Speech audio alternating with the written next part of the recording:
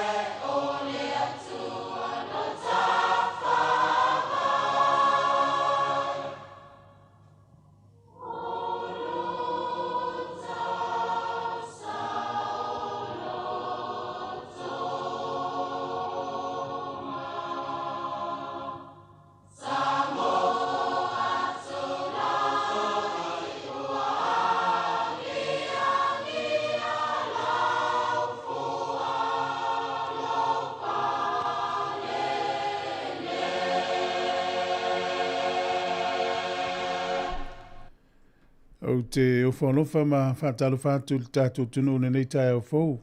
Whaftai le tua no nā nofa mano nanga le reiwa tai mai lau soifua mano uola o tātou tue whelo e nei tai au.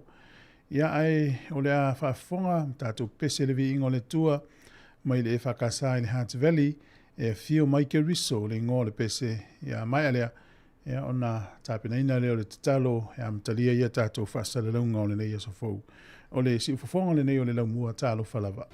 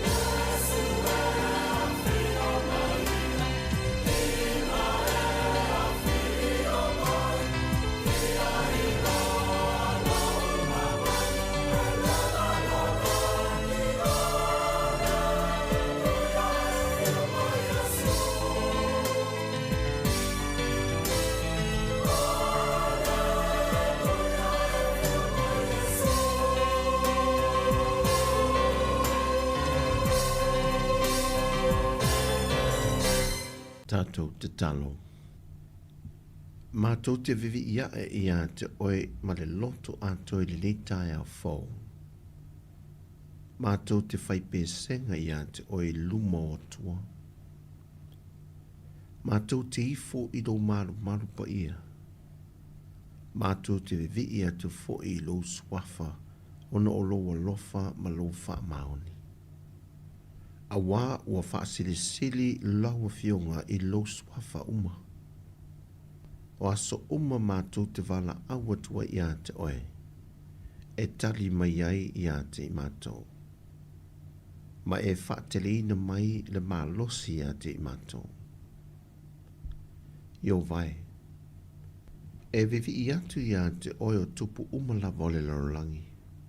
Pe hala tu whaalongo i le tu lei mei o lo fofonga. E pe pese fo i mātou i ala o Yehova. A wā e tele le mamalu o Yehova. A wā e maua lunga lava fo i o Yehova. Ona e se sila mai o fofonga i e loto wha maua lalo. O lea i a pipi i a nea i pēr i o mātou lauro whaiva le upo le vi inga. Ma i fo atu i o luma i le neitai au fau. I o vai, e pa ia, ma tu mau pēr le pa ia ma le mamalu, le sisiri ese, le wha manu, ma le wha ne tanga ia te oe. A wā o oe lava o le pu lea mea umalava, o le na whaia le langi, le whanua ma le sami, a toa ma puna vai. Whaaftai le malo longa o le pōna pō. Le utoe ala whai ma wa ai atu lo māta ngō fie ala le malamalama. E wha amanatu mai ai i o mātou loto. O loo e ola, o loo ola, o loo e ola lava.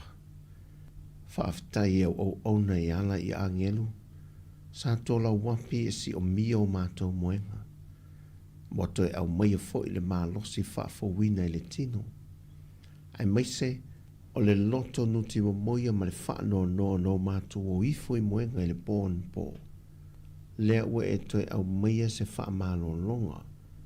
Ina ua e whaamawhana whana ma toi whaaloto tele mai i upo leola ma upo e iai le whaamoe moe.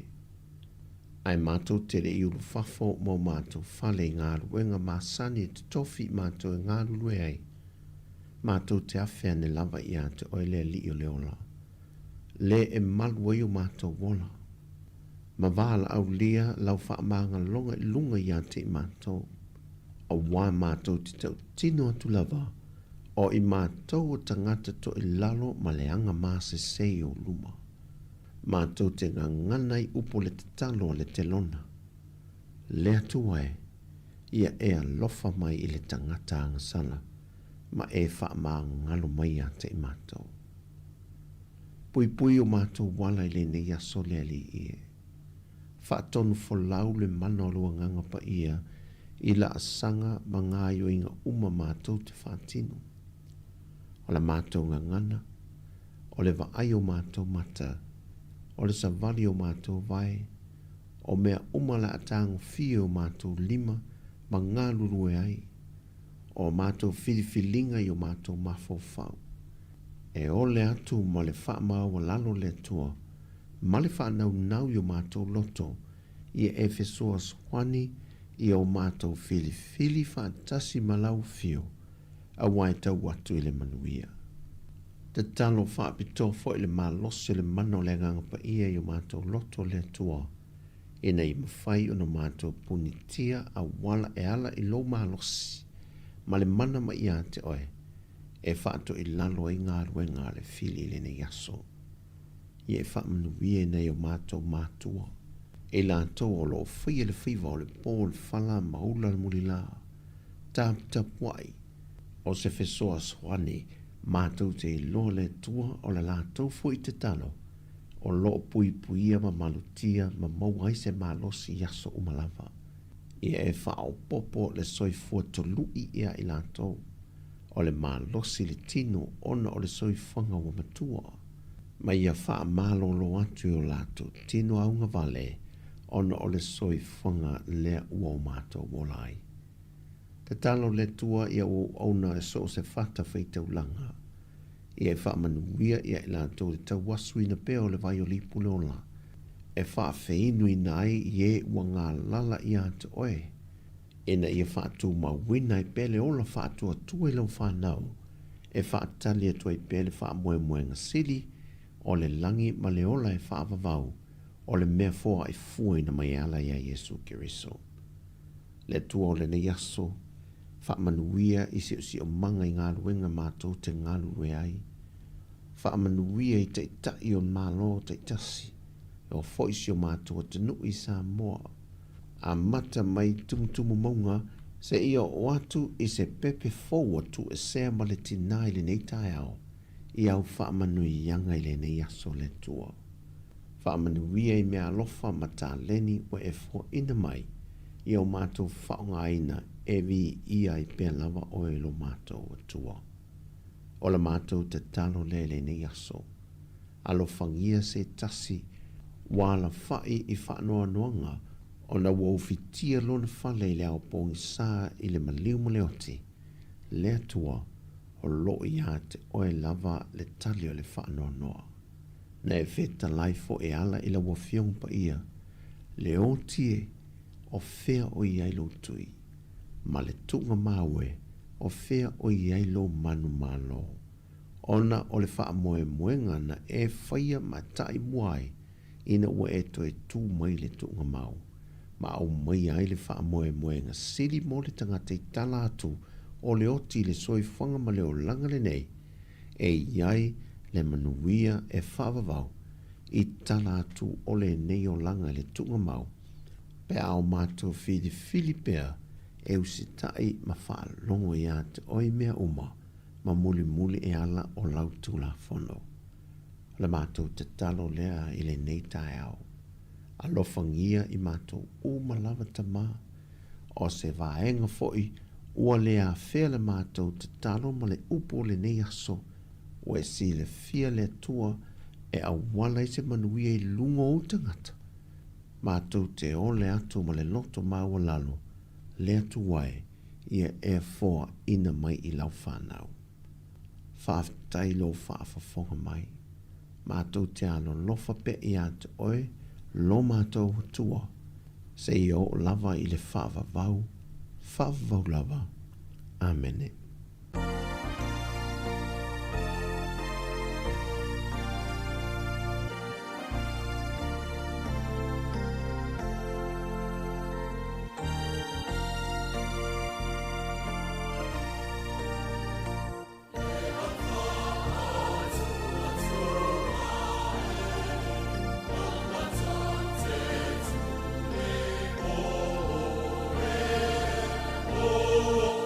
Mama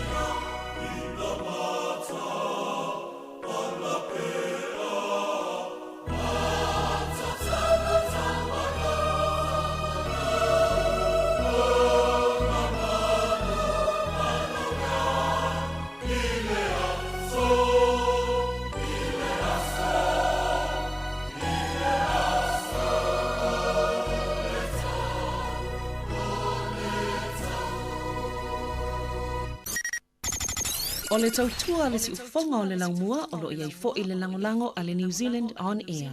Sa whaine i le tulinga sia bakli o le mangane sila whata mila mila le langi tua ega aia tapau atarinia i le pia maua sengo mosila tano whai le le se umarai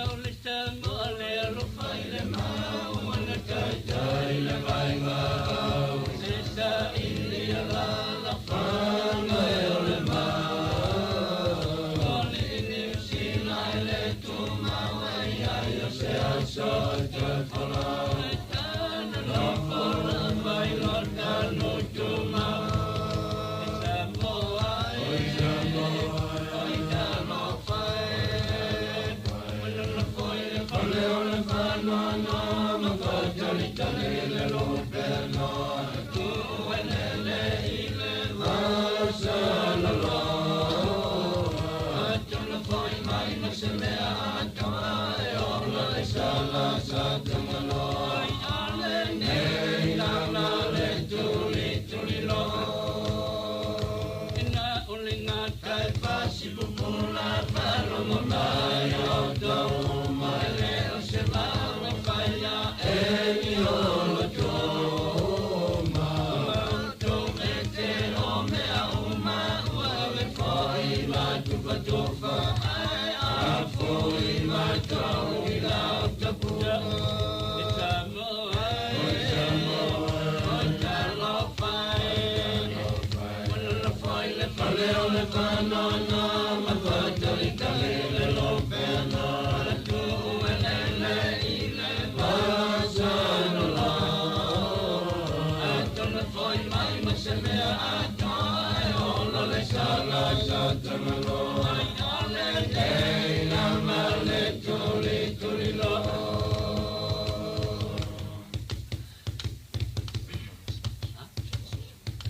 Ali Yesu alama sina fe foi talai to talinga ole uma ngai osia ole fela laula ngai mo fale ngai nai luma mule ma ai ngata no fai le se uma tai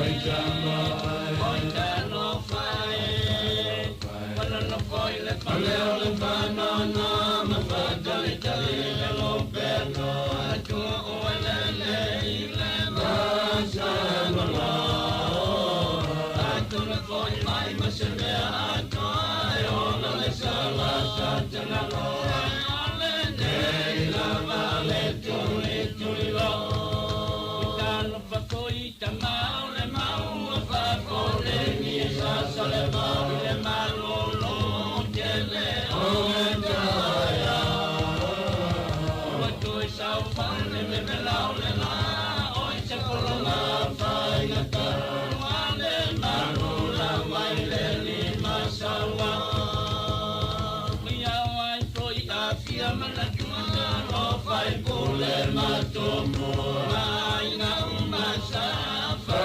fa tua fa bene se la forza fanno dai dai malabu io ile la mo oi calo fai non fai le banana ma fatali tali le lope no tu le ile masala la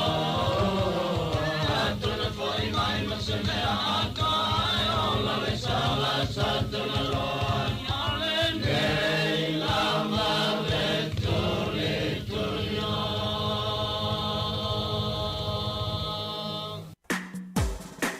Ata o le taia, siu fofona o le laumua, aso ngafua i le aso foraile. Ata o le taia.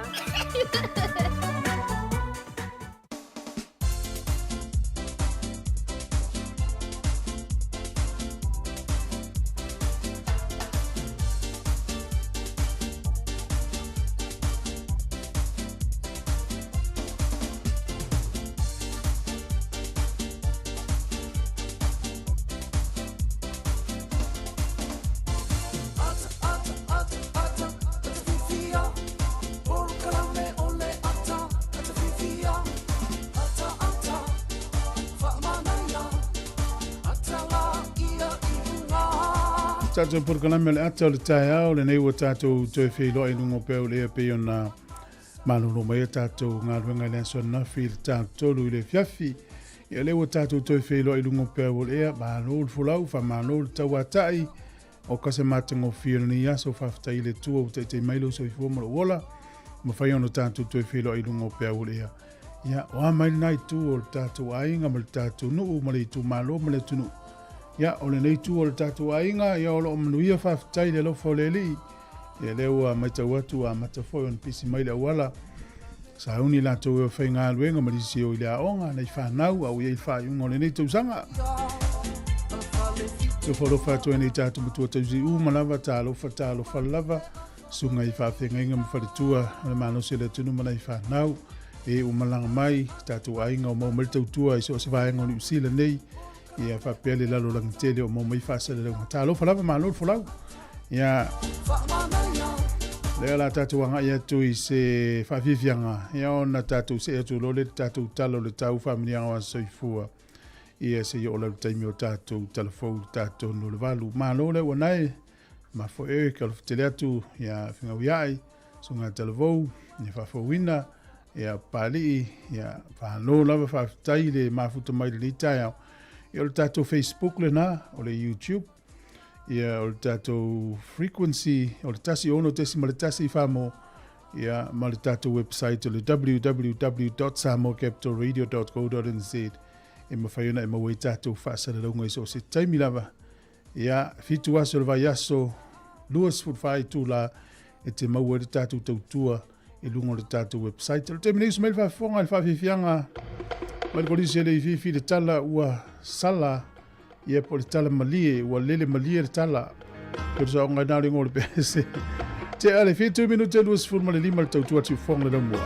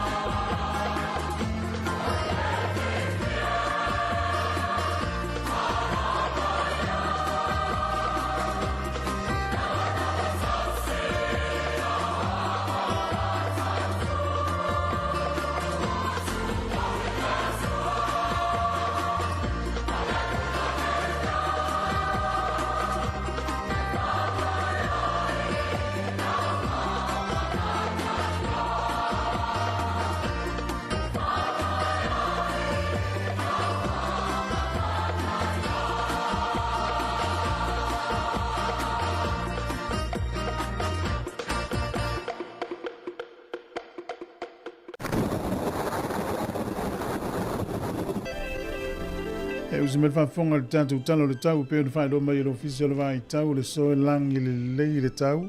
Le na tātou iei te munga le pō. Ma le waweau nei o le aso atai au ma tele ina wha malu malu ma ua oa ma paolo le aso atai au. O le astofi ina i timu na matelo na kiria ma langi le lei le tau.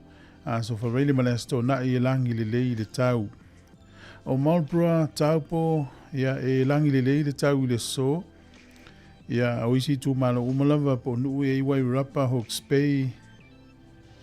Taranaki, Whanui, Manawatu, Makapiti, e vaia le mate o le lai nisi o taimi. O le malu ulu o le eolo whamawina, a mata mai sifutasi anga i tulunga sifulu ma le lima, e a mawhanwhana lo i lufu le tolu anga i lunga lua sifulu ma le ono. Au gilani le so e fe sui a i winga o le tau. Staimi o timu vaia le mate o le lai nisi o taimi. O le motu i saute langi le leil pito i lunga o le motu i saute. Motu eka ne le Sony, Picton, Blenheim manu o lo ina. E te uluti munga i Dunedin, ia vaia le mate le la, inisi o taimi, kala estete, Queenstown, ma Invercargill, o le malu ulu o le motu i saute, e a malu ulu o le fitu anga i tulunga sifulu ma le tolu, e a mawhanwhana lo le vana sifulu lima, whaasolo i lunga lua sifulu ma le tasi. O leo te rengo le tunu, ne yaso e matele na langi le lei le tau, e ui ta absoloiti munga le tele wanga o le tunu. O pia e whai te tilia le so, e lua sifulu valu lufu o le vela, lufu lima le a mawhanwhana, o le angoto i fule la le so Wellington e to sifuru iwa minute i le iwa la nei le fiafi o soa i le la tai au to i lua sifuru minute i le ono i le tai au a tai au o le fua le manu luolo i ai sifuru whaanga i lunga sifuru ma le ono Wellington i manu tua oi e a mawhanwhana lua sifuru anga i lunga lua sifuru ma le lima tala o le tai mo la tau e whaangota le yaso ia meluia whaangotanga o le awhenga iai o le tai Wellington e pe le tai le afo le valu le tai o nei sua le tai to e 10 minute i le tolu i le auli to e pe le tai to e 10 minute le iwa le pona nei. O polirua sua le tai nei to e 4 le valu lau whaasolo ni sua le tai po la ua to i titi ata tau le sua le tai ala ua sua. I polirua lea pe le tai le to e 10 minute le lua i le auli to e sua le tai le valu na nei le fiafi. Ya. Talana o le tau ma le tala o le tai manuia ia fuafuanga tātou tinu. Ia mo la tau e lafo le tupe, o le swinga o le tupe i le tai o nei. Tasi tala ni usila, maulau tupe Australia e valu sifulu ma le ono sene. O le tupe Amerika e 5 ono sene, le tala fiti le o tala lua sifulu fa sene. Tasi tala ni usila, maulau tupe Samoa e tala 5 sifulu tasi sene. Ia ma le tupe tonga lea pa anga tonga tasi tesi ma le lua valu pa anga tonga i le so. Tasi tala ni usila maula tupu Samoa tala 5 sifulu sene i le aso nei. Ia mahalola valanga le leina ia inga o whaamuni mai Samoa ia le temi nei. O le avenoa o whaamuni anga wa soifua pa whapeo neiro wa soifua.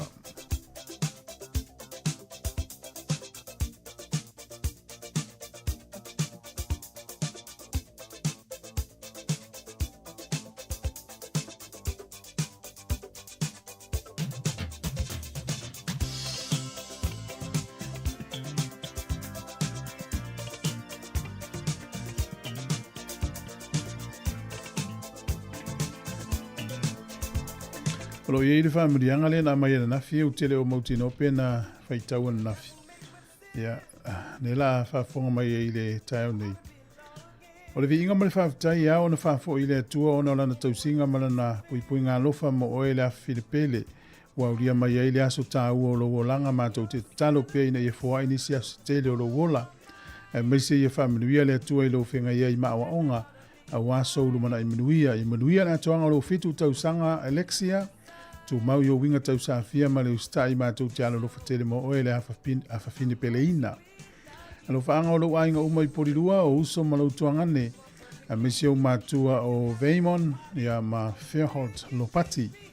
Ia manuia tele la soifua ia o le afine ia Alexia ta lolo Lopati. O nafi le na atoa ilo na fitu tausanga ia manuia lo wasfanau. O le tusfaitau o le nei aso, ia mo la tauna soifua i le aso lua o le masina nei o te sema, lo mol tusi e Ioane mta ue valu fe upes funu ma le lua, whetalainga le tātou ali. O na toi whetalai atu leo Iesu ia te i la tau whape atu, o au nei le malama lama o le lalo langi. O le muli mai a te au le savali o ia le Pauliuli. Ai a te ia le malama lama o le ola. Na fin tātou whanau le areto o le ola. Nei le tātou whanau o ia le malama lama o le ola. Hoi na ve fiola muli atu ia te ia malama lama ai. Ia waso stay mea pula le malama lama e to i lalo al Pauliuli. Sola al Pauliuli e fefe le malama lama. Manuia la wasa i fua al pesa le family ia se whanau.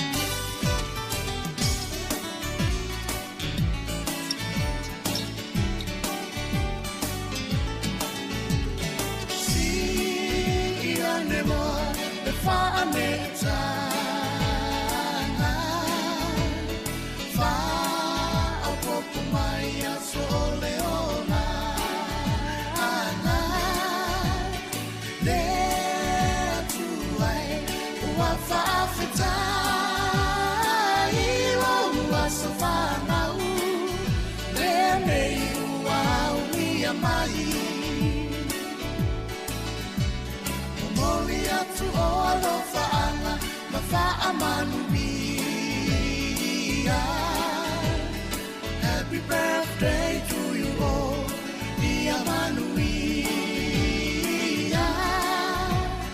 No Rasafana Nene, Waea Uni, Atato Fa'afetai, Olea tu Alava Ia Via. There to I Fa'afetai, no Alofa Winga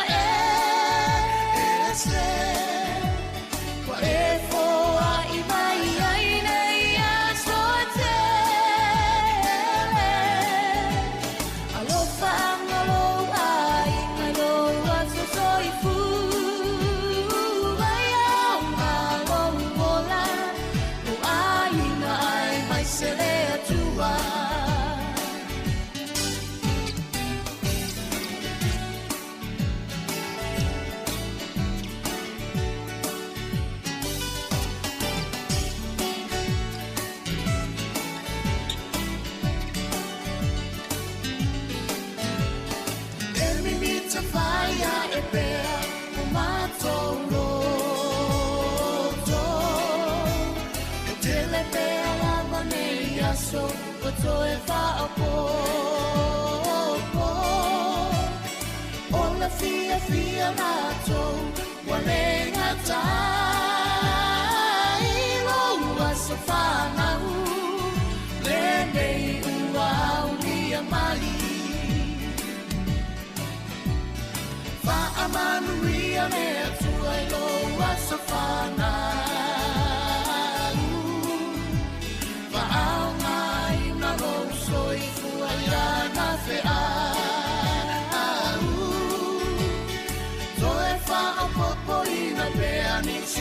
so se te lo faanga mo ole ele umayo ai na pele e tu ai fa fetai o lo fainga se wa e fo ai mai ai nei so te alo faanga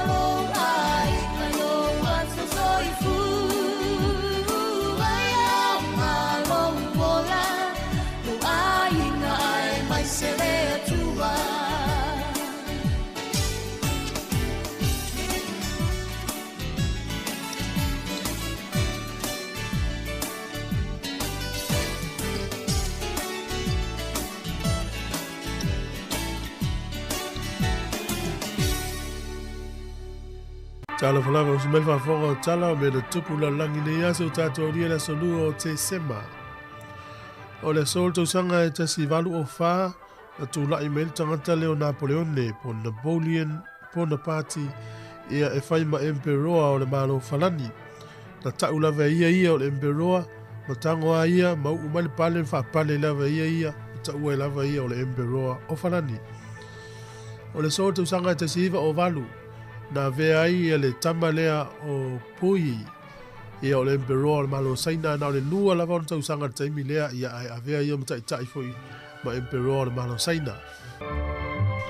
Ia o le Emperor muli a leo le malo saina o le tangata lea na pale mele sol te siva o valu. Ia na o le lua o le tausanga. O ia fo il tangata muli na ia ilalo pulenga lea ta o le Queen Dynasty. O le lona se fulu ma le lua i leo ila tu avea matai o le fo i vaenga. O ia fo il Emperor muli o saina na pale le sol tausanga te siva o valu. O le asa le tausanga e tasi iwa fitulua. Na pale mai ele patia le leipa. Ia e fai matai ma avea mwhai ngā malo Australia. Ile mai alea o le luas furu tausanga talu na avea mai tua ngai le leipa i Australia. Toa malo le tausanga te siiva fitulua. Ai tolu tausanga mulmuli ane. Whaatea esel pale mia whaatea manan whai ngā malo. Ele ko wana. O le sol tausanga e te siiva fituono na pale mai le tangata leo Fidel Castro. E fai ma Palestina le malo Cuba. O le aso nei tausanga te siiva valuvalu. O le tamaitai o Benazir Bhutto.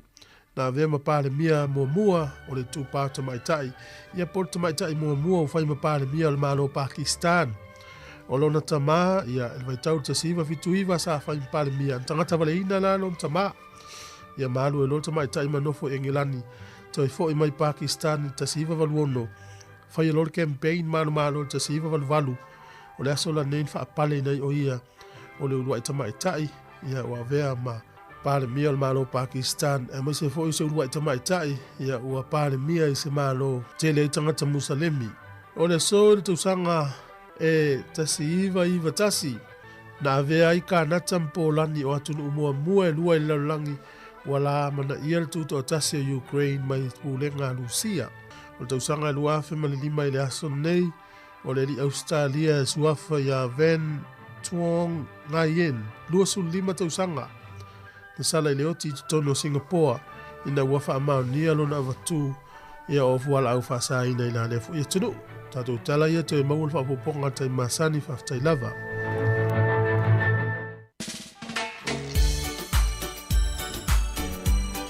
Tato se tuna i whawhiwhianga o le tai au, le tautua al simfonga le laumua, tato taimi lea ua iai, to e 15 minute ana tāne o le vanu tāpena mai tato talfou, tato no le vanu. Lo fatu ti ulilo whawhtail mawhita mai, te wisa ene, sunga ewen sila, ia whapea foi le uso ia Lavenda Mako, lo whawtasi, Victoria Simone, whawhtail lava, ia Elena Tupse, saifoloi liva, whawhtail mawhita mai, manuia tele nei tai au, ia pespesenga maritama o sive vai ngā wanesi.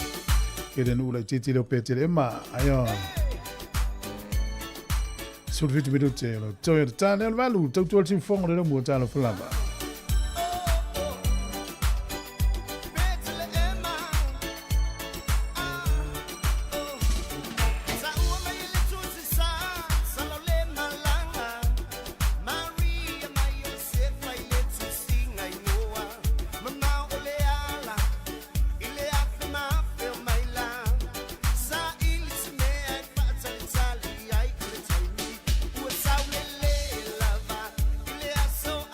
So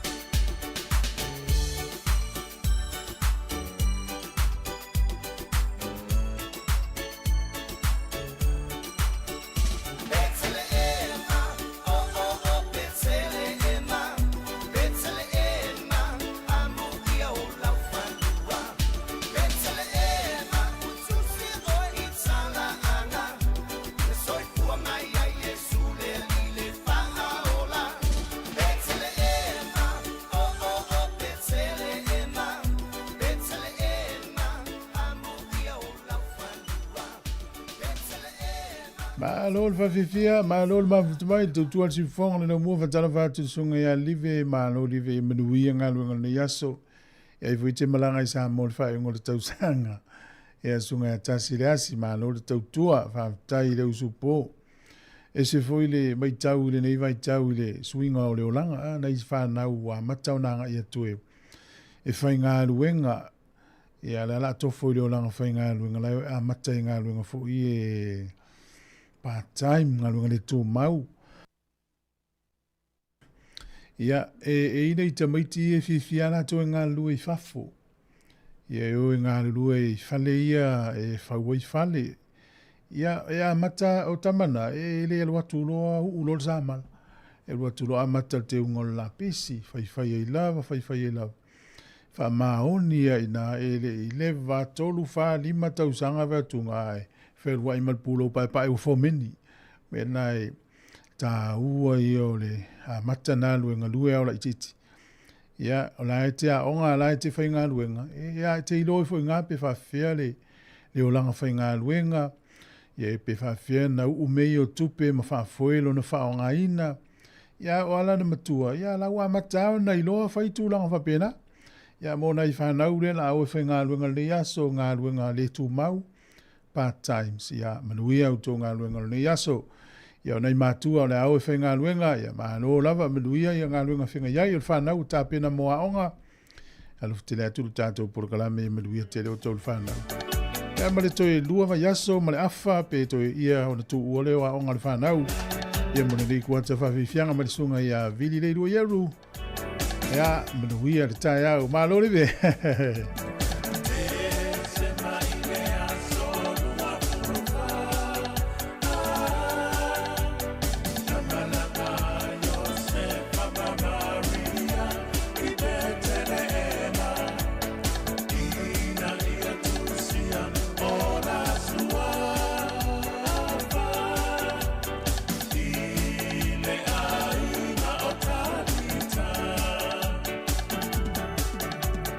Ta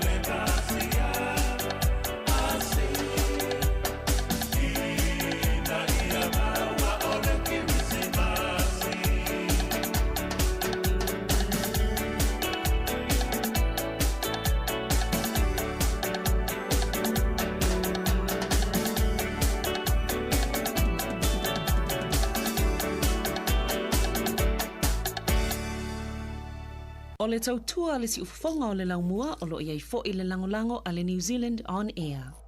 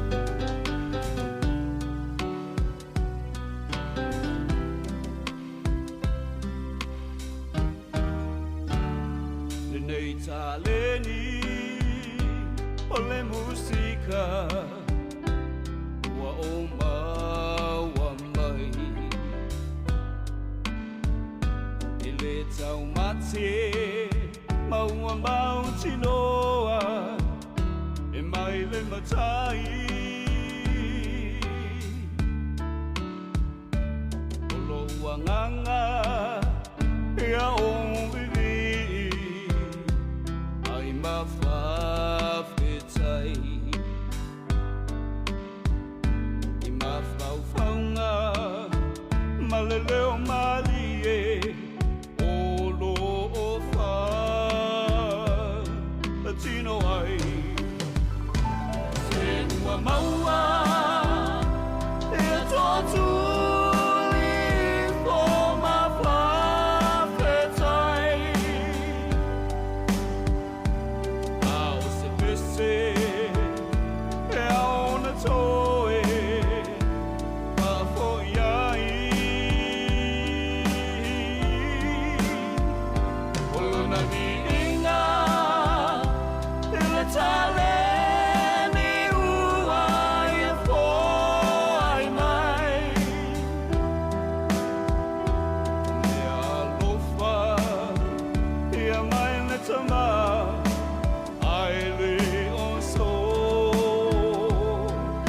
ta mai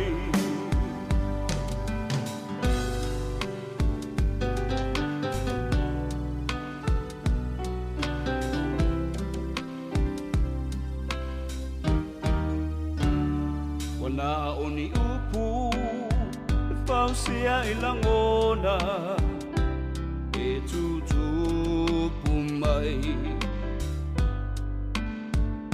I mawhauwhaunga mani mana tupe moni e le hai sue o se whati e petau I maupu o lotu si ai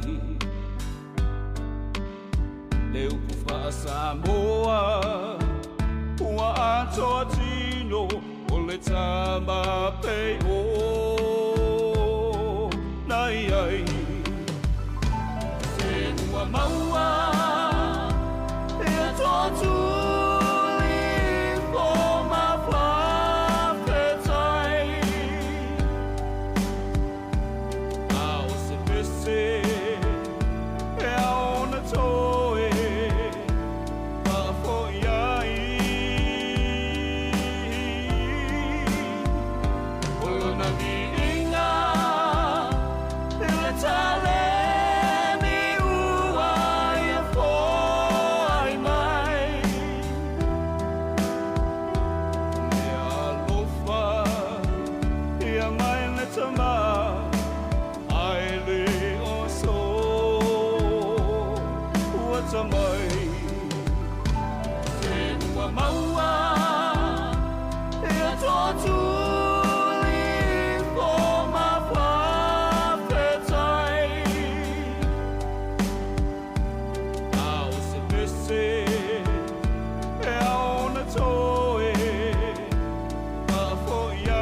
Janga mai sunga ia fiuse mo le tufunga fa tai mo le tale ni le utato no valu fa tala fa te ni manu wia le yaso e us mai no fa fonga I tatu tala mai sa mom tala fo ni ta ya le utal valu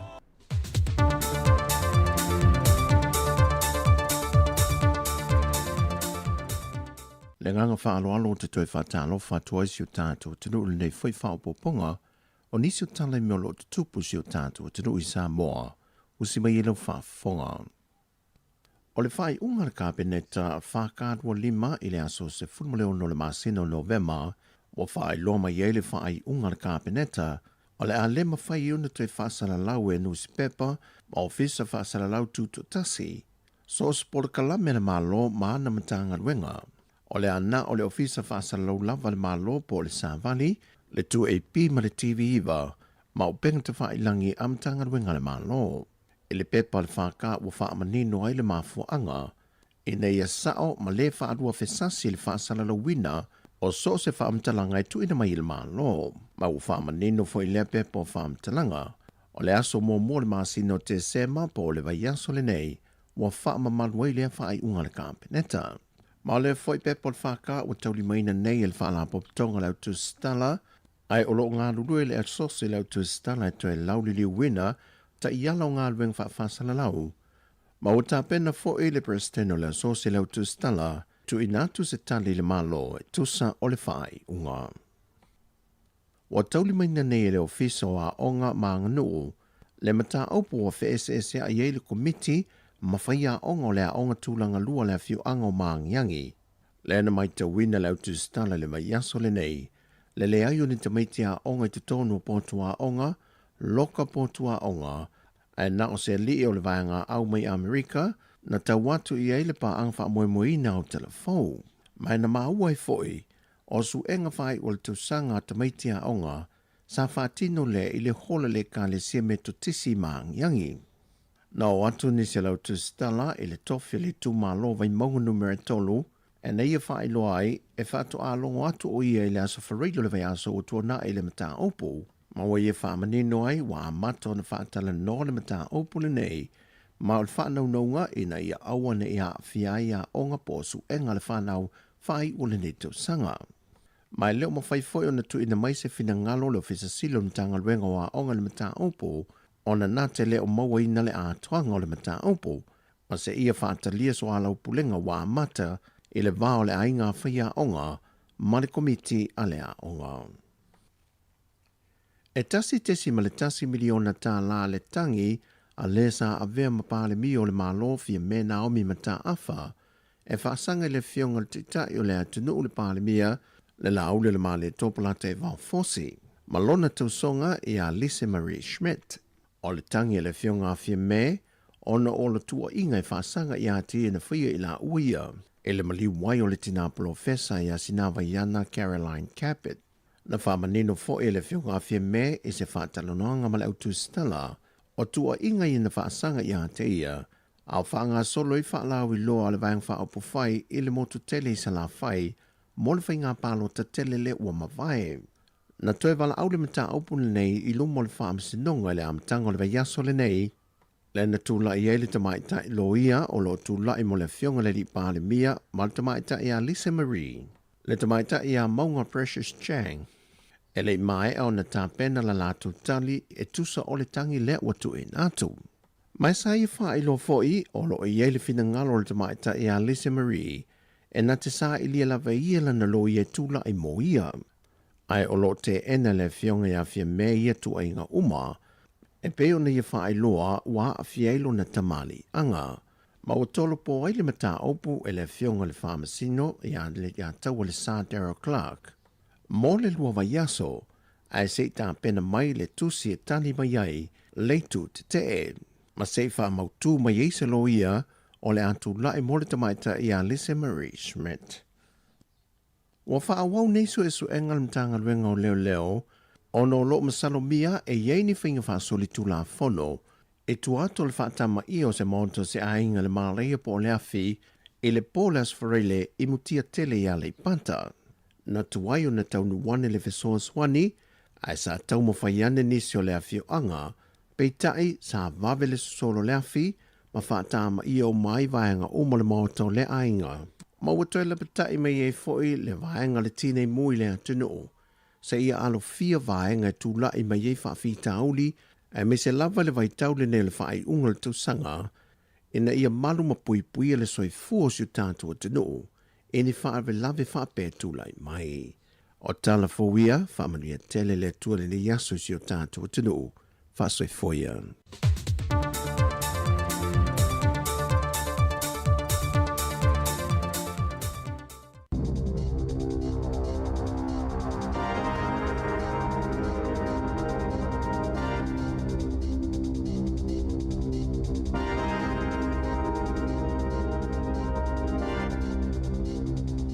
Talofa i nei fo i vaenga o telefo mai le si ufonga o le lau mua o le talo mua e iai se a onga i le ai o Christchurch sa tufa iai ni me ai mafu i le songa fua nafi i lalo le polo kalame o me ai o le awauli mo ta maiti a onga o le nei fa le tonu o la pata ia ma ua whautua i nai e le pule a onga matua ina ia siaki ni a whaina o alantou whanau ona o polenga i le ono a fio nisi i me ai fa le tonu nei o le wauli o le songa fuan nafi i le onga le Christchurch.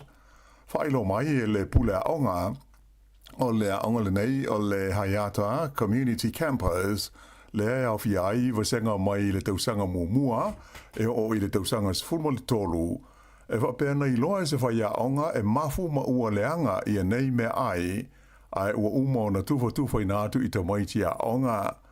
Ta ua le tamaita i pule a onga i a Peggy Barrows, sa tula i mai mua foi nisi whaafi tauli i me ailawa nei mo ta maiti a onga i lana onga. Ai o se mea ma tau tia tele lea ua adiri mai le te leo le whaale tonu wa a fi ai me ai nei e a watu mo ta maiti.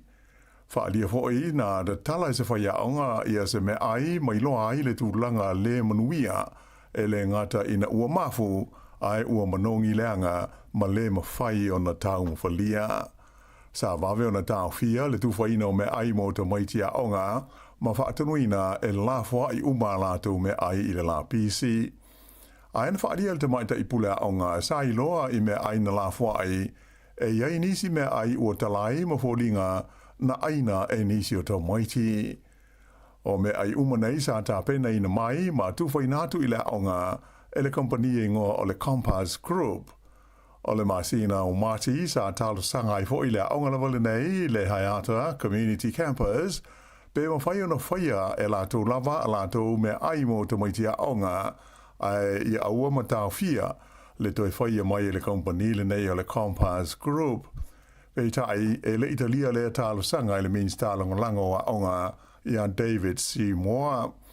Whaelo mai le pule a aonga o me ai mo te maiti le o uli nei le aso lua le nei o le a saunia ma ti liva atu le Compass Group ai o le a muamua o na siakina le lei me ai uma a o le i tu whainatu i le whanau a aonga. Lipotia mai le tu malosi o le minstai wa ai le whalapo tonga le malo e ta ua o le whamak e pui pui i le vainga tupe e lata i le whase lau afe tā la o le tongi whai ua le sa vea ma whauru lunga o le whalapo tonga ai ua whamawai. Whaadia le li minstai a David Seymour sa le lei lama le whaafoina o le whamawaianga ma le payout mo le tamaita ina vea ma pulisili o le whamak e le lato komiti whaafoe. O le whamak e pe ona sil fia o le whalapo tonga tele lea le maro New Zealand e whea ngai ma le whaatawina mai o waila au ma fuala au uma mo tonga whitinga whaale soi fua maloloina i le tonu o le tunu a toa. O lona pule sili sa iai talu mai le tausanga i ruafes fuluwalu o le tamaita ingo i a Sarah Fett na whaamawai mai le tuwhinga i a Februari le tausanga nei mai sa tu ina tu iai lona te tongi whai u e toru se lau lima se furuma le fitu wa fe tā la. La songo fuana nafi i se fontanga a le komiti filifilia le parlemene mo mata upu tau le soi fua maloloina. Sa visiting ia le tamaita i hoi pula le laipa ia Aisha Verrell ia le taitei fono le whamak e tu sai o le tupe sa tongi atu i le tamaita i CEO ina ua whamawai. Na io ina e Paula Bennett o ia leo le taitei fono le whaia o lea payout ma ia ta ua sa aia ia i lalo le whenga inga whainga ruenga a le tamaita i sa avea mo pule.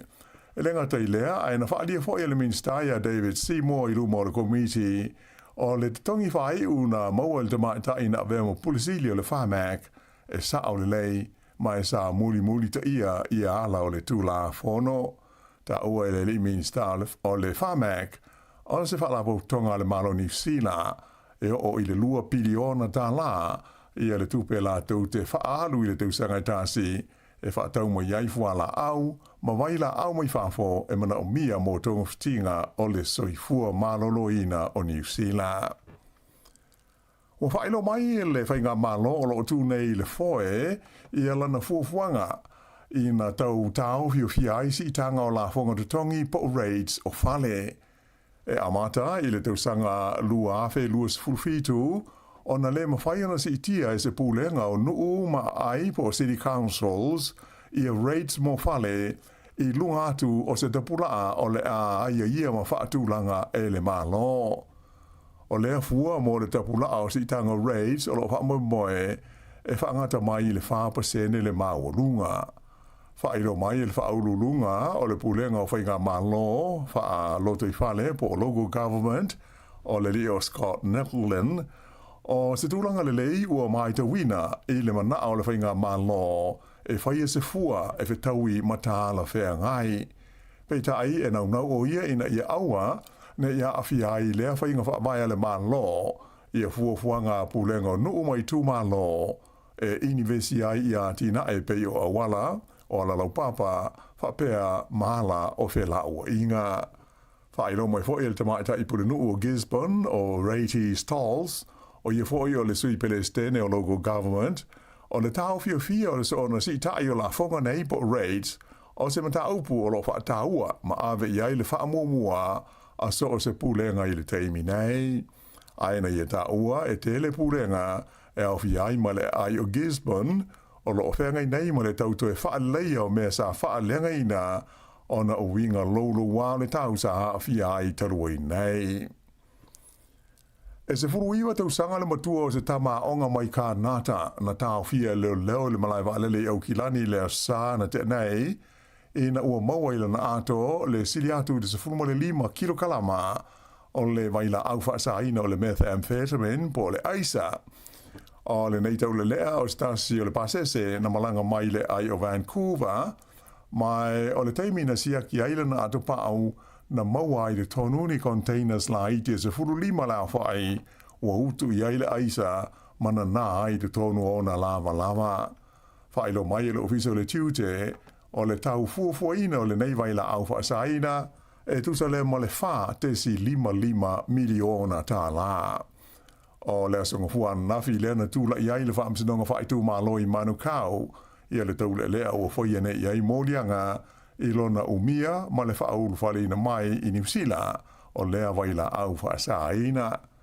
Ta ua mai e le li pule le ofiso le tiute le malai wa lele o Kilani o Ben Wells ua wha malo si le teimi nei ngā luenga whai ele mta ngā luenga i le mata i tuwina leo ta ngāta malanga mai whafo mā lāta uta i le anga i atu i le teimi pisi o aso malo lo o le kirisimasi ma le tausanga fau. Tasi tesi ma le tasi miliona tā la le sala tupe ua wha asala i nai le wha amasnonga i ale kompani tau wheso ta inga tele wawave o le 1NZ ona oni mata upu a fia ila na mata whai oi sa le tau ona whaia e winga i mana onga le ma alofia o tangata i le taimi o ni whaala vela lave wha afua sei. O le nei whai unga le wha amsinonga maulunga e mafua i se tangi e le komisio me tau pisnisi le Commerce Commission sa whaia i le tausanga ua mawae e a fiai le whaia leo le tiutia le 1NZ i le whaai lo atu lea ma wheso tai i tangata na o lātou mana o mia i le wheso swani. E se fulu la whaai o ni mata upu sa ioe ina e le 1NZ i lalo le tula fono e ta ua o le 111 contact code lea e mana o mia ai kompani tau wheso ta inga e whaia fua i ani wala au i taimi ni whaala mlau wha afu sei e pei o taimi e pe ai le pawa po o le elitise. Whaalia le komisina o wheso ta inga tele wawave o Tristan Gilbertson e ta ua tele le au nanga o wheso ta inga tele wawave i taimi ni whaala velave whaale natura o taimi e motu si ai ma pe le elitise. O soli tu la fono na ioe ina e le 1NZ e whaapena tutupu i le vāle tausanga i luafe luas funtasi ma le luafe luas funuma le tolu. O le mamafa o timunga ma ta whenga o vai i le whai unga o vai aso ua ma vai i au kilani wailonga o nā whai na ai ngā teifale ai maisi o ma ta whanga i le vaenga o New Zealand ona ota ma le palapala na ta whea tu iai. O le masua atu i le sami o ota mai whale ese ona o le malosi ma le mamafa o timunga ua whai na ai ma ta whanga i fia tangata i ta whawhau ma ta ele ai.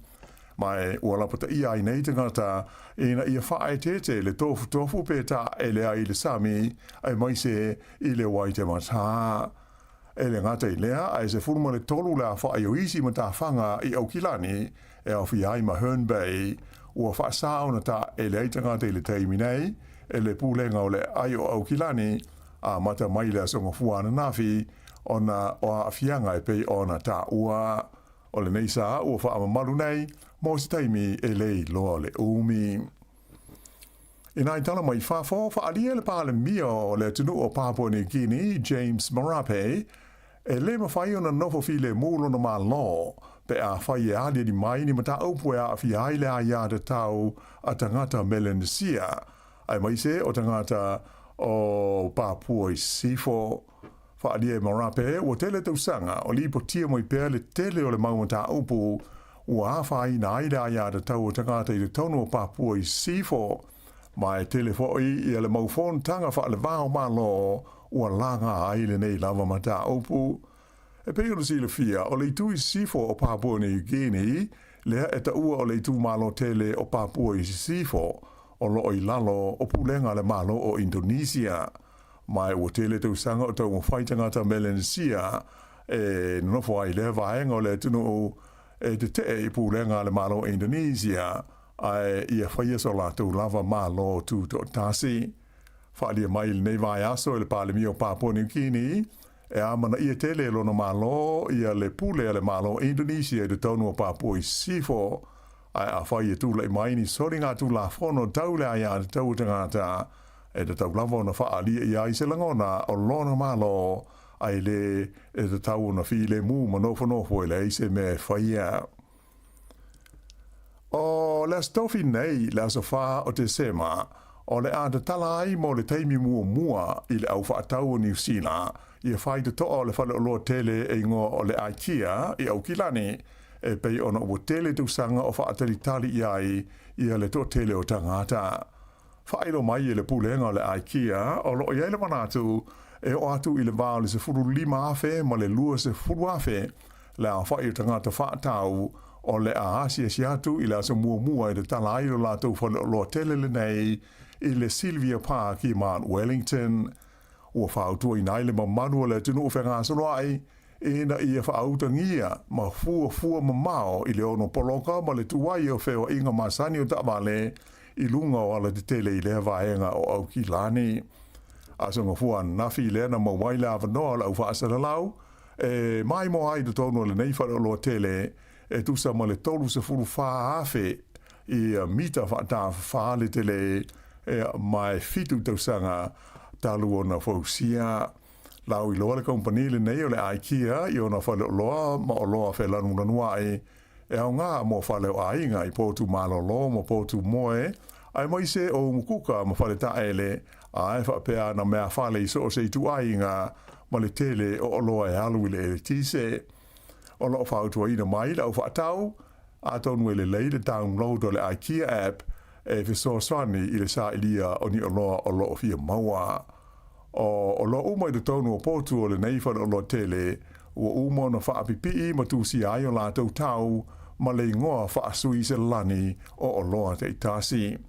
O i tū la masani i le talai le IKEA o le iwa i le tai ao o i le iwa i le pō fitu aso le vai aso a mata atu i le sforeile nei le aso lima o te sema.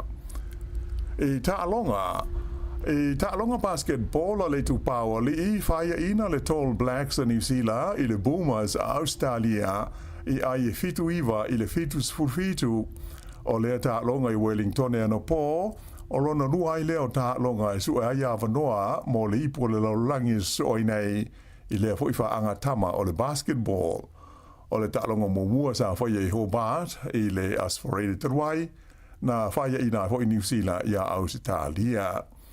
O isi ta'alonga o lo de toia le aulu nei New Zealand e ta'aloa I maaua Filipaina whapea ma Guam I le amtanga o le tausanga a Sao. O le so la so mua o le series o ta'alonga whaitawina po test I kirikiti whaalawao ma lo I le vale o le Black Caps a New Zealand ma le au mai le West Indies le o lo ye nei de tonu o le tunu. Pei o na sila fia ua uma le series lua o ta'alonga pupu e ta'i lua se fulu owa ma ta'alonga ta'i lima se fulu owa I le vao au nei lua ma ina manu malo umai le au New Zealand. Ai o le vaenga nei o ta'alonga whaitawina e tolu la whai o ta'alonga o le series le ua amatalia I le so I le ai o Christchurch.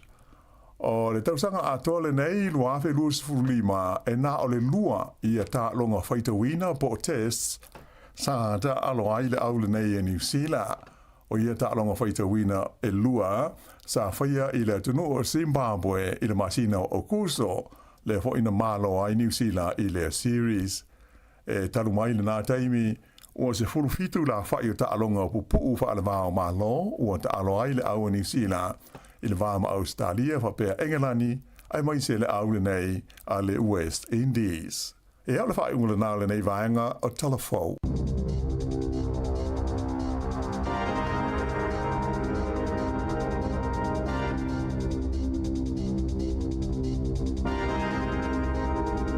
Talafou amata na le nei tai au peno fongaina la fionga la wano ati lawa mtala mai sa mo le sunga ia ta se salam sem tu va fonga le tula iwa le tau nei se emel tatu taimi luas fulu minute te nei le tula valu ya malo lava tatu el proklame ata tai au fue malo lava le usu lo le tawa tai ya o mai le tai au manu ya fa tai fue te le at swinga o nafi manei vai tu lo fia iyo ya o so foi mo lo fia ya wai I whanau noa ia o te fia tō tasi, ia taimne, i le walua fia le wa ia i o.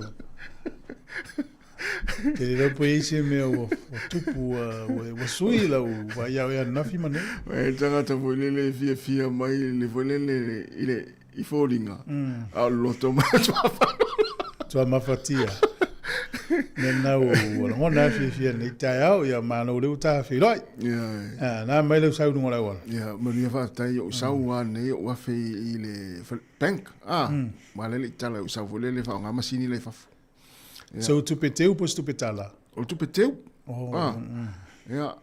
Whena mai leu tupe le la lewa teu? Ia, wala mena i si mera e mweswe. O me tala mai resi kat na teu le resi kat. O me whape nā moro sirifia. E tere teu tango tala mai ai teu. Whaonga lunga le telefoni. E se whelo tau alu mamau. Iwa iwa alu e Wellington e teu elo tupe ale. Ia le tele ia masini ia umalo foi la ia ile masini o la mai loa la mara sa fa ile sta mana ia ta fa ilu mol bank pisa mo e na po sa la tonu la ta vale la amal e sta mana mai sa mo fa tu ma non se fo mo ia ia ma non fo se fo wa ma ia fo e no fo ia ma ta fo inga ngol ta ai usu fo ngalo nga fatu ia le foi la usu ngalo nga fa mai ia tatu to anga lotu ai foi la ta fa mai tatu to anga lotu ala e u le fangu malos ma tu a tau le ua o fatu ia tatu anga lotu no pu a tau le ua tai au po oiso pesa tele lo pesa to fa o ilumo le fale tu pepe na sa vali tu foto al so to ni tai amatanga lu tatu ya na tatu to anga lotu ma fa mai tatu to anga lotu ma ya malo le nete lo ta u po lotu ala o na nete o nai ma tu ai ai ona tai au po ale le va sa mo sto ya malo awara tua ya te ua sala e se tala langa le no mana tua ina ua tala lau tala le o le stau le ana musu e pu eso nata o i tangata fa pena e tau tuatu me le e lafi fa pena lima le se lo ngana tango pu e fa malo si la tangata mtua musu e pu eso nata e alu le atope fa ipu ngata le ainga alu lafi a tuatu le kermo e lafi ya te lola te mi e fie pu ata le tomalo te mi wala na fangu pe fangu to ina te vai le pu mai ya so e vole le wole e mana o pu ano nat ya te la ya wala ngana ye le tu ma wa ya walu lo malang tu sa ya tan fa lo la inga su ese ata fa ile por calame ya na le ata la na le ulon fang mona pa wa ngiru fa pi e tu o sa wala yo pase se pamata tu apia ai o se saina lana sa na la tu etala tu pensara sina tu epese di matala epese fultala ala la ilo atu le sita mana la le se fu ito ina na to sto fu na kolori la watu o le saina le tu pesta el tamasa mole al watu al tamalo mai it's mine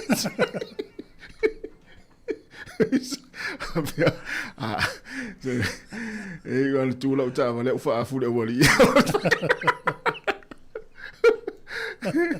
ya o va inga na ni cha ya o le uta tu wanga tu kisi masi para cha fo pa mata fe wa itanga ya malo le uta du a 12 fu minuto te ne valu tu asi fo le mo na fa fi fianga le ta ma fa manatu ya ta to fanga solo ta to fa sol ne ya so i fa so masan mana ya Luas fulon minuto te ne le tu la valu ya la vatu fa fianga vai foi ya fatalo vatu ya la vinda mako ya o lo tele atu mari material vinda ya ma fo Eric Maria lava le ta fa tai lava le mafuta mai ya male ma fo Eric ya o Saulo faea ya ftalenga se ngali ya sunga te malanga ta psori ma yava Maria lava le ta ya o mau ka pes fra tu ya mau ya o Sale Tyrell Maria lava tai lava le mafuta mai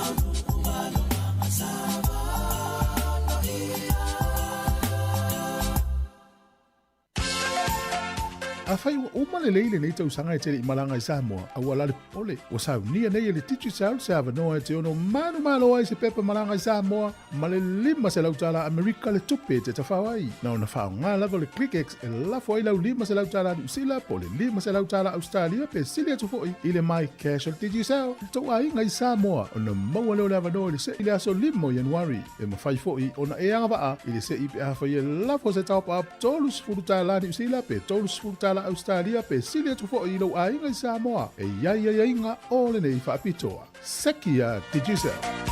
Luas fulwar minute na tale o leiva ya o tato e per proklame le atal tsa te sili atu le sila titina na fivue. E stato wa ni la to nga tongi. E stato price mo o ni to sanga. Va me fatali le imedi.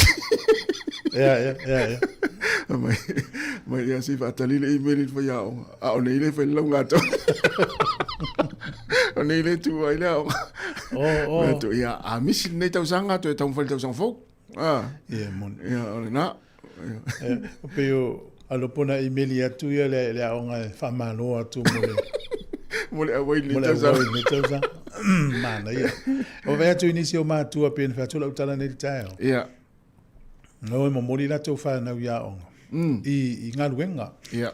Sa la o la woe tu sa la ia onga. Ala mo mori ta maiti e ngā ruru e part-time si company lau mo la tonga ruenga. Moi. E se wono tā lofa vea tu nei ta maiti le tutu mai la usulu va vea o whai ngā ruenga pia tā lofa. Mori taimi mua. Taimi mua. Ia e whio lolo ala vanga lea e o taimi mua whanga ruenga tono fali. Po tono ofisa, po ne wumnanga tono fale no ita miti la le taimi mo la on kolisi. Ia. O le i kolisi ya tu so le wa le fenga lenga mo holidays le la. Ala lunga lu I fafo. Nga lunga fu ima mafa ile ma sani ita miti. Moi. Ya ta lo fa ina ita miti ama lo la matanga na lo wolanga fenga luenga ya ile se me fenga fiele lu fenga luenga. Ia ole lu I fu ila mo ta miti mai sa mo. Miti le mo uma tutua. Ya. Ia, ole atu nuu nei fafo mai o Samoa, o atu nuu au ngā luenga. Ia, sa. E te alu wha le taimi, fu le amatere ngā luenga. Ia, lena. Ai a whape misi le taimi, a whape alu, a tole le vai aso, e tuari ngā luenga. E le umi a whamero ngā luenga. Ia, e le au ngā ori ngā luenga, o taune malolo. Ai te lola le wha ino le mena. Ia. Ola na suese ngā seisi ngā luenga. Ia, mo. Tau le me li poti ngā luenga na. Moi. Au le whainga tāian te mo seisi ngā luenga. Sa, ole lei. Mena ta ua le whaile leo ngā luenga, ta noa le whanau, le ngā luenga o mau e part-time. Ia. Pea ta noa le isi aso.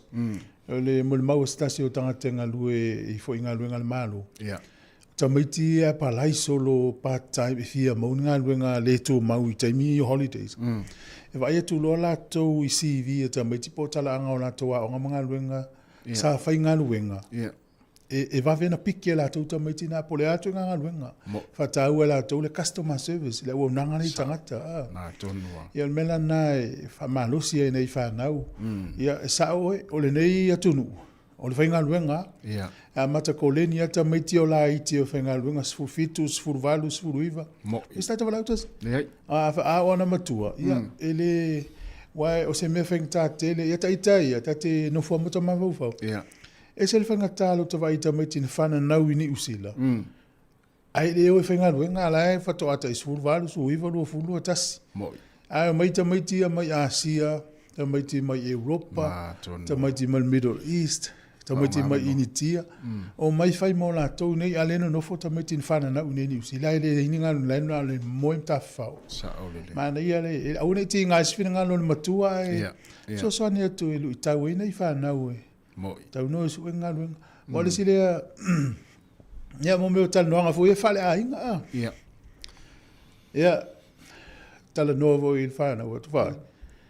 E se leftau I lau wa ai wha mātua. Ia. I nei mātua I e luanga luenga kilini e le pō. Sao. Whai ngā luenga. Ai mai ia nei mātua na e usulu wa veao pe o le lewa o le pō e kilini. Ia. Ai mai la tau tax. Tongi I ta maiti le maua lewe noe whanga luenga, le whewhe wa I solo. Ia. Wele le e lu I jai fo I le whanau a. Le whe tau I lo ma whau a o le matua. Nai matua na lao ki lingi le lewa o le pō, whanga luenga usu le waweao. Ia. Le misi as whanga luenga. Ai ka tongi na ko tax, ai sau tax, ai tongi le benefit I le ta maititi le. Le malosi le whanga luenga. Ta tau na le whanga luenga, le ta whao na le moe, le ise me whai. Moi.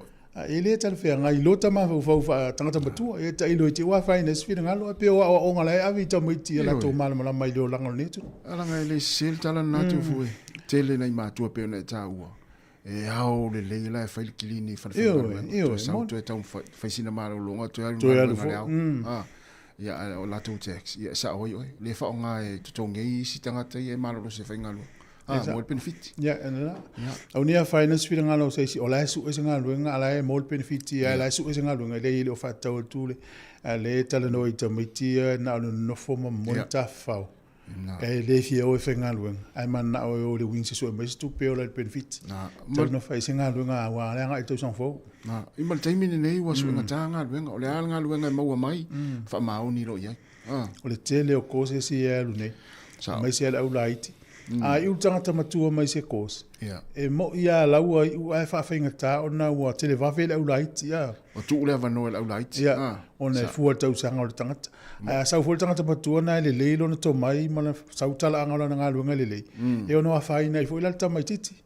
Ia. Mo la tau leo whainga luenga ia maa lola walon sa i le fua ila umana ne tau sanga. Nei tangata nei leo e whainga luenga. Ia melo le tau wha so se le ni e whai mea le a inga e whai. O mea whai le lotu o le a inga i sa moa. E le whai ngō fia o le au matutua nei tangata o e whainga luenga. Ia.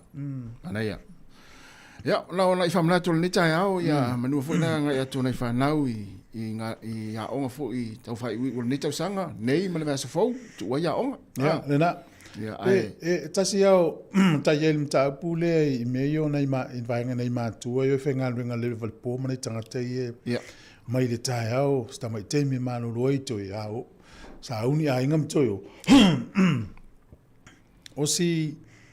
O si ali tala vaule lufu fitu tau sanga. E whainga luenga la i Hamilton. Ai sau mai te kuiti. Ea o le aso tolu tasi o kitopa lua afe lua. Tu sa ngā luenga stama le lufu fitu tau sanga. E whainga luenga le company na ta o le Pit Food. E a mate le iwa le po. E mana wale fitu tai au. Se fulu tu la whainga luenga. Whainga luenga le iwa le po. Fitu taia, mana tuala, le malama le taia, na alu le fale. O le alunga le fale le isi aso na le vena ta avale mamali wai. Le la va, fia moi. Mena le i teimi ne a langona lo le va i vai man le la va afero i tuala ta avale. Faisa umano longa le lei, toi fa ua ua ila i ola malanga. Le utato e le teimi na malanga mamao. E le fut fitu tau sanga stam, ya mawelo na ola, ya. O le tala suesu enga le nau mai. Ana wha pe whaisana malo longa alu e le whale. Ia ono tūlanga na. Ma mao tele. Ia ma le taimi ia umi tele i tūla whenga luenga. Se furu tūla. Ola. Ia na ai o le so na mea uma. Ia le la atal tatu pese vai fo le taimi. Awal wha whunga mele tatu. Ia matala fo le tatu leina. Tatou whasoa, e whiwsili atu ai le tele o na iu tatu tangata Samoa. Po le ale te lope tala wheangai, po le ale au ngā tupulanga po le vai te taimina mauela na ngā luenga mua. Wai whatita ingo le wota mai te whainga luenga taimine, ta isu fitu, ta isu valu. Tele loa peise si o tātou Samoa, ia soina mausa ngā luenga su fitu po su valu o na tau sang. Wala hui tamai ta isfuru no tau sang, alau whainga luenga part-time taimine. Po le mea sa... Ato a moanga luenga tātou Samoa, so ia ina ulufu lua, ulufu tolu, ulufu wā. Po lea fo ila na ngā luenga mua po whio langi sa whainga luenga, ia. Ia o te ilo ta ua Samoa na matai ta ngā luenga. Ia, sao le ia. Ngā luenga mua sa whainga luenga ai. Aim whailanta o tula ngā luenga mua. Lea la ngā luenga mua. Ta ua la ngā luenga mua. Ola ngā luenga mua, na matai no whainga luenga Samoa. O le kiriwa ina mo whalawa. Falawa fo ilea kiliva le tai au po. Ia fo le alu i tua i a onga. Ia mo te ofo i ave ia cantina Coliseo Samoa. Fele, o i company. Feleti. Fale feleti, fale falawa feleti. Ola, ai maria, ola unga luenga mua na. Ia mo te o le loli vole le kiliva ia. Na e fie ia. Ioi, no fia wa mo le taimi mua wo whainga luenga i te tongi tupe. Ia. Pese. E tēn mana ia mo le te tongi ia. O le mana ia sole. Ala lo te tongi mua la, ala whainga na whailuto. O aina ave iai, o le alfa so ina. Ele ave jis. No, ula te tongi ma lima sfutara na ave mato whale sa soani ia nai whaatau foi. Ia ele ni te tongi tele. Ia, ana. Ia, ana te fiu te tava. Lea vai teim tonu ana. Po sa mea leva. Po le iwa lua. Fa so le sa wanga i luma i le iwa le po se mea le iwa tasi iwa lua. O teim tonu wala le ngā natu ele ni usi le falfala o lo fele. A tau tapuni. Le lana toe kilingi ato i tono le fale ne to tala I loa. Len me tata. Awa e la pe nga solo nei tino kolisa sa mo e fai fa atau vo le watale le rancho. Ala fai fa atau mo te balo to. Wai ave ale cantina la o ngai o le kolis. Ina vai te ya. La fa pe ya tino le kolisa sa mo ina vai te so le tali o fele ti tanga. E fa mana nei ai se wa fakasi na pe atu nei fa ta to ma lo ya sola. Ya ona fa batana mai to ngaru. Ya le la tanta to pese o la ngaru nga mo na ki vai no falawa ma cantina o ngai korisi ma ai mai se korisi sa mo. Ya 20 minuti antaria o le tu la Eva.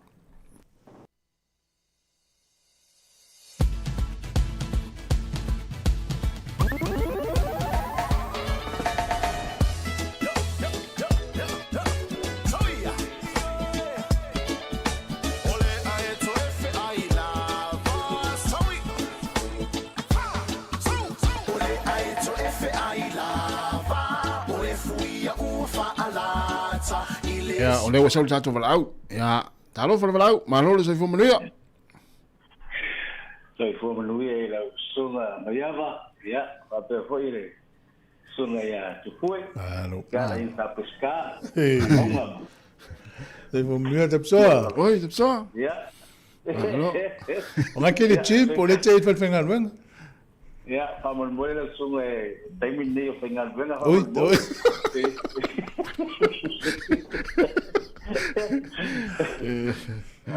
Nga usul pending ele timu la poi va fora pa.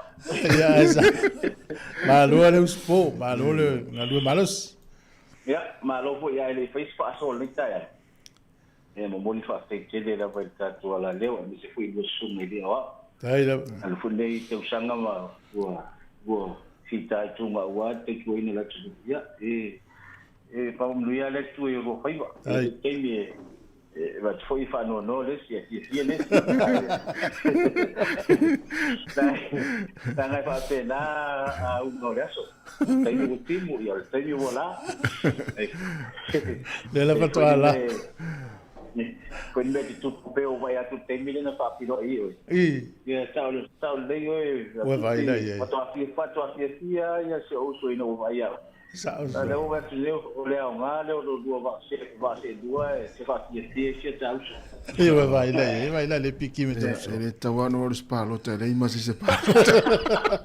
Pe vai ta tu.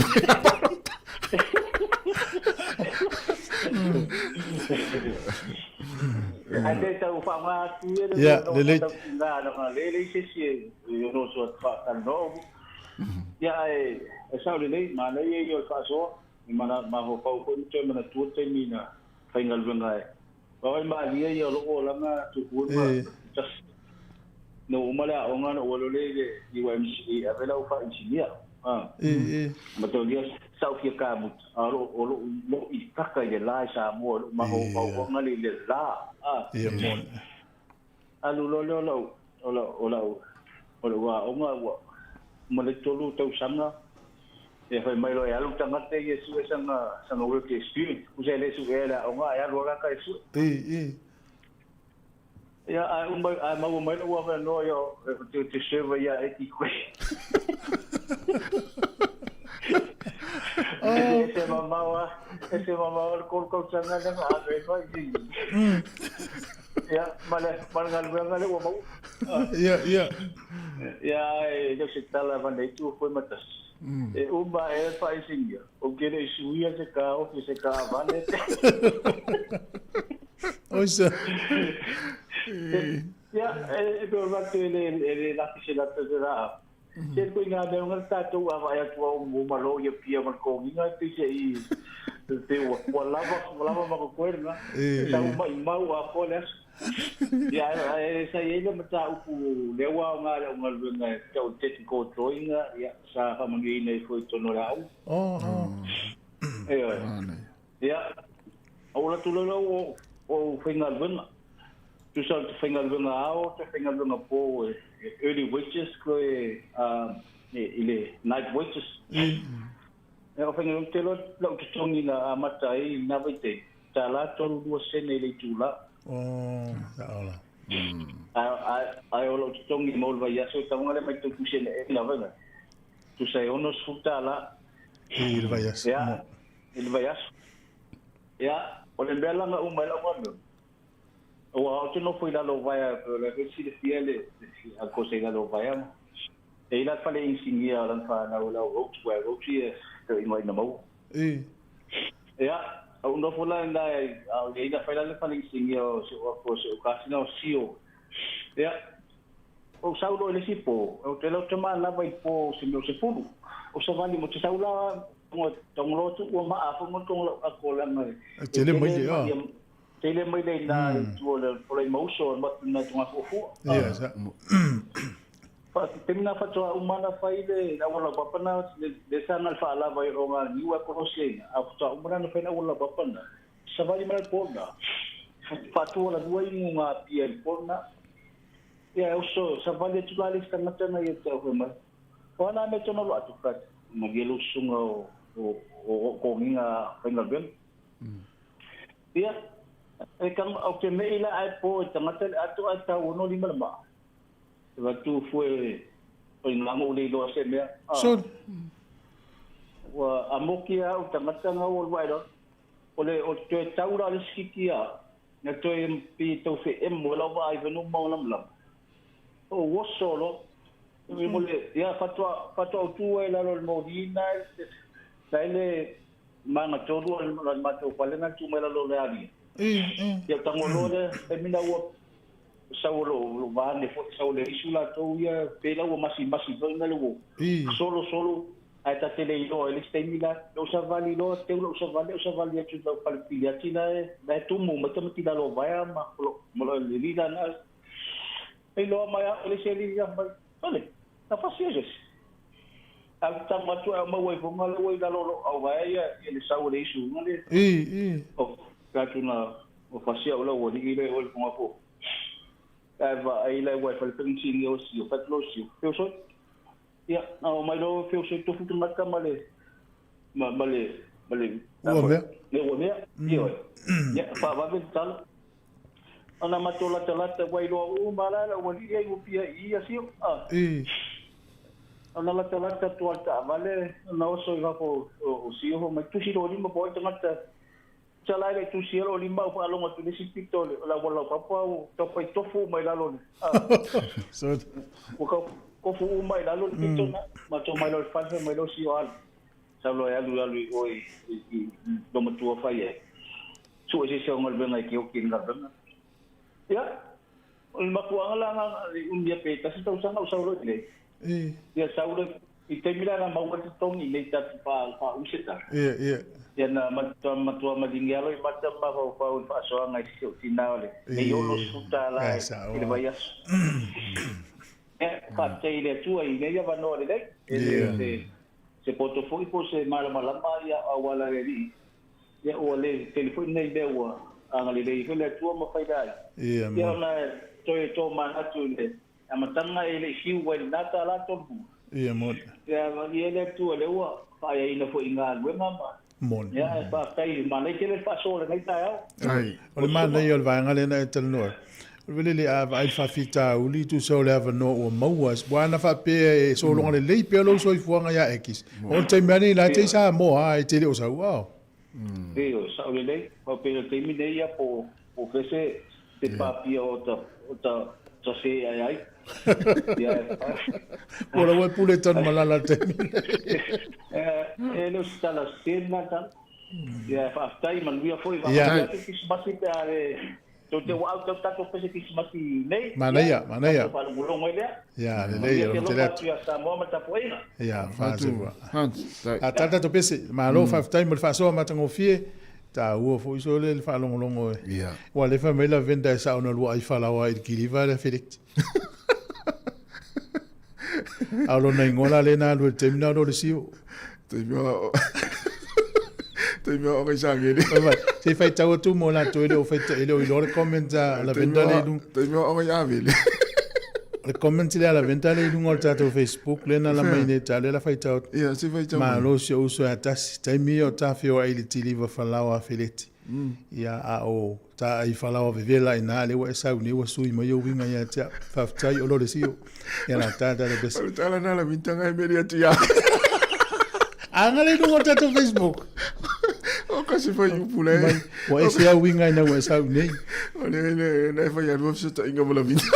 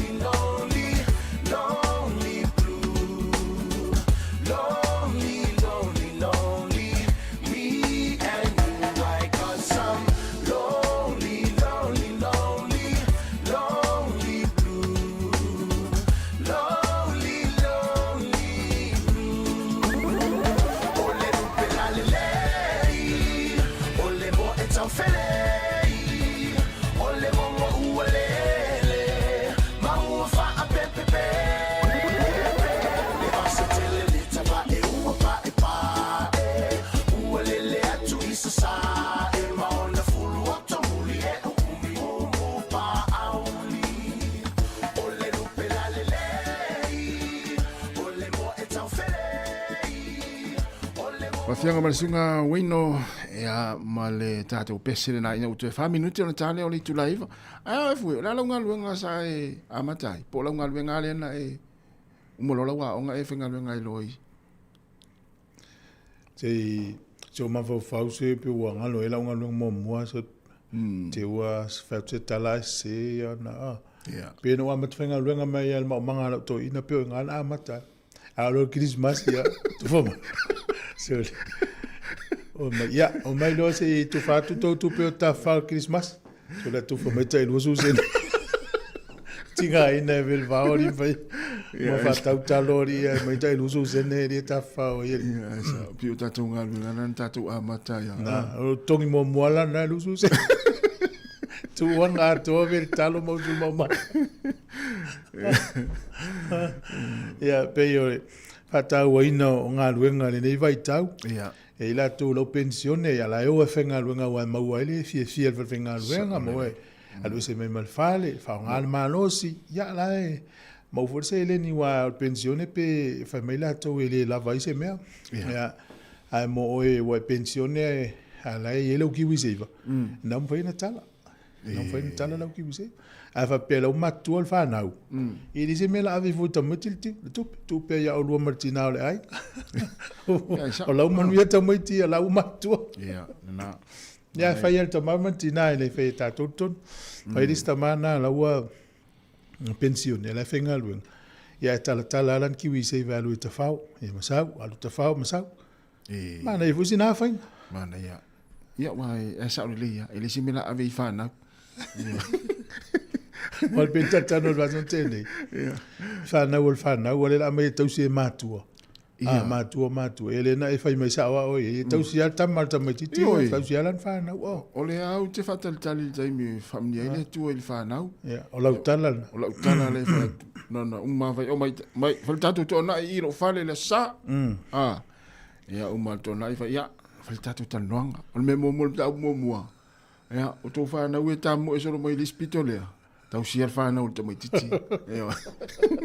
A whai o fua, vai lai lau tāra la whai fua. Se whai mai so. A whai a whapela o e loa tari. A whai au a fua ia tu ele atua ia le loa tāua ia aurua.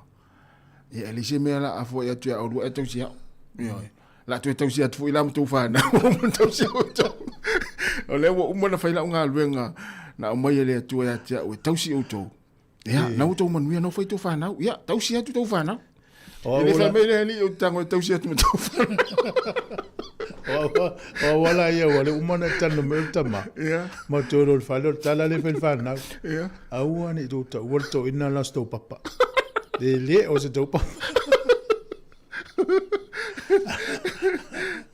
A to va ia alo mama o se mai.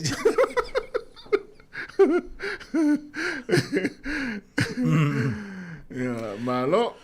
Ola fanga solo tato tal no ngal por kala me pe uma tato tal fo le vai tu le la tale iva ya fa malo tu lava le spo manu foi la nga tong el fa na le nga il to tele ne vai time ya por vas fo la lisi o le investe ya le to ma foi na o me lo sunga fa linga la lisi mo la to fa ne na le to sanga mana ya alo al fin finawi ya onga lo to wa ongai ya o le la tuna tu tatou tala fou ma tala mai Samoa ia ona tatou mafuta i lava foi lea ia pena mai foi sau le tala pena tatou rina pe a tere iva ia le utau nu mai nisi la fai mata i tu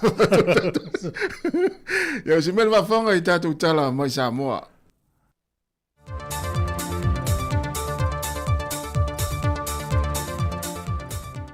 Le nganga whaaloalo te toi whatalo whatua si o tātou tenu ule nei whai whaopoponga o nisi o tala i meolo te tupu si o tātou tenu i Samoa o si mai ilo whaafonga. O le whai unga le kāpeneta whakādua 5 i le aso se fulmoleo no le masina o Novema o whai loma i le whai unga le kāpeneta o le a lema whai iuna toi whaasalalau e nusi pepa ma ofisa whaasalalau tutu tasi so sport kalamena malo maana matanga luenga. O le ana o le ofisa whaasalalau lava le malo po le Savali le 2AP ma le TV iwa, ma o penga te whailangi amtanga ruenga le malo. I le pepa le whaka ua whaamanino ai le mafuanga, i nei a sao ma le whaadua whesasi le whaasala wina, o so se whaamtalanga e tuina mai le malo, ma ua whaamanino fo i le pepa o whaamtalanga. O le aso mua le maasino te sema po le vaiaso le nei, ua whaamamalu ai le whaai unga le kāpeneta. Ma le foi pepa le whaka ua tauli maina nei le whaalapo tonga lau tu stala, ai o lo ngā lulue le asosi lau tu stala e toi laulili wina ta i ala o ngā lueng whaafasala lau. Ma o ta pena fo e le presteno le asosi lau tu stala tu inatu se tali le malo e tusa o le whai unga. Wa tauli maina nei le ofisa o a onga maanganu le mata aupu o FSS a iei le komiti ma whaia onga o le a onga tūlanga lua le a fiu anga o maangiangi. Le na mai ta wina lau tu stala le mai aso le nei. Le le ayo ni tamaiti a onga i te tonu potua onga, loka potua onga, e na o se li o le vaianga au mai Amerika, na ta watu i eile pa angwha moe moina o telefou. Mai na maua i foi, o su enga whai o le tausanga tamaiti a onga, sa whatino le i le hola le ka le siame to tisi maangiangi. Na o atu ni se lau tu stala i le tofi le tu malo vai maunga numere tolu, e nei e wha iloa ai e whatu a longo atu o ia i le aso whareido le vai aso o tuana i le mata opu. Ma wa ia wha manino ai wa amato na whaatala no le mata opu le nei, ma o le whanau naunga ina ia awa na ia fia ia onga posu e ngā le whanau whai o le nei tau sanga. Mai leo mawhai foi o na tu ina mai se fina ngalo le ofisa silo na tanga luenga wa onga le mata opu, ona nā te leo maua ina le a tuanga o le mata opu, ma se ia whaatalia so alau pulenga wa amata i le vao le ainga whaia onga, ma le komiti a le a onga. E tasi tesi ma le tasi miliona tā la le tangi a le sa a vea mapale mi o le malo fia me Naomi mata afa, e whaasanga le fionga le titai o le atunu le pale mia le laule le male topula te vau fosi. Malona tausonga i a Lise Marie Schmidt. O le tangi le fionga fia me, ona o le tua inga i whaasanga i a tia na whia i la uia, e le mali wai o le tina profesa i a sinawa Iana Caroline Caput. Na whamanino fo e le fionga fia me i se whaatalonanga ma le autu stella, o tua inga i na whaasanga i a tia, au whaanga solo i whaalau i loa le vang whaopu whai i le motu tele i sa la whai, mo le whainga palo ta tele le ua mawai. Na toe wala au le mata opune nei i lumo le wha amsinonga le amtanga le vaiaso le nei, le na tūla i ele tamai ta i loia o lo tūla i mo le fionga le li pāle mia, ma le tamai ta i a Lisa Marie, le tamai ta i a Maunga Precious Chang. E le mai au na tā pena la lātu tali e tusa o le tangi le watu e nātu. Mai sa i wha i lo foi o lo i ele fina ngalo le tamai ta i a Lisa Marie, e na te sa i lia la vaia la na lo i e tūla i mo ia. Ai o lo te ena le fionga ia fia me ia tu ainga uma, e peo na ia whaai loa wa a fiailo na tamali anga, ma o tolo po ai le mata opu e le fionga le whamasino ia le ia taua le Sir Darrell Clark. Mo le lua vaiaso, ai se ta pena mai le tusi e tani mai ai, leitu te e, ma se wha mautu mai eise lo ia, o le atu lai mo le tamaita ia Lisa Marie Schmidt. Wa wha wau nesu e su engal mtanga luenga o leo leo, ono lo masalo mia e yeini whinga wha solitu la fono, e tu ato le whaatama i o se monto se ainga le māleia po le afi, e le polas wharele i mutia tele ia le panta. Na tuai o na taunu wane le fesoa swani, ai sa tau mo whaiane nisi o le afi o anga, pei tai sa vave le solo le afi, ma whaatama i o mai vaenga o mo le maoto le ainga. Ma watoe la patai mai e foi le vaenga le tine mui le atunu. Se ia alo fia vaenga tu la i mai e whaafi tauli, e me se lava le vai taule ne le whaai unga le tausanga, ina ia malu ma pui pui le soi fuo siu tātu atunu, e ni whaave lave whaape tu la i mai. O tala fowia, whaamalia tele le tuale le yasu siu tātu atunu, whaasoi foia.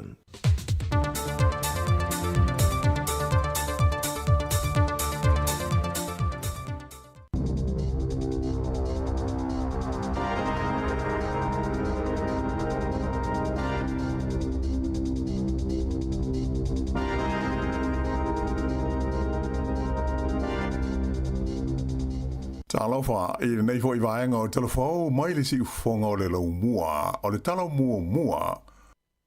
O leo o whaelo mai se si tanga o Fesor Swani ale malo o New Zealand, ai wha pe ai fo i male malo Australia, mo Port Kalame mangalu nga whai e le whaalapo tonga e whai ngoina o le Pacer Plus a tunu o le Pasifika. Ta ua el tamai ta i minsta e whia ngai ma tupe whaalu mo le ati na e o whi whaatau inga a New Zealand o Nicola Gregg e se 4 miliona ta la ua pasia le malo so whaatasi e langolango ai lea whaalapo tonga le Pasifika i le tonu o Lazy Lima tausanga ua Savalia nei. O le so soani e langolango ai atunu umo le Pasifika o lo o fia i le tonu o le Pacer Plus ia lātou tau mo whainga e whaalelei a masi itia le tūlanga o lātou o loa o loa whaatau inātu i whafo i tūlanga masani o he whaatau inga whaalewa o mā lo.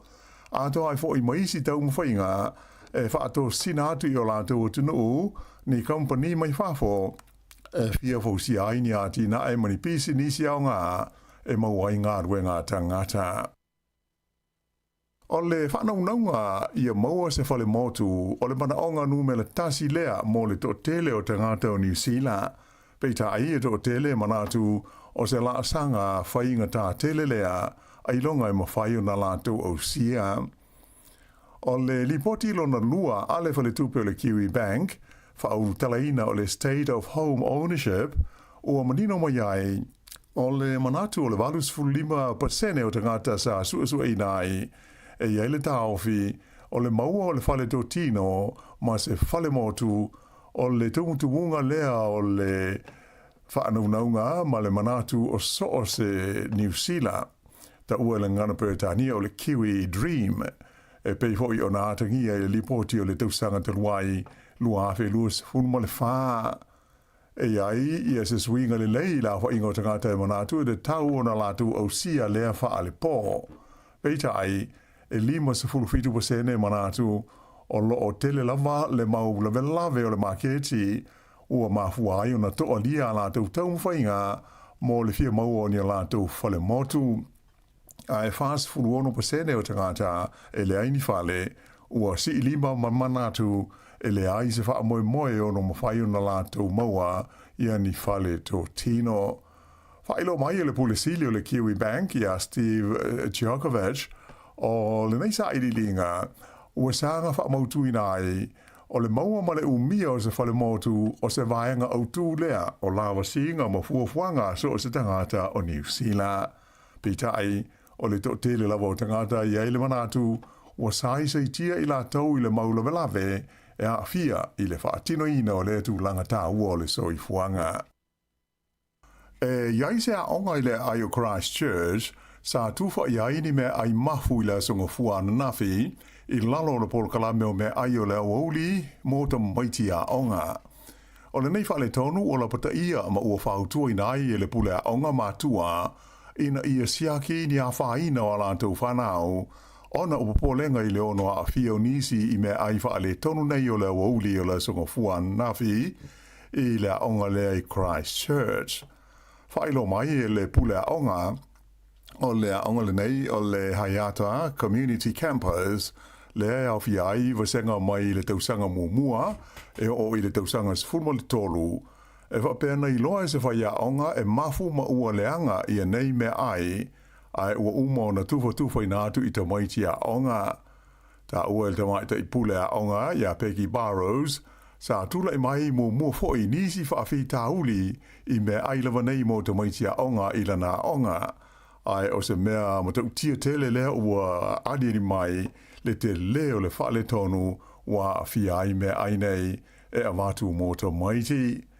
Whaalia foi na da tala se whaia onga ia se me ai mai loa ai le tūlanga le manuia e le ngata ina ua mafu ai ua manongi leanga ma le mawhai o na tau mwhalia.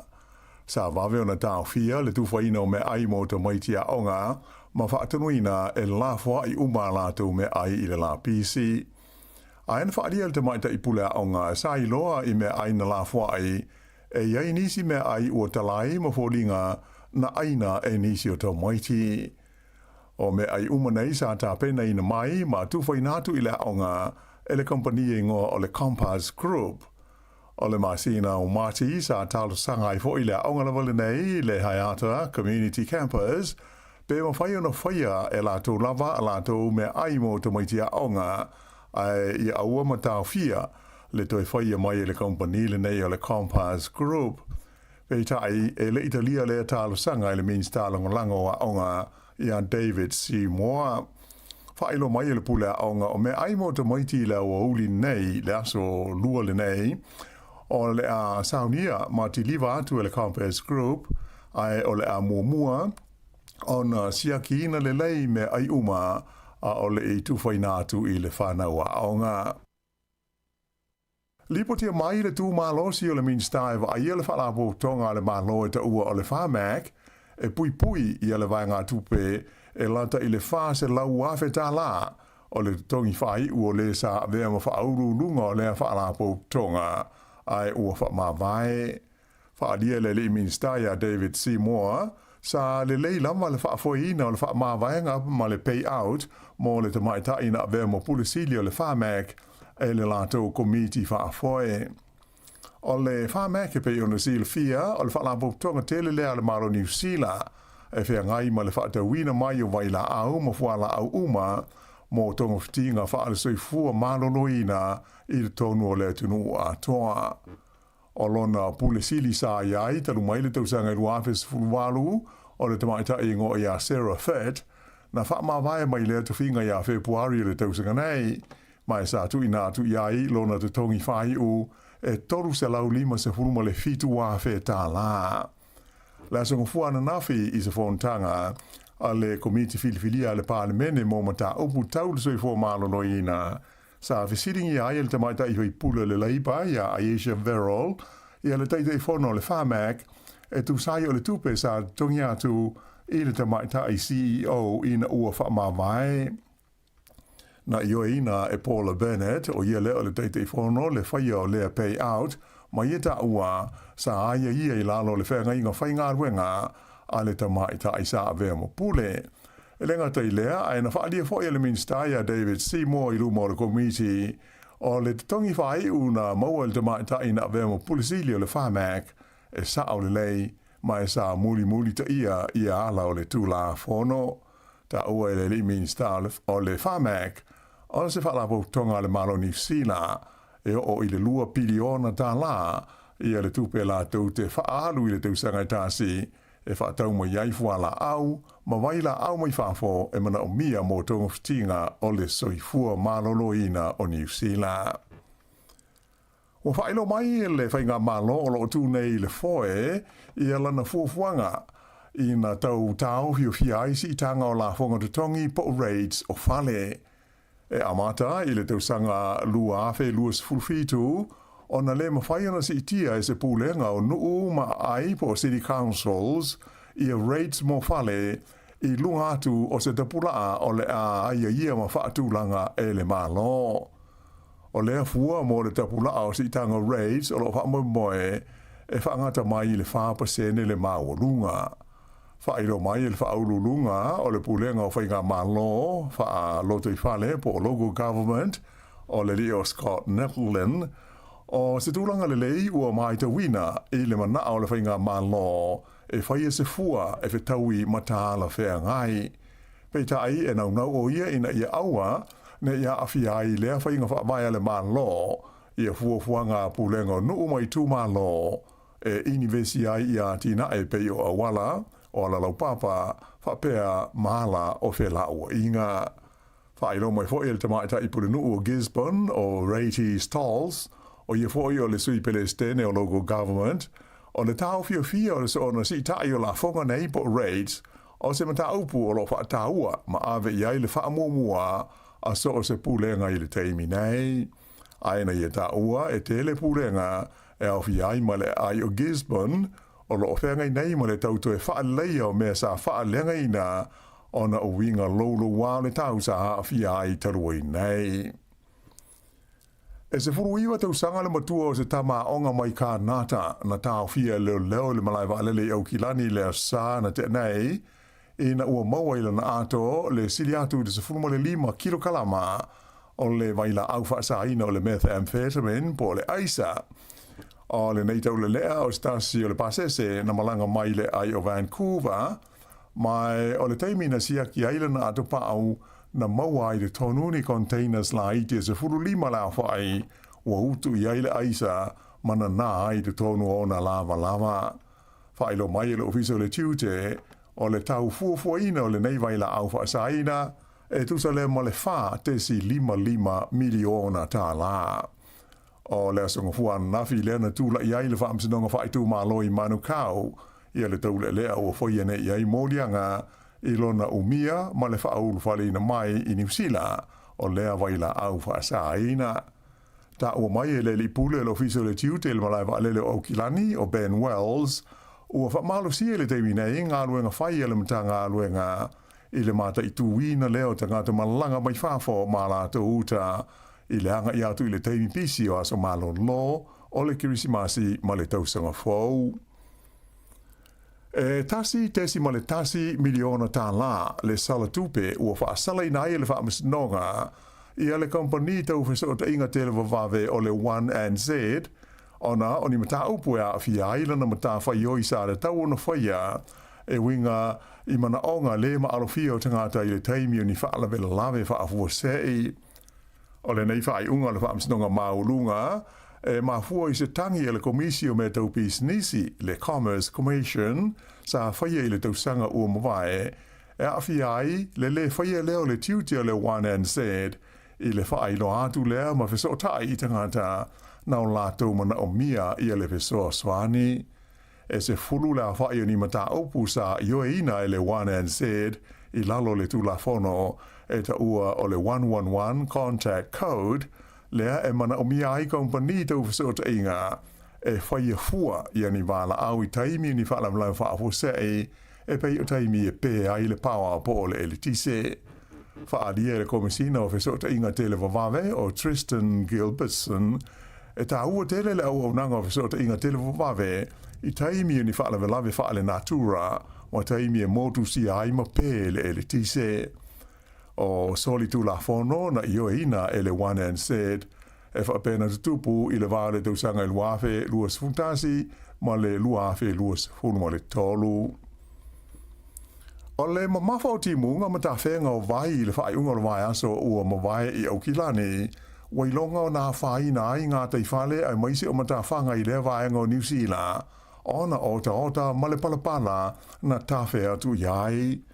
O le masu atu I le sami o ota mai fale ese, ona o le malosi ma le mamafa o timunga, wa whai na I ma ta whanga I fia tangata I ta whao ma ta ele ai, mai ua lapata ia I nei tangata, ina ia whae tete le tofu pe ta ele ai le sami, ai mai se I le waite mata. Ele ngata I lea, ai se furuma le tolu la whae o isi ma ta whanga I Aukilani, e au fiai ma Herne Bay, ua wha sao na ta ele ai tangata I le teimi nei, ele pūlenga o le ai o Aukilani, a mata mai le asonga fuana nafi, ona o a fianga e pei ona ta ua. O le neisa ua wha amamalu nei, mo se taimi e lei loa le umi. Ina I tala mai whafo, whaalia le pāle mia o le tunu o Papua New Guinea, James Marape, e le mawhai o na nofo fi le mūlo na mā lo, pe a whai e alia di mai ni mata upu e a fi aile a ia de tau a tangata Melanesia, ai mai se o tangata o Papua I Sifo. Whaalia e Marape, o tele tausanga, o li po tia moi pēr le tele o le maumata upu, ua awhai na aile a ia de tau o tangata I le tono o Papua I Sifo, mai telefoi I le maufon tanga wha le vāo mā lo, ua langa aile nei lava mata upu. E pei o si le fia, o le tui Sifo o Papua New Guinea, lea e ta ua o le tu malo tele o Papua I Sifo, o lo I lalo o pulenga le malo o Indonesia. Mai ua tele tau sanga o tau mwhaitangata Melanesia, e nofo ai le vaenga o le tunu e te I pulenga le malo o Indonesia, ai ia whaia so la tau lava malo tu to tasi. Whaalia mai le nei vai aso e le pālemi o Papua New Guinea, e amana ia tele lo na malo, ia le pule le malo Indonesia de taunu o Papua I Sifo, ai a whaia tu le mai ni sori ngā tu la whono tau le aia te tau tangata, e te tau lava na whaalia ia I se langona o lona malo, ai le e te tau na fi le mū manofo e le eise me whaia. O le stofi nei le asofa o te sema, o le a te tala ai mo le taimi mua I le au whaatau o New Zealand, I a whai te toa o le whale o loa tele e ingo o le Ikea I Aukilani, e pei ona o tele tusanga o whaatari tali iai I a le to tele o tangata. Whaelo mai I le pulenga o le Ikea, o lo iele manatu, e o atu I le vāo le se furu 5 afe, ma le lua se furu afe, le a whai o tangata whaatau, o le a asia siatu I le aso mua I le tala ailo la tau whale o loa tele le nei I le Sylvia Park I Mount Wellington. Ua whautua I naile ma manu le tunu o whenga asonoai, e na ia whautangia ma fua ma mao I le ono poloka ma le tuwai o whewa inga masani o tamale I lunga o ala te tele I le vaenga o Aukilani. Aso ngā fua nafi I le na ma waila avanoa la ufasara lau, e mai mo ai do tono le nei whare o loa tele, e tusa ma le tolu se furu wha afe I mita whaata wha le tele e mai fitu tausanga talu o na fausia. Lau I loa le kompani le nei o le Ikea I ona whale o loa ma o loa whelanu nanuai e au ngā mo whale o ainga I pōtu malolo mo pōtu moe, ai mai se o mukuka mo whale ta ele, ai whapea na mea whale I so se tu ainga, ma le tele o loa e alu I le tise, o lo whautua ina mai lau whaatau, a tonu le leile download o le IKEA app, e fiso swani I le sa ilia o ni o loa o lo fia maua. O lo umai du tonu o pōtu o le neifan o lo tele, ua umo na whaapipi ma tūsi ai o lātou tau, ma le ingoa whaasui se lani o loa te itasi. O I tu la masani le talai le IKEA o le iwa I le tae ao o I le iwa I le pō, fitu aso le vai aso, a mata atu I le sforeile nei, le aso lima o te sema. E ta alonga basketball o le tu pao le I whaia ina le Tall Blacks a New Zealand I le Boomers a Australia I ai e fitu iwa I le fitu sfurfitu o le ta alonga I Wellington e ano pō o lona lua I leo ta alonga e su e aia avanoa mo le ipo le laulangi soi nei I le foifa anga tama o le basketball o le ta alonga mumua sa whaia I Hobart I le Aspirated Taruai na whaia ina fo I New Zealand I a Australia. O isi ta longa o lo de toia le au nei New Zealand e ta aloai ma au a Filipaina fa be ma Guam I le amtanga o le tausanga a Sao.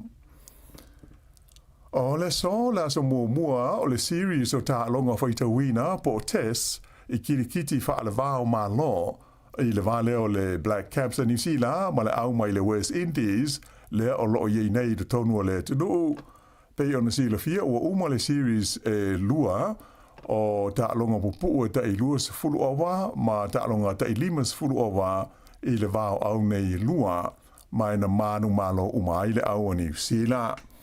Ai o le vaenga nei o ta longa whaita wina tolu la whai o ta longa o le series le ua amatalia I le so I le ai o Christchurch. O le tausanga a tole nei lua fe lua se fulu lima e na o le lua I a ta longa whaita wina po tests sa ta alo ai le au le nei New Zealand o ia ta longa whaita wina e lua sa whaia I le tunu o Zimbabwe I le masina o Kuso le fo ina malo ai New Zealand I le series e talu mai le nā taimi o se fulu fitu la whai o ta longa pupu wha le vāo malo o ta alo ai le au New Zealand I le vāma Australia wha pēr Engelani ai mai se le au le nei a le West Indies. E au le whai unga le nā le nei vaenga o Talafou.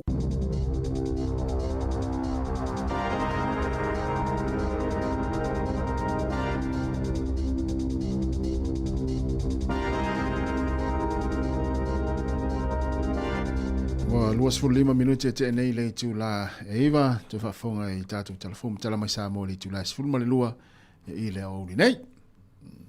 Malo. Ole tu langa foi pe ona ye foi le vai atu le se tu no le Indonesia fu le tai au. Wo o tu fase la tanga tau sa I pe ona o lo longa ma tangi malosi. Yo Ya, mo I le tasi pe o lena tata no foi na fi le tele o fala la ve ye tupu la langi le taimi lo longa o ma o fa ya o lo anga ila le tu la fa pena foi va sa Pacifica le ve taimi ne ai lo fangia le Pacifica sa o le la volo o so longa le taimi ne e tato va ai le fatatianga o taimi o fa le tu langi ma le fa tu langi e o Pacifica la vai o taimi ne a mata octopa o ya a perila o tau sanfo e fai tau foi le tu sina ngaluenga na foi ai tonu na I fo lau ngā paulo le na fo lau e alui Roma na fa mai o le taimi o ya fati ai fo lau ngā o le taimi na o le tropical cyclone season ale tu fo na lang na fo lau I paulo te mau tu sina ngaluenga le foi lai fo lau ita to taimi nei me bona e vai ai to fa mau pia alan fai so tala nei on no meo e se le mana yo to fa nei to ina te ia le tunu wa songa to ali ya to fila weti al sana na ia fa vai ina ia taimi na ona pongi matalo la mtango to sanga e me fa le talo ona le mafua ona vai taula le fa na ia sao mauli fo lau ngasa mo e le taimi o fa o te manata fa ia fa ja mo tua i mal fia kis mas mal tau sang fo pia fa le ai se fia ta fa o le na fa no almen tu Io la fia mo pe vai tu fai o ngawi la lola au me to o fale o ainga o le manta walunga o fale na le na le se to ya no fia fa inta longa pol me o fa mama ya me man ia na I me yo fa e o manele fa tu fa la parecia ma tele fa dis fa esa e te ilo le me te mana tua ya fa o tatal no ai ya fa le tatu fa ti sa mo me fo le vai atu o le si ai nga la tu le mai I tanga ta o le si ai nga ya la tu me po ama mo ye le ya no ya esa ta o le ya suinga na ya ma lo le volon sa o va tu va vi fo taimi man ia le so le la le nei ta ya e li se urina la fam tala tu tala le o va tu le wa matanta o mo tino ma ya o nga o si tal e le la o ta se komit fa fo la tu fam tala status ale fam tala ma la venta no lo fenga lunga fal falao me tio fo fa fiti o le lina tasi nai lo le ya e le urito lua o le to fiola o fi tau le to le fa penale o langa tatu ye o tala lo fam tala yo tala lo fam tala ala woli la ye to lua o le to fia o fi tau le ya o le ala le primary school o le o la le ngala o ngala le ye 8 o form 2 na ya so ya e o mai la woli I male la lo man la ato to le temi le o le son fu le o to di mani ulo fe le o mo tau le ai fe tau I mata mo to le o ngala o to le o ngala o mai le o li mala pe ato mala lo to di ulu e o fa le fa ta unga mte ne to le o ngala ngola wala mo wana le to lu atu le o lu le fa le o lu le fa le o e mai le fa pe le fa le o e se fo ya le tala ya la wori ya la fa to te ne to le o lu le fa le o fai do imite ne o la fa lo fa fiau mo me fa ngofi fa fa ringa fa ya lo ne tonga upu ila wol mai ala fa lo le ngole fa lo ave le to lo fa fiau mai si vel fa ngofi fa le tua tala le wori tau le wori o fio tau le ala wori ala fa lo ave tau le mai fa ngofi la manga mai o le ala fa pa lang yol tama ma o se vel me fengo fio o ke o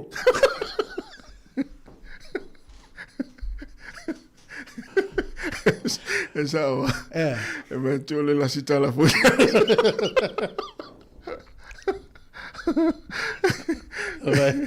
la ala fa pa lang yol tama ma so me fengo fio o ke o ya fa la o ngata se ta do tala le tata do pes o to angai la o Al to angai la onga. Ya na. Fa malo si la onga. Ya na le on sa sta to uso le ya na.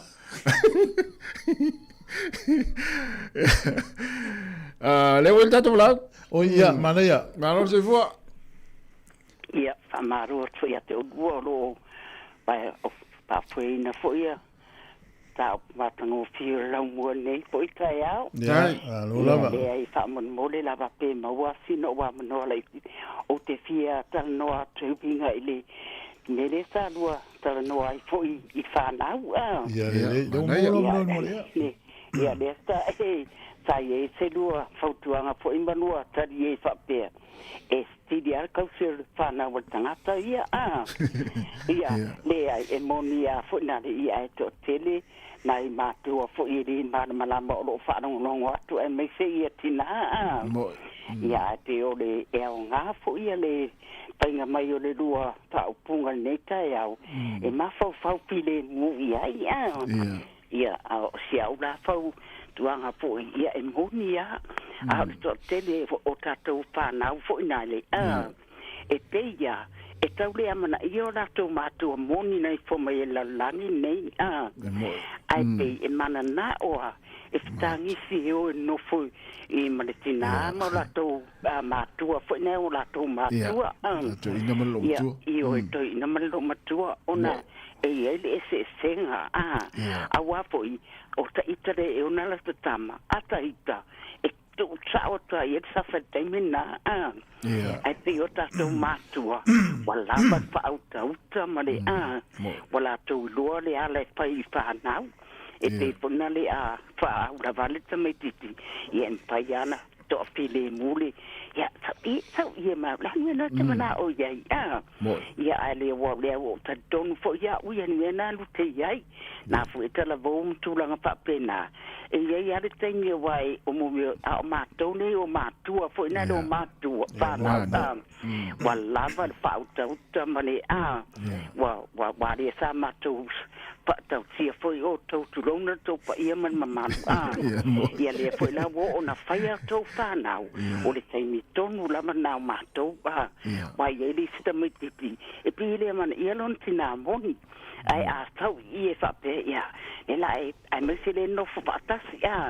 ia e mana wa ia o lo taimi mai a pai la para o tulun tina moni sa i le fane famai le tele fi ai mana wa patari tali te va ai me wa tuluna krema ilunga ia pato a sa vali to la ia le famai ia na wa foi la wa lai a tuluna tala no ai la fu e na ma ia iluna krema la wa fe le wa ma sani le ai ele fa pe pa le au nga ina le lua tal no ai esele te le le au nga le au onga o te fia la va wi longo to por kalame me fai e a nga tau langa e ma wai po isi awa o nga tau e ma wa mai e ai mai te la io te fia o te ye te mi pe formo io le ava vi le tua awa le sama no io fia wi ale me si de lo to ato o lai ma fai ona mela na o fa pe sei a tab se e mo so wa no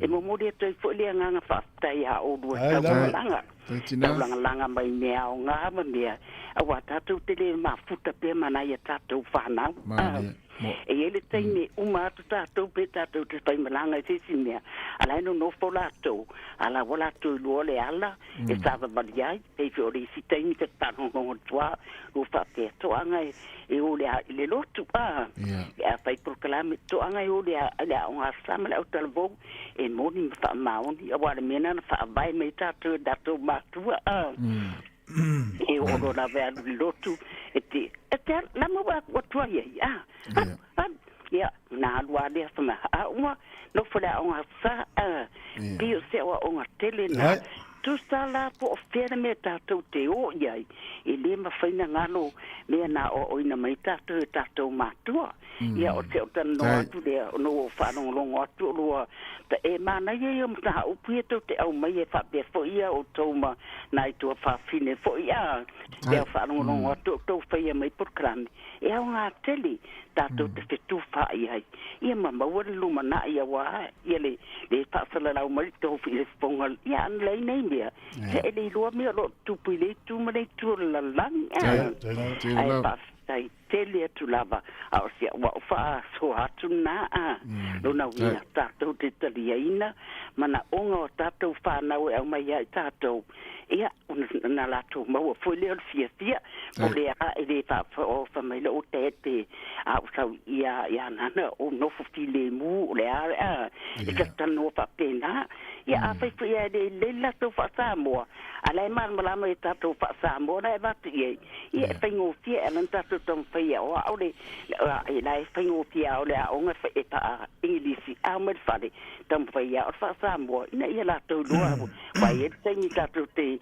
bala ia la voi lo la to le ala ta ona mo ia ta ia o sia o fa so atu le tu sai manua ma ta la foi ta lu ta no ma ta ia fa tai te le la mo le ba no ia manuia le lua lo atu moli penga foi o nei ia so ma tu langa uma ile lo fore ia te le la tina ma le fo nei aso na venga nei ia fa tai te le no tai vala mai asi vo ana ia o de sile pito o nei matua sa olele ia o fasa mo al tamal teine ia to ia o fai tau ngol a e i ia to ia o mal o no fai o lo fa ola ia wa fuela ngwa tupulanga le ni te lo poto e fai e la ngwa tupulanga la iti ele ia sa to fisili na tu spa ia nei tato fana wala nga ona le o ia i matua ia o le si foi ia nga le o i matua fie ta mai ti me ai sa mo Ia. ia lau fie ai le talo ko ko laisa o so fai ia o tu la fale eu pe o lau mana o me ai sa mo ale fanga te mamtina Ia. O le si tato la aule tau fai mai. se fua Kalo. Ko Oi, ma se fo ngia. ano ko. vo mea ai lava Ai. Ai au se au mo wa ka ku de fa la wa le nga. O be o ki ya ko de au lo o ko na ro na fa la wa. Ro no wa le ka ka pungi de fa la wa. a foi no fa tu tai au na tapuni se te kilingi ko ko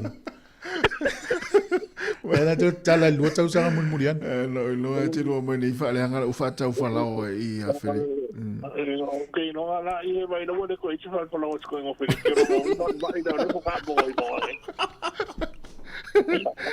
Ela o ya no na ko ko mo ka si le i ko ya ko fa lao so de ya.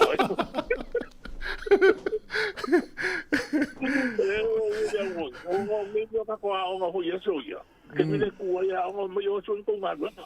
Ia. Ya ma ko la ma ko. O me o mana no foro wa fa ka uma ka i ko i ke de ngu ko mo mai ko ka fa ngaka wa fa ngo ma de skeki ko pa ngo o na na sa de lo de skeki ku ri da ma ko ko nga no so ma ko pi e la sa lo de de skeki ho e a de no me po ye so ye fa no me o pu ho e ka do ia e so me na ka le ngo sa wa o ko no nga do e a ma ka mai inga ko fe o mo fa de ka mi do de lo ia ya ka i ko do ko de ma ku do mo na o ko de la ke la ku lo ka e ke ku inga wa de ke mi nga wa ma nga so do mo ya o nga ho yo ia ia ho inga de e ke ka fa nga do po ho ia ai vai a para que ho de que ia no e ko e la que mo to ni do mo de la yo no mo do ni ale na ko ya ko bueno ma ka na sa un ele lo no me no so lo ni e lo ku lo i dunga o ka fa na wa lo ide e ma ka dio e lo e pui o ke no e a so nga ka e ma ka dio e o lo ka ye na chu e ka ke e ko i ma ka dio ka na ko le ko lo lo le ba ku mo ko mo isa ka ni mo wa ku ye pero ana wo sa ko nga ka e dunga wa ho de ka na i ki pa o wa ku pe pa o se lo ka ye sa mai ya sa le no we ba no wa ko inga mo Oigan, y no veo eso. Ahora con el vale, los libros de ley.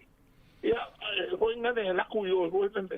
Ya, es que hay que curar su mano, no, oigan, la como me caga, como una. Ya, este cambio, ya, tenga muy tan baja, tenga muy tan baja, oigan, primera que se fue la cara.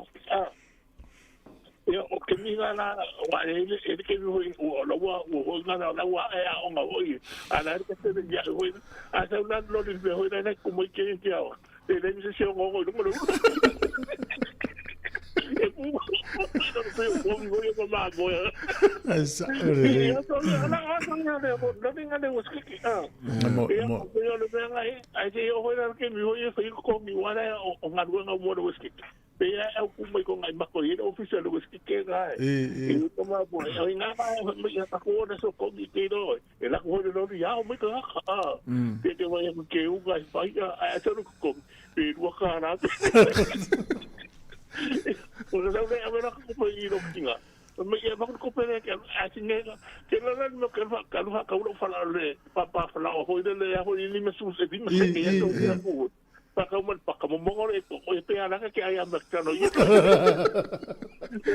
nera e ko ai sa o pe o ma ho fo wena de ngaro nga kasi le ko fa lo ko ma ya o mo mai wa ma kan fa so lo ho ida o ko i no mo secondary school o me alo so nga no ya ke mira wa ma kan ko fa ku fo de pa le ko ma si sira ya o ko no ku si le ko e a ver fa ko la ho ida i ko fu si to ya mo ita man bueno ho ida le va bene okay la a me de fin ano mo sa pelule ano le sa lo mole le ho ida la wa da fa ko fu si la wa le ano mo sa pelule Pasi se lo ita va. ya fa ro ma ko facendo se serve no ne fa solo su passi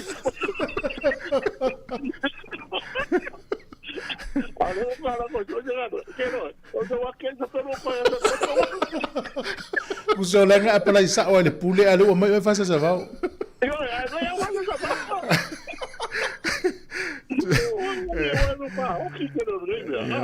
Tasi ala vai ala inga o tangata le sa apa lai. Ile tangata foi le ofisa, o tangata sa va o tangata. Vetau ia ia se ben.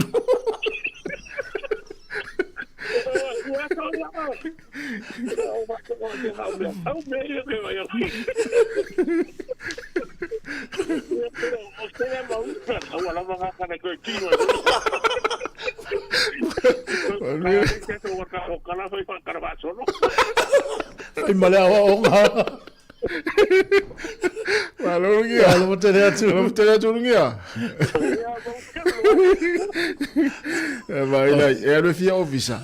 Ata se le vai ala inga le tama le pule malon to lua. Ile sta ta ofisa. O le tino tanga ta sa va. Al melo teata. Ola wa lu fenga lu la ma wona nga lu nga. Ia. Ala la wa tu ila inga ya o le la mo lo nga lu. E te alu la mal te pelo sa salva u duma ma taulia. Fata inga tasi. Ia. A wala sa salva u duma ale u malon sa sa mata ya. O to tonu lo falele go se le Coca-Cola. Ale wo mi se yela va no o Ele winga le o tameti o no le faleta. O le fa manaya. O le welo nei le o langa ngalu o fe o ngia isamo. Tuli melenga venga, tuli melenga venga, tuli. If you have sound supervisor le amata tu ilalo sa sabaho. E malo la vala tanta to pese vai foi. Ta tu tataliem fia ne yaso fa taile mo vone yaso ta to. Wa so ifom ta to fiola. Alo, ya patal fatu sunga namla usione, malo namla ulu, moni ala val nita ya fa taile mata mai, ya sunga ya senava. Ya taitele lava fa taile lava moni fo ngar benga sunga vaonga ta simaringi. Ya moni ala val nita la vinta. Ya fatalo fatu fatu ya Tercia Custino. Ya fatu ya Epi Marina, mania lava lita fatu ya Lucila Tinei, fatu tele lava apel amo faltangawai. Ya sunga cap Rona Silipa.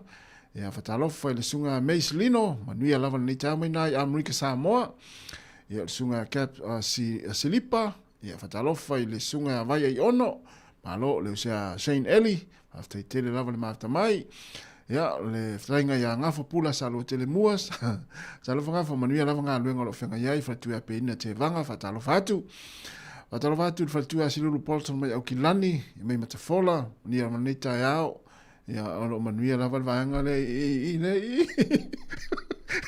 ele ata matanga lele fai mata lele spito te prame ata ino fatalo fatu vanga le astaria Tastiva, Kempa Estaria, ya mania lava nita ya fafta tele lava ya le mafta mai la tatu bol fa fianga to e se fulu 5 minute ona talo lea ya ole tu la se fulu ya fatalo fasunga senga peni ya marsunga ropeti mailata ya ni time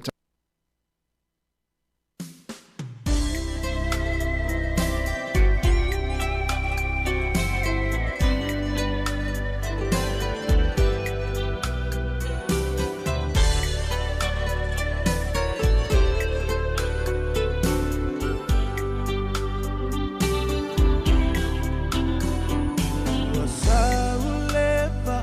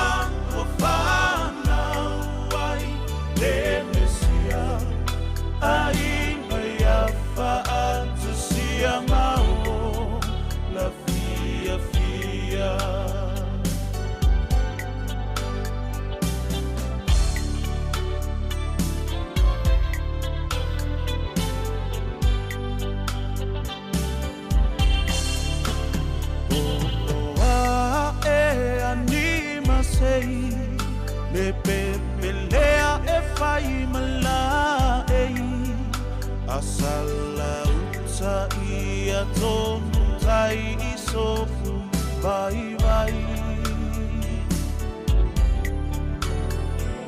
Ua liu tino le upu O ia lea e whai masulu Le tupu musu O Samoa e whanawai le tupu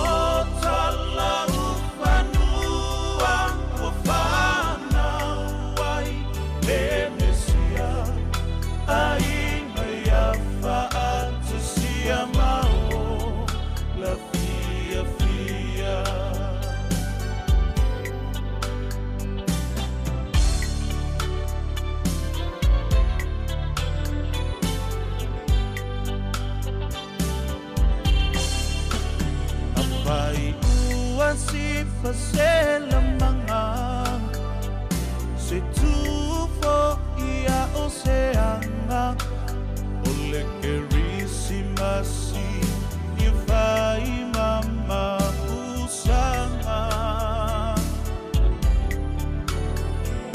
Olonu whana mai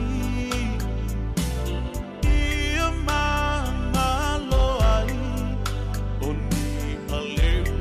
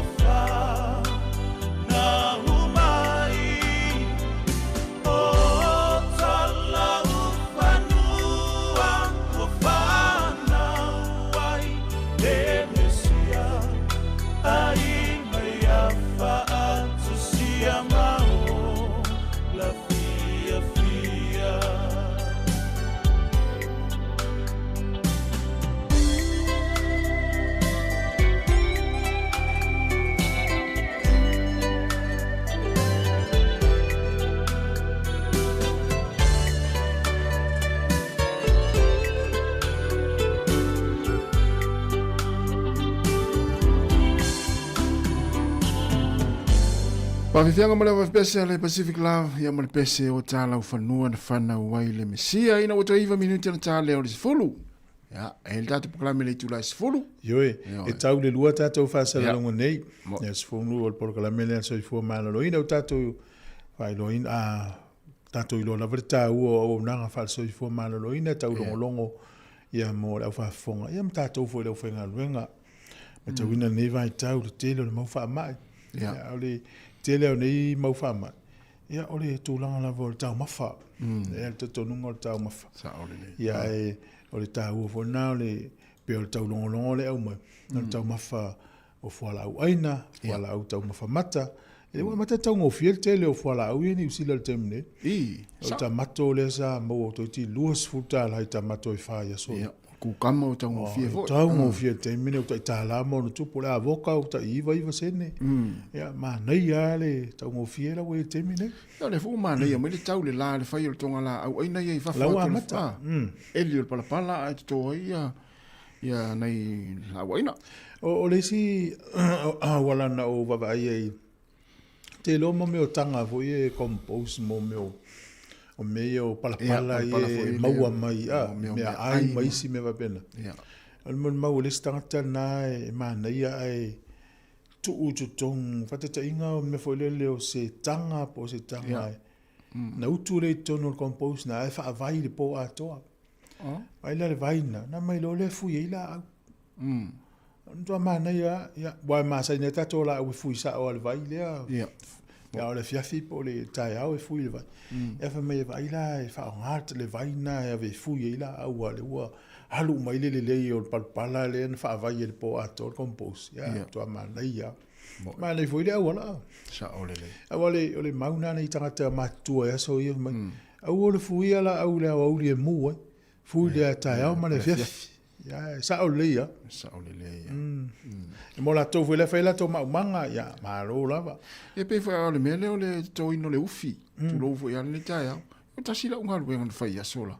O lo ufi e fie tu tau me ia ufi. E au ta fol fale po. Au ta fol fale. Oh, ele leit pala pala au ta fol tau fale. Ele pala pala fole malu. Ya te vai fa mai o tau ina ya. Ai ya maenga ya fole le pupu o meu po eufi. Po eufi. Ai matua fa malu se pala pala e ta lole mal tolo pa tu lo wa ta. Eli fo ina le matua fa malu o pala pala. Ya tu lo la e o po eufi. Ya ai va tu lo la e ma o meu puru vo e puru niu puru popo. Si o ya utafa. Fa mai lo melto ina. Ya vai la valusanga ia ulu ia le la fa ile umu. Alu mai tonu le o e fo ile le nga mo le ufi. Ela te me fa fai eli. Fu ele tele ala ise pita. Io, ole ma na io io. Ia. Ole ao terminei. Wa tau leva ai ele ufi ma o il palai ma o i le tatu samo. Te lo le me utu. E tatia lo se palai ma o il marketi ai tu ai te la tu ave. Oh, isa ola. Ia, ole me vona ai ase tanga sa mo volele no foi matua i totoa sa ufa tau tol market e faina tonga ufi mtonga toto o tanga tama o loana ai fu ya so ya tu uni o lo le market e tau fa tali de me tau lia termine o le ale o lo tu al market le mi tau lia lango tele tatu tanga tu i fafo tau lia waso ya tau le ini se watu i fafo termine tele tanga tu fafo sa mo ia tu na mana o fali fufi o vai salo o fela me mo market Visita watu bala ule tasi fa mole. Ya, talo fa bala. Talo fa tula vai ya te urua ni tai fo. Ya, talo. Kamu mole o lana mata upure tala no ai. O fi le wo ia. Sa tonga o fi aso ia. Ya, o kere yo ko nga o finga ia. E ko nga o ki o kamai ko pe ama ko mo fo yu kalvao. Ya. Yo e ma sang yang ma o fo eli langa palai. Ia pai me ai. Malo. Ora rai mata upule tala no ai. O fa o file mata no tal no ai lewa mai lo fina ngai. Oh. Ia. Ai le se maka upulinga I panga o mara ko maku. E fie fa de so fina ngalo. Ia. Mai maunu le umata to tai, mai so fina ngalo. Oi, ile manga ia uma pa no o kero pa no aku ia manga ia mai manga ku ala kele mawanga le aku o le mele besi mai anga manga ia manga ku mai pa so mai nganga ia mai ko ia wa ko ia e pai so ina panga o se panga ai sa o le ia manga I manga ku pa no ai e te pa no panga o I ma la ko kwen peres ia o le ranga ia e kupu kele ai I lo fanga ke karangoa ia lo fanga I kupu ai o nga era ki ana la kamai nga le o kausa nga maka mai le lima fa e fai fa ka ku nga marka mama kinga le ken a pa ia ku ai o so mai ken kiki umala wala le ma fa nga bili mai la e nge ia ma o fa ia ku ai fa ia ai te fong ala elang o fa ia ku ai le ka la fa ia ana ka ele kuroa ia ngau mai role ia ngai o pai akuro o le han me kupu o ai o pole se o mani mate ka mai kun kiki kia mai nana my mom she mean to me o fakuro pa mai e min na pa kore mai e kango ia kango pasi ia o me ia o la o so mai o ken ki fa mai e fa mai oh tell the truth la wa pai long kinga tell the truth e fa penga ai kiki ya le ken kiki pela sa oi o ke kala ngoa ala e lo pa ngauga de kama ma ka inga o ko rua ia avakulo sa pa i kala ngoa pa le e le fa pe o me ko mai kiki o me poeka mai lo mama le kiki pa so lang makua le se me ngoli e lo malu me ye pai ia o me la ngai kai me ngai le ngopa ia e manga ia mama fo ai pe ia o ma kuaia e kau fo no palong wa le fa penga manga o e fai me ai le palong panga o pasila ia o kalang pa e kau fo nga lo palong o la ti palong man ken kilo palong ku mena manga oi ale manga o palong mai ale palong o ye kamai ai o kalang ala ia la wa va ver tai o si o manga kunga na ia manga manangonga te le lautina mani fo ne yaso tai lava tai fato ia aso ia ale ia pe fa umato il pokala me wa la woli tau le to lua ia na fi tau le ele fi ole ngale na fsi le to te ni nga ole ale fa pa langi o tama me o ke ale la me la venta ia o fa pa langi o tama o baby venta to fo i mo ila o ingana sa la vinta o ingana baby me la vinta tu ia manuiale tato mafuta pea ya ai bola to sa la to fangaina la nanga le falfalao ia na vai te me le valua ya azua tu ya pe fa manu do fo sta tu na tai me si uso te loa te le sai se lappe po de ya lo ta una alu le leina ma tu va tu a ofo ia le falfalao ai le mo tangata fo atu le fata o lo il falfalao le umia to fo i merta vale bomba ole vavi ele foi mana no tele ia sto ino mlan polo to paka e ukilani le no ya le la tu no be yo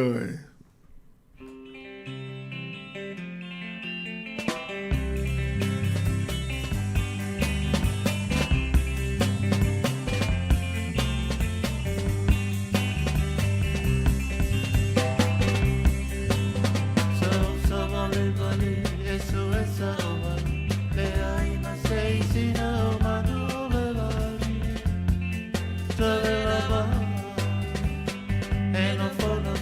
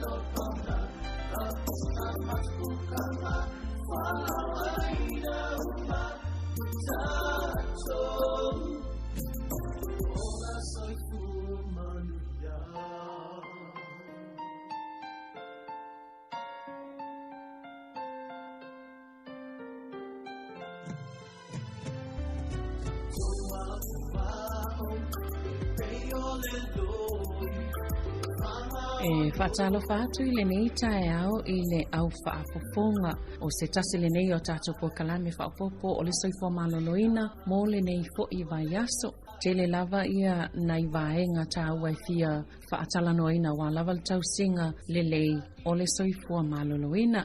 O le whaafitauli po le ngase le o le atalitanoa ia le nei tae au ia o le mai le nei e tā ua le ngungu. E ia le talitonunga e toa te leo tātou tangata Pasifika e a awhia le nei mai. Ia o le ase au wala e mawhaiona puipui ai tātou mai leo o I le ngungu.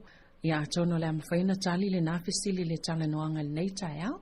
O le ala o le atalanoa toai le sui o le Pacific Health Service I le Hunt Valley. Ia po le au nanga fo I o le soifua maloloina mo tātou tangata Pasifika I le Hunt Valley. Le sunga le ia Anushka Alo. Talofa lava and welcome Anushka. Talofa lava lo sunga Savelina. Ia malo le soifua.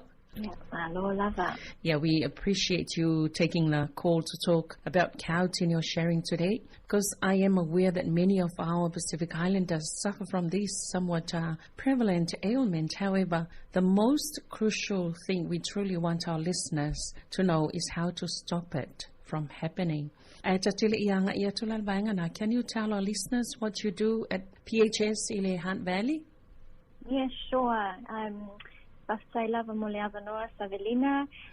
Firstly, Ola Wingoa or Anushka Alo, o le nuu e tsawai I le lumoenga ma whaleasa no whali I ma safoso paia I Savai. I'm a nurse prescriber at Pacific Health Service. I have been there for just over 2 years now, and have just finished postgraduate studies to become a designated nurse prescriber. So what that means is that I'm able to also assess and diagnose and prescribe medications to our Pasifika population in Hutt Valley, which is really good, and it's an extension of our service. And I think given the wait times around getting into our medical centres and GP practices, our service is bridging the gap in terms of being able to see our Pasifika people, because we are a free nurse-led clinic. We have a nurse practitioner and about 8 registered nurses, and most of our team are prescribers as well. Mana ia, se e tau whalilio atu lava mo le au whafonga Anushka le vaenga lea.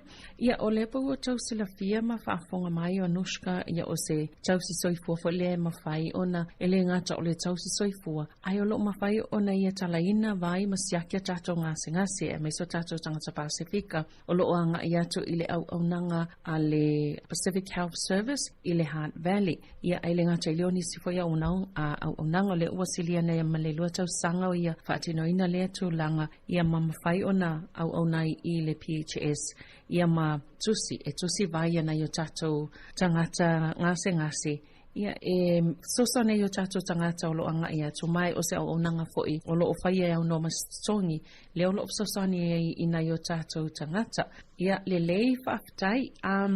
Before we dive into the causes and risk, it's important to understand what gout actually is. Anushka, manai foi whamatala po le alinga se ngase lela e tala no ai o le ngungu po le gout. What is gout? Yeah, so gout is a type of chronic arthritis. So it's an inflammatory chronic condition. So chronic meaning it is long term. So it causes, very sudden, very painful swelling in your joints, often in the big toes. So, you might know someone, a family member or family friend, someone in your church community that has gout. Usually starts in the big toe, but it can also happen in your ankles, in your knees, your hands, your wrists or elbows, and, joints. And your joints become very red, hot, shiny, swollen, and very painful. So sometimes it can be so painful, you can hardly limfei or your se'evai, and even, the sheets. It's too hard to put sheets on because just the touching of the sheets on your seats can be very sore. So that's what arthritis is. Gout is a form of long-term arthritis. Yeah, nau tu whafonga mai, ole ngase po ole maile ole ngungu, o se mai e umi lava le taimi e awhia ile tangata. Ia mai le ua tau whaafonga I te ngā, a tau no le whaafonga mai tangata o loo a awhia I fo ile nei ngase, ia e ti ngā, e matua ti ngā, e ole fula leo so onga o pona iwi, ai mai se lava lape amata mai fo ile vai matua. Ia ai ile taimi e awhia ima pona iwi so onga pona iwi tuli vai, matapu vai, ia ai peila wana ta ue amata mai le vai matua, e mumu, ia e ti ngā, e fula, le ta ua e o lava I tō tine le mawhaio na wha maulu tō tine o istangata, ia po le afu fo I ole ia afu, ia o lona winga, e le whaingofia mō tangata ia awhia, I le nei ngase o le ngungu, pe o le ala fo I le sātala sanga I vaenga, mwhaina tau whaatala noa mai le, mata upulea o le ngungu, ia ina ia tātou I loa ai mai mawa ai, po le ase tau mawhainga e pui ai tātou mai le o I tū langa onga o le nei fo I wha mai. Anushka, o te loa, gout isn't limited to one group of people. Who can get gout? Yeah, that's a good question. So anyone can get gout, but it's important to know that, New Zealand has one of the highest rates of gout in the world. So about 6% of adults in Aotearoa, New Zealand, live with gout. But among our Pasifika people, gout is much more common. So the stats, are not that great, unfortunately, for our people. And so in Aotearoa, whānau Māori are at 8.5%. Pasifika people are at 14.8%. And other New Zealanders, mostly, New Zealand European or Palangi, sit at only 4%. So, Māori Pasifika people are about 2 to 3 times more likely than non-Māori, non-Pacific to live with gout, and especially from the ages of 20 to 44 years old and in males, for men, Ia, malo whaftai. Ia, mole, ole isi pesilile sa tu atu ia Anushka o ai tangata e maua I le ngungu. Po atu inga tangata e maua le ngungu. Ia le sauna Anushka. So tangata la venfena maua le ngungu. O te tono ni usila o lesi atu nu ole pito silo na maua lunga lo na whainu mera e tangata e awhia I le mai ngungu. Ono pasene o tangata mātutu e tunoni o tutono ni usila o lo ola ma le mai o le ngungu. O lele o mai whainu mera, ia pe silila I titi atu lunga le valu pasene Māori, tangata Māori e maua I le ngungu. Tātou Pasifikas fulfate si ma le valu pasene, pe o lea e tele ina maua le no mera po le pasene o tangata e maua I le ngungu. Au pālangi, po isi tangata I papai, e na o le wha pasene. O le whaila e mai nei wha maumaunga. Pe e whaaluaina, pe whaatoluina atu fo'i. Le maualunga atu o tātou tangata nei Pasifika Māori e a awhia I le ngungu. Ia ai Po la tau ia le lua se fulu anga i le fast food fa tau sanga le matua i o le tu pawali pe la wale o tele le tu pawali ia le nei fo inga se ngasi o le ngongu e tele ina a afiai. So now you say ole gout is more common in Aotearoa, New Zealand and in many other countries. What is the prevalence of gout in New Zealand? Yeah, so again, the prevalence of gout in New Zealand, so it's quite interesting. There have been some biological and anthropological studies that say that gout is a very ancient disease in Pasifika people as far back as 3,000 years ago. And so what happens is that Pasifika peoples and, Tangata Māori, they have a gene that stops them from removing uric acid from our kidneys. So the cause of gout is the build-up of uric acid in our body, and our kidneys find it very hard to get rid of the uric acid. So that gene is very common for our Pacific families. So that's the reason why we have one of the highest rates of gout in New Zealand for our Pasifika people. It's genetic. So I think there is a misconception or a stigma that it's food that is the main cause of gout, but that's not true. The truth is that gout is genetic, and that's something that we can't control. So that's a very important message to let our people know.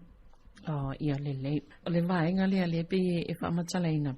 Ona, pe o tātou tangata Pasifika ma tangata Māori. E iei ia genes. E iei a vaenga o le tino. O le pe e tātou tangata ia e tau fia i le vaenga le ta o le uric acid. Tau fia le ave e senga mai o le uric acid mai e tātou tino tangata Māori in Pasifika. Lea e mafoi le tele ma le malose le ngungu i o tātou tangata.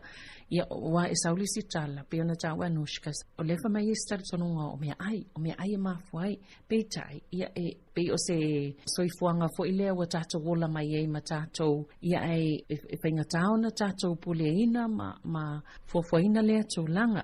Ia pe o le vaenga tāua le nao lea e fia whailoa matoi wha amaneno i o tātou tangata. So now you say Olepe o tangata Pasifika are more at risk of getting gout than other populations, Yeah. Ia ne pe o le mafuanga na pe e tele atu waile le tūlanga lamatia o tātou tangata Pasifika e mwhaingo fiona maua i le ngungu na ilo isi to ai ngā tangata ia le o tātou ilo ai nei ia le mafuanga. Malo whaftai. Yeah, but what causes gout? O le ale mea mawhai le ngungu. Yeah, so normally, we talked about the uric acid. So, normally uric acid leaves our body or gets excreted through our kidneys in our urine. But in gout, the body either makes too much uric acid or the kidneys can't clear it that well. So this extra uric acid turns into crystals that feel like glass, like really sharp pieces of glass in our joints. And that is what causes the pain, the swelling, the inflammation, the heat. And so, that those little shards of glass can only be seen in a microscope, but that's what it feels like. It feels like tiny, sharp glass, in our joints. That's why it gets so painful. So again, anyone can get gout. But it's most common in Pasifika men, especially between the ages of 20 and 44, and people with a family history. So if if your parents have it, if your father has it, and it's, women can get it too, not just men, but more common for men, and it is common. If you've got it in your family, you're more likely to get it. If your uncle has it, your dad has it, your brothers, cousins, you're more likely to get it as well. So again, the main reason is genetics, and our Pacific families carry the genes that, reduce our ability to remove uric acid, which leads to gout. Yeah, mantua pe ala le auto whaafonga mai o le sifisili le na watu o le ala le mafuanga. Mantua ia vaengai pe o le vaenga fo le trika pe mafuaina oso le ngungu. Pe o le winga tonu le o le fisili. Ia le ala wata o le uric acid le mantua le ave ese mai o tatou tino e ui mai e ave ese mai i o tatou kidneys fatunga o e ala mai i o tatou whiau vai to low lava ia pe le ui mai na le uric acid le tono tino ai o le uric acid la le wa le mawhai pole o le extra pole isi mea whaopopola i tono tino o le mawhai o na mai whafo le whaamatala ma whaatusa pe o ni tio ata le ititi ana valvaenga mwhiona tilo i mo meo whaata fo i e loa ini mea nini i pe le ititi lava lani me e whaingofia na i loa ia e pe o vaenga na e liliu i ai le extra lea po o le uric acid lea o le mwhiona a mai whafo ma foi lona na tinga vaenga ia pe na ta wa ma oi i le ngungu o le ta tele lava lao o le ngungu o so i le to paoli i me se la to fo le to paoli i le va lus full mal fast full fa tau sanga le ma tutua ai a fai fo o le tangata e yai tangata lo na ainga na i loa fa pia o le usolon tama polo na tama e poi lava tangata le ainga o le sa sa fiele i le ngungu ia pe o tangata na na sa o le family history ia po le tala anga lava i to tono le ainga o tangata ia na fia i matutua ia tono fa solo atu lava i whanau ia ma isi au ngā tupulanga o le ainga ia e fo i le tupao o tēnā matama i ta i a fia i fo i le ngungu ai pe e ta atele lava la ia le ngongo i le tupao ali le ta ua mai le matua tau sanga nei vao le lua se fulu ia ma le fa se fulu fa tau sanga Lele, Anushka, beyond the basic causes, there are certain things that make someone more likely to get gout. So what are the risk factors for developing gout? Yeah, that's a very good question. So again, the biggest risk factor is family history. So genetics. If your parents, uncles or brothers have gout, you're more likely to get it as well. But other risks include if you already have a kidney problem, kidney condition, being overweight is also a risk factor. Taking certain, medications, like water pills, like diuretics. Diuretics are pills that help remove water from your body. Having hypertension, that's another risk factor. Having coronary artery disease, so any cardiovascular or heart disease is also a risk. Type 2 diabetes, which we also know, a lot of our Pacifica people, if you have gout, a lot of other people will have type 2 diabetes as well. If you're receiving chemotherapy for cancer treatments, and also eating lots of high purine foods. And so purine is the chemical compound found in fatty meats and some seafoods. And drinking alcohol or sugary drinks. So there's a list of risk factors, but the main one being family history. So notice that food is not at the top. It's actually genetic. So food is a trigger, but it's only a small part of the reason why our Pacifica get gout. And that's one of the main reasons I want to, educate our people is that, there's no shame in having gout because you can't control your genetics, but we can control, other things, our risk of high blood pressure, being overweight, eating, the right types of food. So those are some other risk factors. Malo whaftai tāua te le fisilia o risk factors. Ia po whaenga fo ia mawhai lawa o na tuu. Ia ai e pui ai tātou leo o i tōlanga o ngaonga. Ai o le risk factor pito sili lava launa o le numero mo mobi lava na tāua o se ma i e tō whaasolo. E tō whaasolo i totono le ainga i genetic. Ia a whai lava le sa mo e lau ta mā po o lau po le usolo ta mā po e fuini tangata tua a ua mawai atu sa a ai. Ia o whaingo fie fo i ma te le lewa no e mwhena mawai si au ngā tupulanga whaasolo i fo i totono le ainga. E pe o le mawhaanga autu mua lava na pe o le vaenga whaingo fie lava na o na la matia pe a fia i le tangata i le mai o le ngungu. Ai o isi la vaenga nei whaasolo mai e pia whaapea o le tangata e iei whaafi tauli po o ni a fianga i whatunga. Kidney problems ia o le tangata o ovale mamafa o le tino Ia o le tangata o le iei whala au o lo o inu o isi ngase. Iei fo ila ma le tangata i le mawalunga le toto. Ia o tangata e iei ni a fianga o le fatu. Po ni ngase fo le fatu o iai. O le ngase o le maisuka.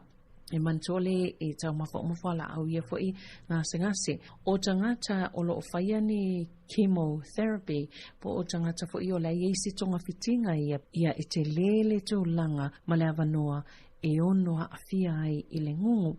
Ia whapena fo i la ma tangata i tele le tau mawha. I tua inga tau mawha. O lea mawalunga ai le vaila au lea e tele fo i momeo o ano manufasi e tele mea lololo. Ia sawi i vahenga ia o mea ai tau mawhasami. Ia whapena ai fo i male ava malosi. O le fo ia mai le wha malosi au a le tato malo nei tai au. E le ise mea matamumuli pe swatu lia pe mamai pe a afia i le ngungu. Ona o mafuanga i pe ona ta ua e mai se lava o le tu wha solo mai tono la inga ai e mawhai ona tato pule e ina ia mawhai tia le tu langa e o ia o onga e tinga inai ia ma a afia i le tu langa le pe ona ta ua. Selmana i alvaenga lea ta ua tele fo ila ia le whaamtalanga le nei fo i vaenga le tai au. Yes, I know food is an important part of our culture, but it can also impact our health. So is gout linked to the types of food we eat in our Pacific diets? Yeah, that's another really good question for our Pacifica people, and I'm sure they'll be interested in the answer. Well, again, food isn't the main cause. So many people think that gout is their fault from eating too much bisupo, salo, or drinking alcohol. So again, the message is some foods can trigger a gout attack, but changing a diet alone won't stop gout. So, cutting out seafood and other traditional foods often makes people feel guilty when gout still comes back. And again, that's probably, that will be because of, things like not taking their medications, which I can talk about later on. But again, the question, is gout linked to the type of food we eat in our Pacific diet? It can be a trigger, but, changing the diet alone won't stop gout. Malo, whaftai. Moni lei, ona o tau mawhai, tā ua te leo. Lisi vaenga tā ua leo tātou fo i tū maanga. Peita e mwhaiona a awhia i tātou soifo maloloina. Pe laona whaamtala vo ilai e Anushka nei tai au. O le mea lava e mautinoa. O tau mawha e le whaapea o le mafuanga au tū lea e alai o nā awhia e le ngungu e le peo le pisupo, talo. Ai e o isi tau mawhai o na trika, e mawhai o na whaingowhio na oso ai ia le ngungu. E le mawhai whanana whaapea o le amtua ave ese lava mea ia ona whaapea la ve ese umale seafood po o tau mawasami ia ona ngata i le toi tupu peitai ia ona e tau lavantoi fo il tatou malamlamanga i lunga i le vaenga lea o le e tu whaasolo pe o se mea e so solo mai tonu ia mafua mai tonu o tatou ainga vaenga ia e tau ona tatou malamlamai ia e le so ona whaitio ina i tatou whaapea ia ai ona o le vaenga lava o lo o teleo ina awhia ai ia ma mawhai o tātou tangata Pasifika me tūlanga leo le awhia i le mai o le ngungu. Gout often comes on suddenly and can be extremely painful, but how do you know if that's what you're dealing with? So what are the signs and symptoms of gout? Mwhaina fsoswani a tātou le vaenga. So you're right, Savelina. So gout usually starts very suddenly. There's no warning that you're going to get a gout attack, and often this happens at night.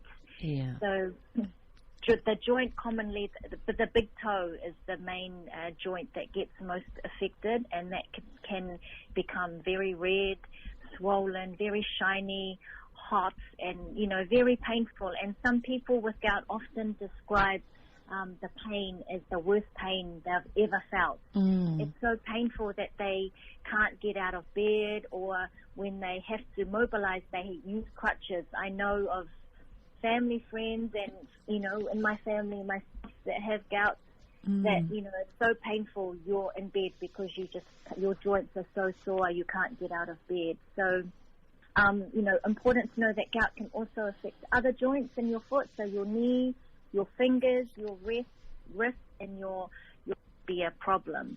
So the pain can be so bad that it can cause fevers and it can cause muscle aches as well. And so a gout attack can usually last between 5 to 10 days, but in some cases it can last for weeks.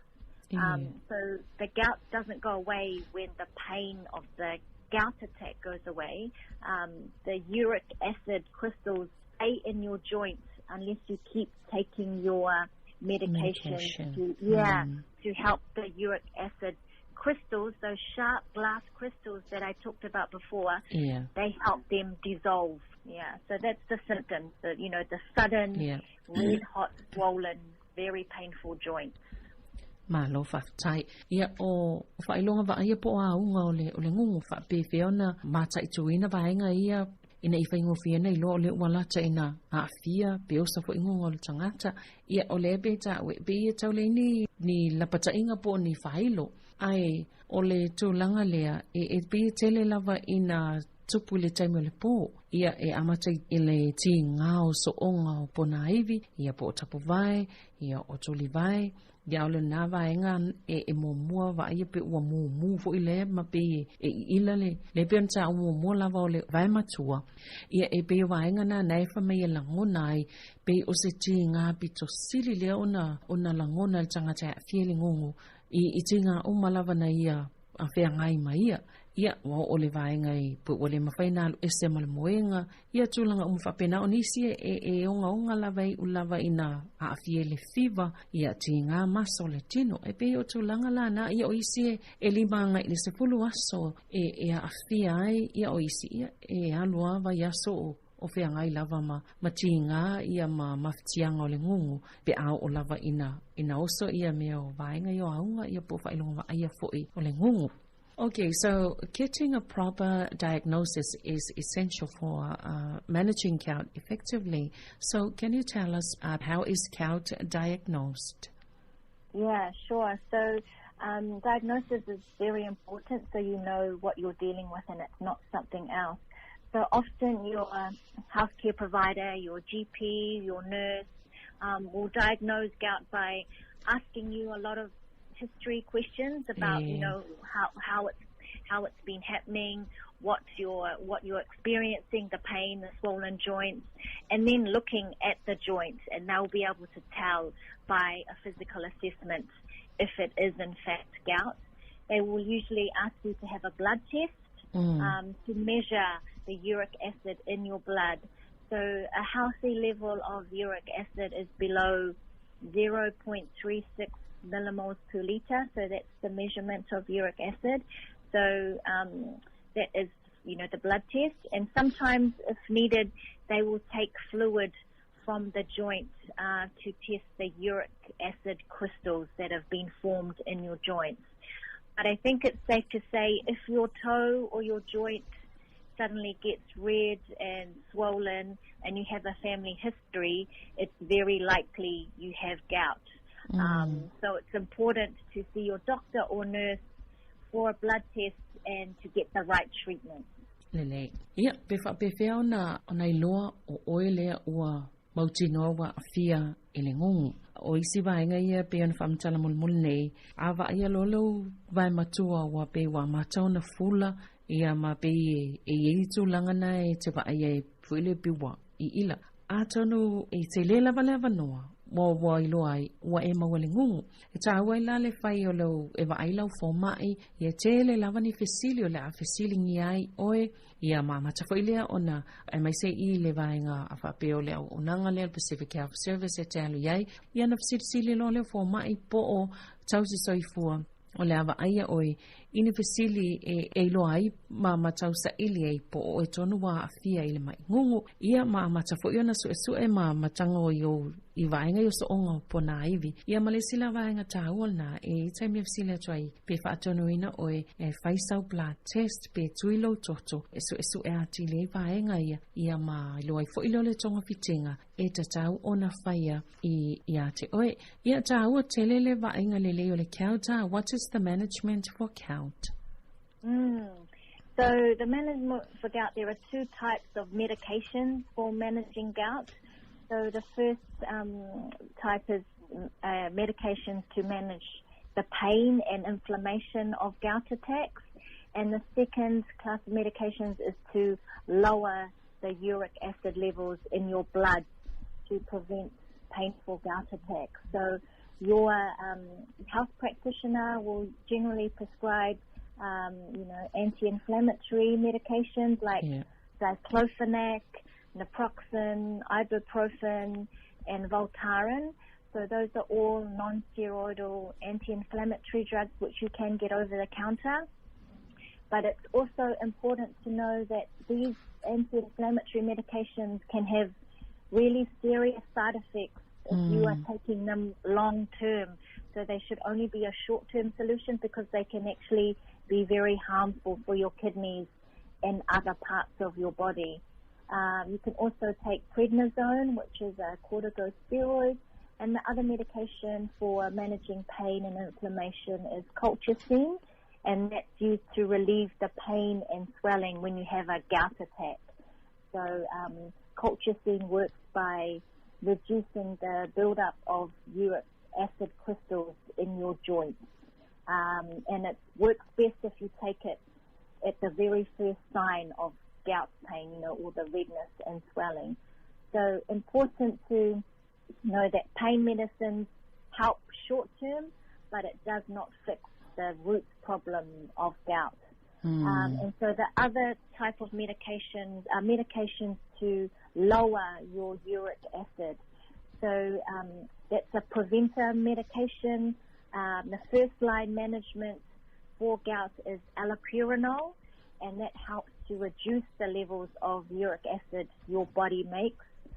There's also the Baxistat, which stops your body from making too much uric acid.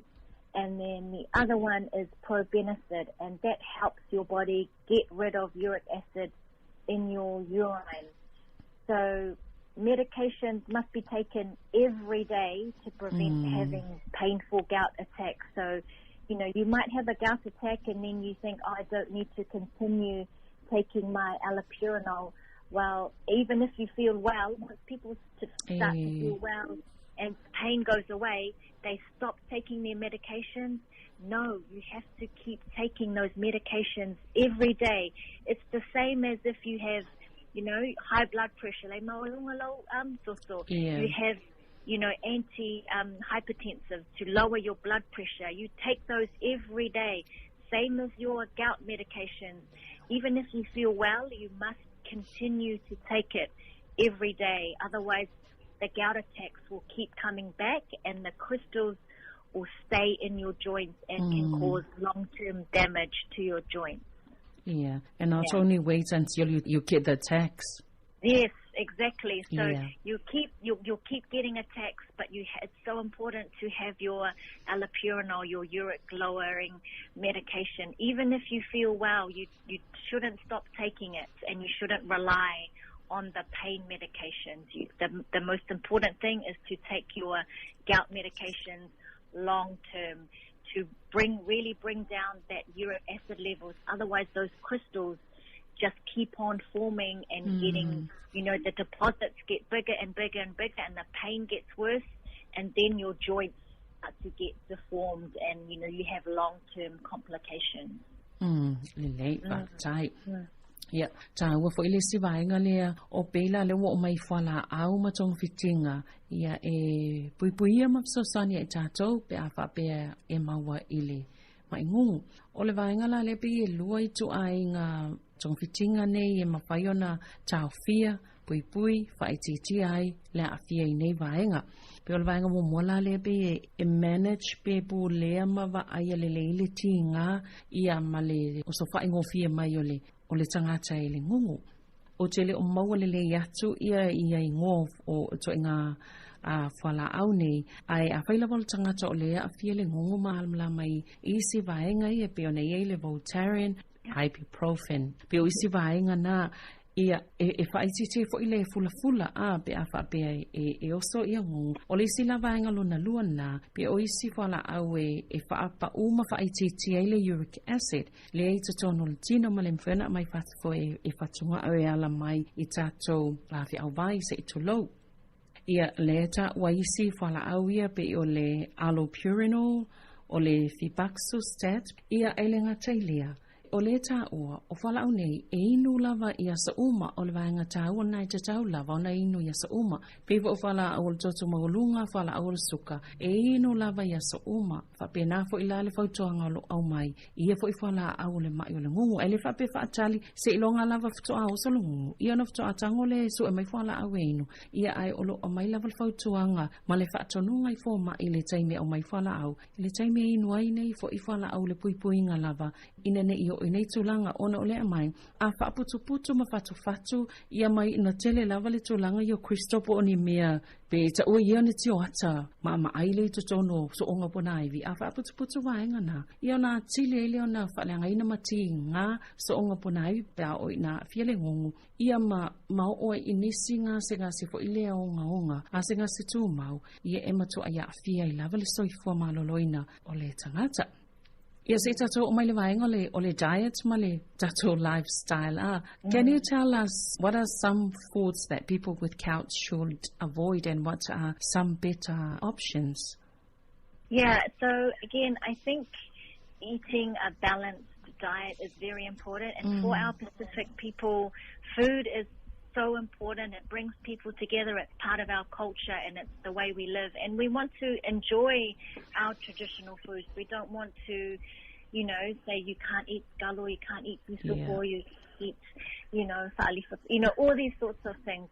And because who we are, it's who we are, and we want to keep enjoying these things. And I think if we continue to take our medications like allopurinol, that we can still continue to enjoy the foods that, you know, we love to eat together as a family. And just because, you know, it's beautiful, delicious food, why wouldn't we want to continue eating it? But I think the key is when you have gout, you know, if you have your medications, then you can still enjoy seafood. You can still enjoy kalo and have, you know, a drink of alcohol here and there. But it's all about a moderation. But I think, you know, you can't say, you know, even if you gave up seafood, you can still get gout attacks.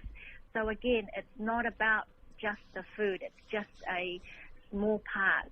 But, you know, the main culprits for, you know, the foods that trigger gout would be things like liver, like kidneys, sweetbreads, venison and duck. I mean, you know, that's not really what we eat as, you know, Pacifica people, but those are the very, like, rich, you know, wild game, those sorts of processed meats, especially beer and sugary drinks can trigger a gout attack. So better options, you know, for, you know, having a balanced diet when you have gout.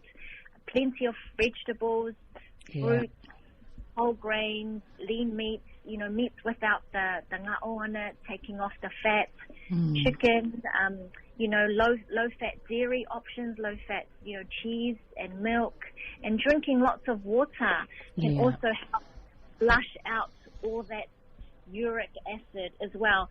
So when, you know, we talk about what are the best food options, these are good options for, you know, not just when you've got gout, but for everyone in general. If you've got type 2 diabetes, if you've got heart disease, you know, we always talk about lifestyle and diet, exercise, reducing stress, getting enough sleep, connecting with people. So, you know, this is really good lifestyle advice for all of us in general, not just people who are living with gout. Mana ia tele ia pea mole tau whaafonga o le sāwsilingi ia tato malo ia poani si o tau mawha e tatau o na tau mamau e se mai e tangata ia whaingofia na awhia le ngongo ia o hafo ini se vaenga mana ia matala whiangai e tau sa sami ai o lela e au male whautuanga e taua i o le pāleni o le taumafa. O tele fo isi po kalame tātou talano ai, e pei lava le vaenga lava le au mai ia pāleni a le taumafa. O mao tātou fo i tangata Pasifika, ia me so i tātou ia tangata Samoa. Tau te fifi, e pei o le taumafa, ale le taumafa i mea tau te o iai. Ia e pei e le atua fo isi whaatasinga wa e pei o taumafa au mai whaatasi tātou, o tātou lava tū maanga. Le fo i lai tā ue Anushka nei tai au. O le vaenga au tū lava. Inu le fuala au. So anga inu le fuala au. Ia ona whaingo fia lea e mawhai lava na e tau mafa. Ia ma o ai foi. I mea ai nei e pe e te popole, tau te popole iai o le seafood mea ai pe o le maso, o le paua. Po alava mea ai o le tau lau lau atu mea ai sami e whaata ita iai. Ia o le tui tui. E pe o mea ai nei. Ia o le vaenga au tū le whaamanatu mai. Inu le whala au le e sosoane e tātou ina ia tau mamao ai mawaenga i o le oso le ngungu a lea fo ia mawhai lava ia ona tātou ai mea ai tātou te fia fia iai talo ia o alava mea ai nei e tele fo le masoa ia ai o lo mawhai ona tātou a ai ai mautou tau mawhai pe a whai o mau le mai ngungu ai pe a to anga inu le whala au ia o fo ilai vaenga ia o ano manafasi a whape whaonga a ano manafasi ia e ave ese vaenga nei lo lolo e tele le mea lo lolo o iai ia ona o tātou fia tele whaspa masima ia o le jasina ano manafasi e tele i lava le mea lo lolo ia e pe o whata i tainga o lo amai ia tele lava ia whala au whaisua ia e ave i tono o tātou mea ai ia e mawhai fo i ona tātou to anga ino le vai auli. Le vai auli lava e se le au ngā i le tino le tangata ia e pe tau mamau mai ei ma le ono o i tūlanga onga tele nei ia olo o mawhai ona o iei pe a tātou le tau sia vaenga olo au mai fo i whautuanga a fo mai lātou lo whatala noa i nei vaenga. Ia Anushka, what are 3 take-home messages for our listeners about Count? Yes. So I would say 3 take-home messages. So gout is not your fault. So it's your genes and how your body handles uric acid. So awole mawhawhau e leolo se se. So don't think it's your fault. It's not your fault that you have gout. So that would be number 1. Number 2, food can be a trigger, but it is not the cause. Yeah. So the main solution is medicine like allopurinol plus balancing what we eat. And I guess the third one would be, instead of blaming, people or the stigma, the negative, comments around having gout, we need to uplift our Pasifika people. We need to, empower them to say, taking allopurinol isn't a weakness, it's a strength. So it's about protecting your family, your ability to provide, your ability to get up and play with your samaiti, and then play sports, do things that you love. So, it's a strength. It's not a weakness when you need to take your allopurinol. Ia o tele le ula o istamaiti ka te a mawele ngongo le whawhetai ia pe o ve au tāwe tolu ia sa au mai le whaamanu si au a tato malo le nei tae au mo mua ia manatua lava o le ngongo ele whapena mafua tātou ia ele na sau noa lava Anushka ia ele o lousi se le ana lai o na fia oe po wau foi i le ngungu e le o tātou e mawhai pe lawanta o lamtanga pe o se vaenga e tuk whasolo ia tātou ia pole ainga foi ia maunga tupulanga pe a whai sāwhia mai tangata ma o le tulanga o tātou tangata Pasifika whapena i fo i mamaori o le vaenga luna lua o mea ai po o tau mawha e mawhai o na oso ai ia le ngungu ia o le mea tāua whapaleni lava le tātou mea ai ma mea tau mawha pe ona tāua ia malvaenga lona tolu ia ua le whapetua ia wa maua i le ngungu pe ula fo'i ma amusia i stangata pe a whapea o lewe atu e inu le whala au le na tāua le allopurinol ia wailoi o tāta le maua le nunu a wale whaaula ula iai ia pe a amu fo'i iai ia ai tau mawhai so soani fo ia ila tau ia masi tia lo la tau fo ia nganga fia ina ia awane I fa polea tele ia vaenga ai o pe o le fe au taua lava ia moa o nei taia o le whaalonglongo atu ia inu lava le whala au pe fo le whala au le suka pe fo le whala au le toto maulunga whala au le fatu pe amul muli e vaenga ia ona leo o lava le ito la ngaonga pe na mai le fautuanga ile nei taia ia whaapetai tele lava Anushka te loa pauio vaenga I fital noa iai, but we might continue discussing this topic in future programs. Ia whaapetai mo lo taimi le nei aso. Whaapetai lava mo le avanoa masusunga Savalina. Ia lele ia whaasoifua ia. Ia whapinga fo I whaapetai lava. Ia manuia le aso soifua. Ia ole tato po kalamen na ile nei tae au ile mai o le ngungu. Tal tonu e sel taua fo ile nei vaenga pe on tal noa il tato malo nei tae au. E to atele lam fo inisi o te loa o le maua fo ile ngase le nei. Ia ai pe o le vaenga taua lava le piki mai ele pol kalame mal tanoanga nei tae au. Fa taua lava le fa paleni o le tau mafa. Ia au fo ina I whapea o le ngungua mafua mai ona o mea ai. Nei, o le manino la walfa amtalanga I lātou. Ia ono tātou tangata tātou Pasifika ma Māori. O fōwhanga lava o tātou tino le mwhena vese vaenga ia pe le uric acid. Ia mawhainga tai mo tātou. Ia leila se mea e tātou titua. Ia I tātou le ile tau mo mawhai nei mea I tātou te ai e pau lava o tātou foi. Whausanga o tātou tangata ai o vaenga tā o le pui ia. Mai leo o ito langa whainga tāmatu langa onga ia pe ona manino mamana i alfa amtalanga na o mai nei tai au ai ia tau sisia whala au ai lefto a tango al whala au pe a oso le ngungu. Manu ia tele lava fōwhanga nei tai au manu ia fōi ia vaenga o whaatino I tono ainga meise so se mea lava o na mwhaina e mafuta mai ai manu ia lava taimi o tutoe o le nei fo iaso. Ai la wha solo tātou kalame pe ona maseni ai I lunga o le si ufonga o le laumua.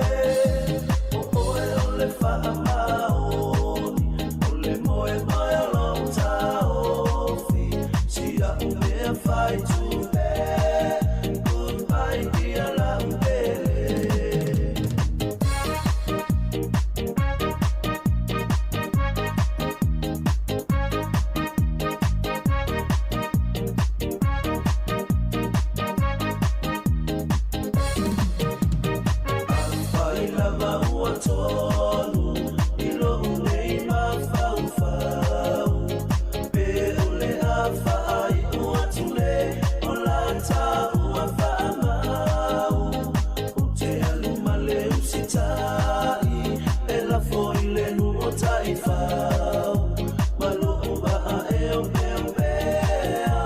eu si tai le au roi manaya le nu pe wai anu e o lo sei rosa tra mai tu e o le fa ama o le moe mai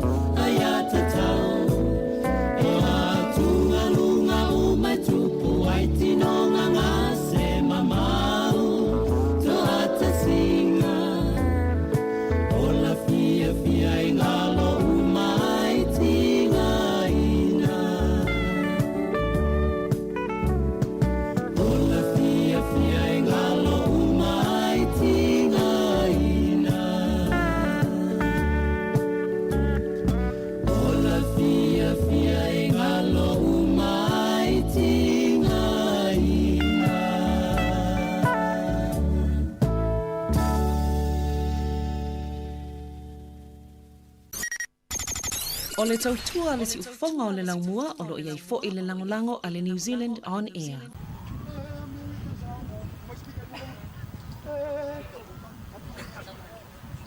Whawhitaila o whionga le wiko mana, ma Amerika Samoa mo le amara ia o whalatai.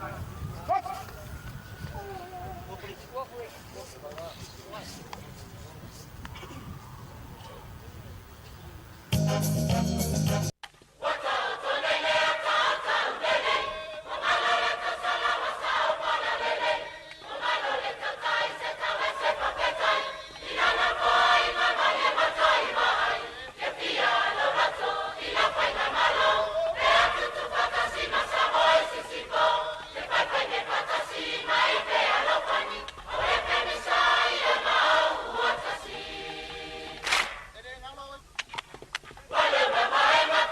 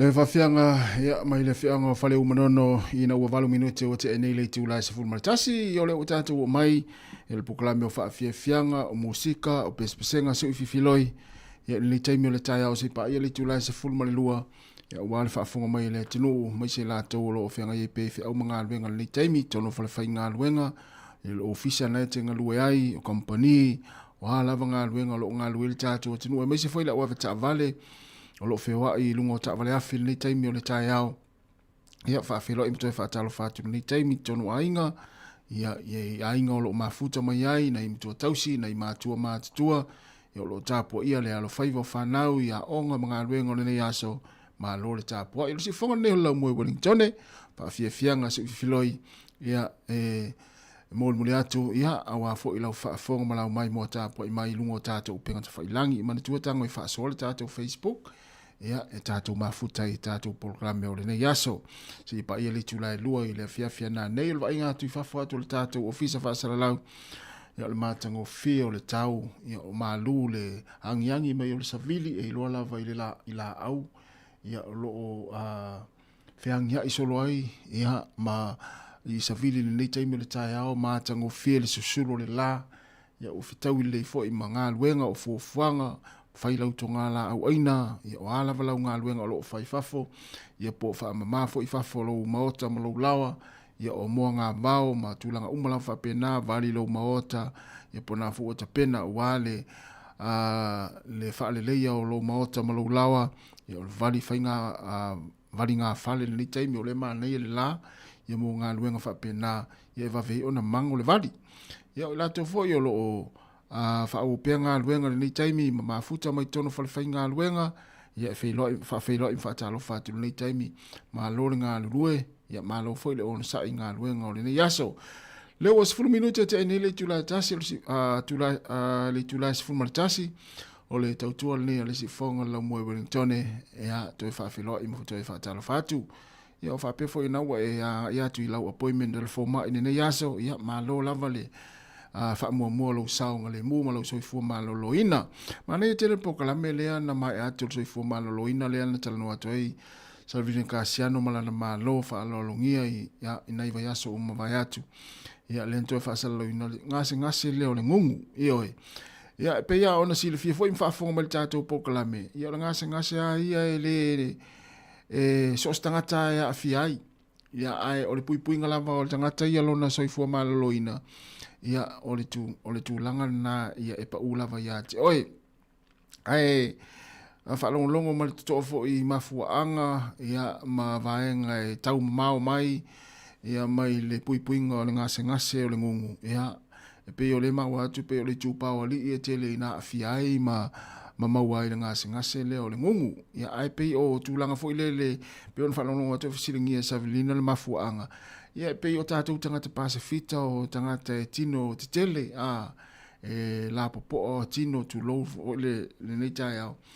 ia ona o le fausanga la fo o tangata Pasifika e mafuai ia ona tulanga whapena ia e mamafa le tino ia e pe o mafuai ona afia i ngase whapea pe o ngase o le ngungu tu lou lava le nei tai au ia ai o le tutaua ia ona e fua mai ia le puinga ia o le ngase ia tau foi ona tau fa maoni i tātou ma tau sisi tātou tu la fono ma vai ngai pui ai tātou mai le ngase lea ia o le ngungu e pe ona fa fonga mai ai wai wata ofo i le ti ngā o le ngase ola e matua le mawhai a ona ngā ioi pe afa pe ai e onga ma ti ngā ia so onga o pona iwi o le tino tu lou lava ia foi le mu o le lo so ongo pona ivi ma fula inisi o taimi ia matua le nofo le pe o ina matua a fie le ngase ia ai ona o le fa mauni la foi ma le ustai vaenga lai ama ia le fale mai ma le fo mai ma fautuanga o lo tu ina mai ia ma fuai ona tato fo ia le fa fitauli ia ona o le tulanga fa pena ia me se foi o nisi o tau mafa ia ole tu ta u pe ono fala longo atu le proclame ia to anga inu fala au yaso uma wa il fala au na mai tau ona inu yaso uma ia pe amai al tau maftanga ia pe inu fa atasi fo il taimi o lai fa ilau tau maftanga ia le fala una le ngore tau o fala o le tau Savelina ale Bruno ia pe o tamana e family fo mai ia ele tau ona te taua ona inu aso uma ia e tau fa vai ai pe tau fa ai ti mai ai ia le mawalunga o le uric acid te tonu le toto vai la le ute mau le ia fa matalanga le vaenga le na ia o le na ia ma toanga e inu le vai auli yo e pe tamana le tam fai fa ti le acid te tonu le toto le tangata ele wa usfo mai le ute pu e mai fa matalanga ta ua ia na o mai proklame e ila to fo i wa o ina le ia mai ia la to mai vai nga fa pe ona ilta to malo le fa talo sa vini ka sia ma na ia talo ma na ia tele proklame na ia mai se o le la ta to wanga tu fianga le grisi massimo le tausang fo ma so fie ma futai ainga ia ai pangalea ia ele ato fo il fie le ainga pe o le aso tonu lava Christmas ia ala ta vale le tama ainga matua a fia ele ngu ia ona o le a faitete matulanga fa pena ia o telefo ita maftanga le la ta tuanga i papa kiu ia o tau maftanga a fale fainga luenga ia o la to o folele o fia ia ai fa tete la ta ia ai malo fa tele lava ia le mafuta mai ni teme le tai fa ta Kevin Walker sunga tiulilo ta fa tiu malo se fua sunga tiu fa tele lava ia le mafuta mai le tai elo tele atu manu ia fo fanga le ni teme le tai au ia sunga ya tiulilo ia fa to o felo il version tene le sunga tiu ia sila se tangata sua fa ya tiu pe o tangata fa le Mike Tyson ele fusu apea pena uma ia le sunga ya tiu pe va ya Mike Tyson ia tangata u po batalo va to Kevin Swaka manuia lava ngaluenga fa tele lava malo fu ngalu malo on sa ngaluenga ia o le nita ya o ila volo fa ngaluenga ma fa nga mai le tau tual si fonga la mo it's tonu officer ia matanga luenga le malo ma fa nga mai le tato Facebook ma le YouTube ma mai mo mai ia vai ai pula vai ai la computer wa le lava wa le matua wa le wa ma o mia se sina break ia ki mai la le tio le si fonga la mo po sorry la Facebook po la YouTube le si fonga la mo ia te break ai mo se 5 minute i tato fa fianga su filoi ia lela tu natu se fulon minute o te anele tu la se fumartasi ia ole to tuan ne si fonga la mo matato pespenga su filoi le time le tai ao o kalmata ngo fie ia ole tau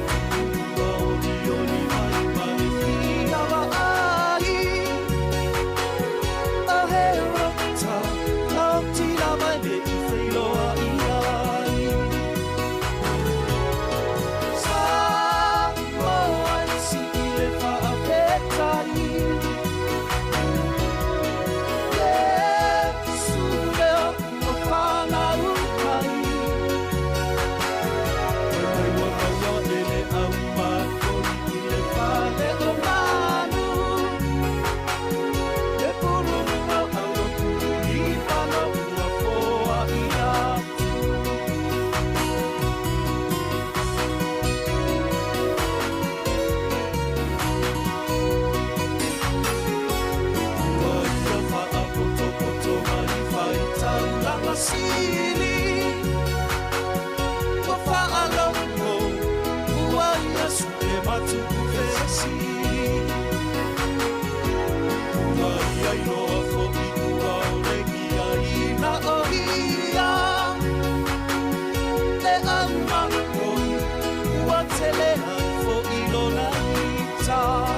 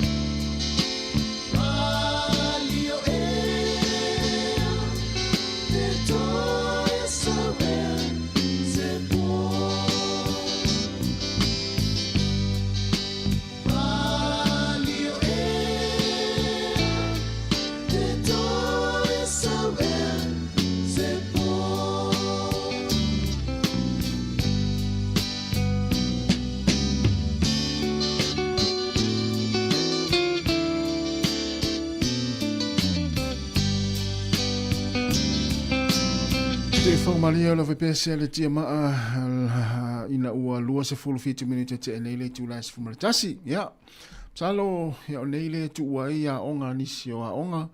Ia ua mai a fo ia whaunga, ia o lau ngā tongi ia nisi o a onga. Ia ai manatu la fo ia o nei whanau o le manuia la tu tau mwhaili ni tau sanga ia. Lava papale pia tātou mātua ma lava le ono sai. Ioi. Ia ono le tūlanga sa tātou muli mawina fo i le nei tau sanga atoa maila mai le taimi Februari le taimi o Januari taimi na e ia onga. Ia.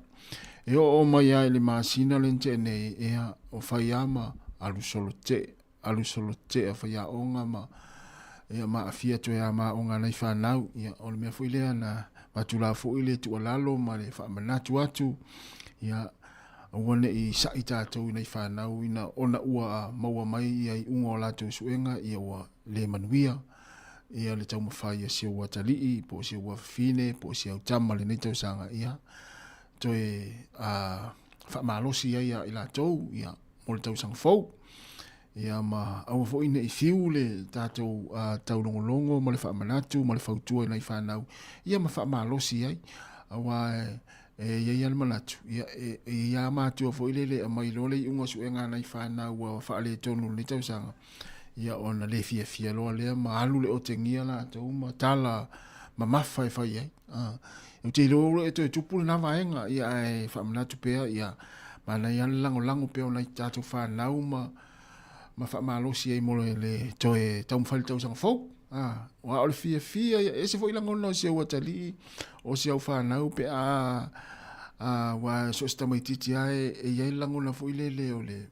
le ma ia o le whanau noa ia pe mai le suenga ia po le ungo suenga ia po wale mau fo i se whailongo le neto sanga e ia lango no taita mai fo le whanau noa ia ma le ma ia ai mo le titi o la tātou mātua e mana ia le whamalosi nei tātou whanau to e tau mwhali tau sanga fau ia e pia au whaale tonu nei tau sanga ia ai e mana o mia fo ia nei tātou whanau le tātou lango ma ia lātou tau mwhainga ia onga ia i le tau sanga ma le tau sanga ia aua le manuia le tau sanga whanau ia to e whamalosi ia i tau sanga fau e le umai o atunu nei o atunu o avanoa tele ia vanoi me o a onga ma matulanga uma whapena ia wala vau tō lumana i manuia. Ia malisi mea pia o telefino te tala no ita ia. Ia whaia sa leila ta onga ia so la ma ia lisi me la sa la o ta so ona ava vau isi o ta tali i po si o ta fine. Fato i foi. Whaia sa whale tunula ta onga ia so isa ia le tau fo ona fua la ta sau sia te whanau ia ai wa afals fultasi le si fonga nela mo Wellington wa tal va tu le se Allen Solomon tal va Allen ia mania fo le nei tai au ia pe fa pe o na fe ngai fe o manga luenga ia fa pe fo na tala o fe ia o ka se ma ne o te lo le man ia le tau te mini nei e me se le tai ia e tai le o fe ia manuia la ofe le yaso ma le neita yao ia e manetua o le whamanatu la vai atas tele i o lo whaiva le tai yao le nei ia po la fo o matua ai ia le awi ale na ia po le wapi ale o le kauai le tele na tuli le au whangote nei Wellington po le rua ia ai a tele ia tufa ia a whapese furu i o lo whaiva ia na em fai ana avele siri mai tufa ai a tu le siri mai fai ai lau tau maftanga ma sia wainga ma sia whana ai a tu mul paelo tufa mo mul fai au le lau tanga faso atu mo mul fai au ia so ai mana i matua tolu to e kale sia matua ia vai le mana ia le lau tanga faso atu ia wi ia so lo le ma ia wala val fi au mana tanga tama tu to e kale sia tu fa ia wi ia matua mana ia ma lo sto tele e pe o sia ile fero ala tama le fero me spito masani fa ia na lo tala na ofi to no lo fa ia ai mo ta to lo fa ngota O tātou leo whangota, ia manuia lava o tau whaiva le nei aso, ma le nei tai au, ia a ole whamalatu nā, ma le tua lalo, ma le tau longolongo, tufa o ia. A tufa, e whape, tufa lau pa elo i ale nei aso. Ia e toi o tai au, e toi alu tātou whangota, i o whaalua ina pa elo e te alu maue. Ia ono whaamanuianga tangata nei mātua ia te oe, ia mena. Wai alu e tufa o ia, e whaamanuia atu le whaifi au, whaamanuia atu mātua ia te oe, e to yalu rola ia tai au ia te na yalu malau paelo e tasiana nei ia ai o tai au yalu mau paelo e lua ua matua tumu matua e fiwe e fufuti mai i uta ia ona fa manuanga ila to lo fa mania ti ati ona lo to lo fa mal tu fo o lo faiva nei aso o le mana ia tau te lo ai le kawai le tai au nei to e luas fulfito minuto na tale ole tu la se fuma lua le si fonga la mo Wellington fa fia fianga so filoi nei tai mil tai au ia te fa tala fatu ia mai tai ai mai mata fola le ai vai va mai tatu ofisa na eva me ana le la le ai va me ia la fe mai nei si pito le tatu ofisa va salau ina wo fa tala fatu te mai tai ai mai mata fola ia manuia lava ta fonga mai ma ia le manuia ia nei porua ia mantua mai stato família vai ngale le pito le spito me mantua mai ia se kula mlale ngole kula le mas no me tangata estadia me le kula fole le ula ia vai le walu atu ai lunga tato wa fa so tangata estadia pe mai ia Kevin Swoka ia lofte atu manuia lava ngalwe ngole nei tai au Talo fat foi tina matua ia se ailingi se unua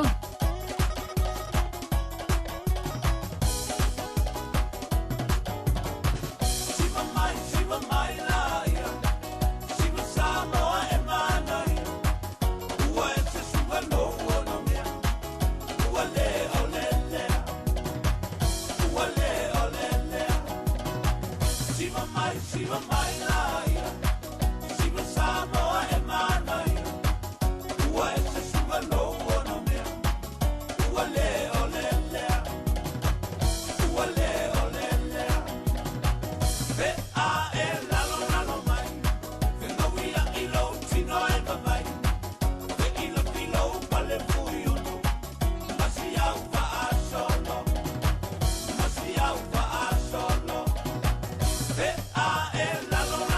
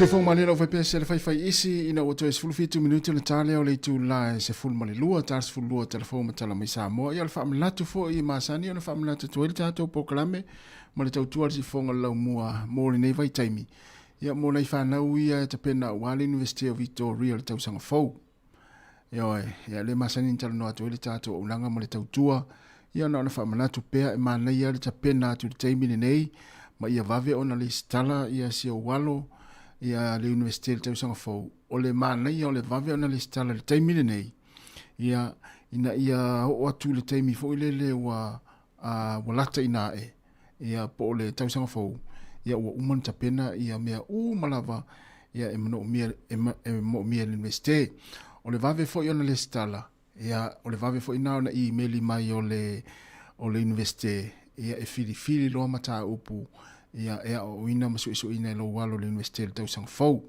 ia o mana ia le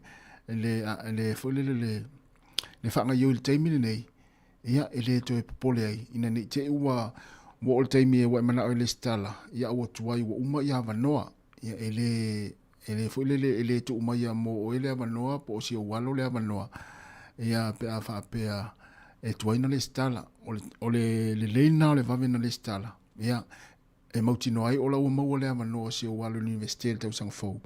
Ia ona awal taimi ai mawai ia le emaili, le stala ai. Ia ona emaili mai loa lea o le University e fili na mata upu isu ina le tausanga fau.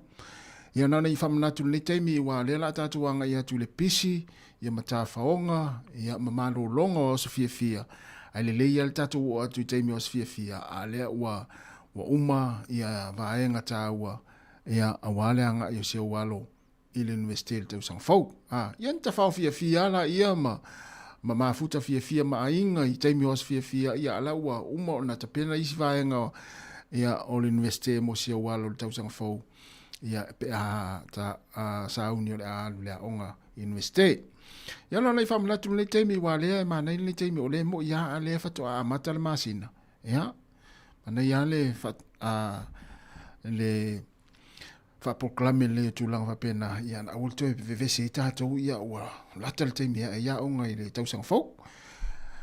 Se 45 minuti na tale le tula se fulma lua le se fonga ne la mo Wellington e fa tala fatu ia va lolo fietele Yupeli Tavili ia ele ia si sa uma na me va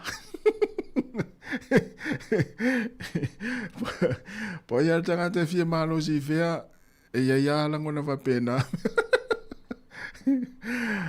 fa vivianga ma tu alofa nei pese fa longo le tai ao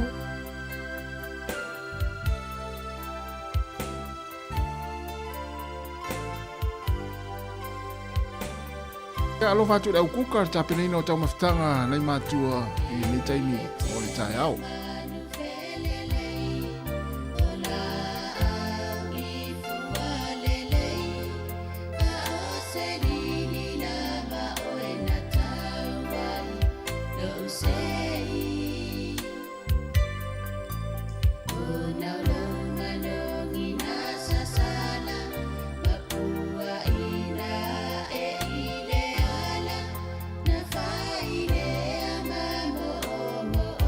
Oh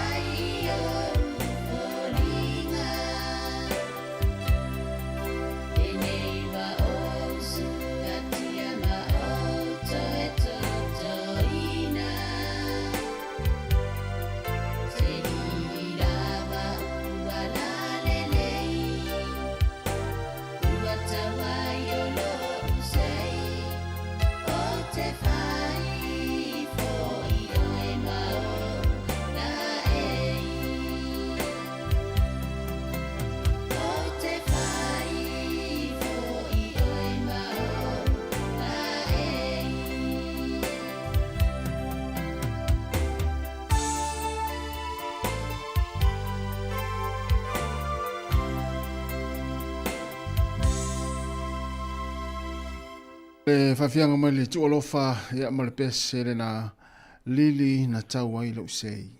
Se foi mana ia o lea fungala au le lili ali ioi. Sa le ia o por pese fatalo va tu le sia Eddie Ropek ia ma le fainga luenga lo mafuta mai ia ma lo ale on sai.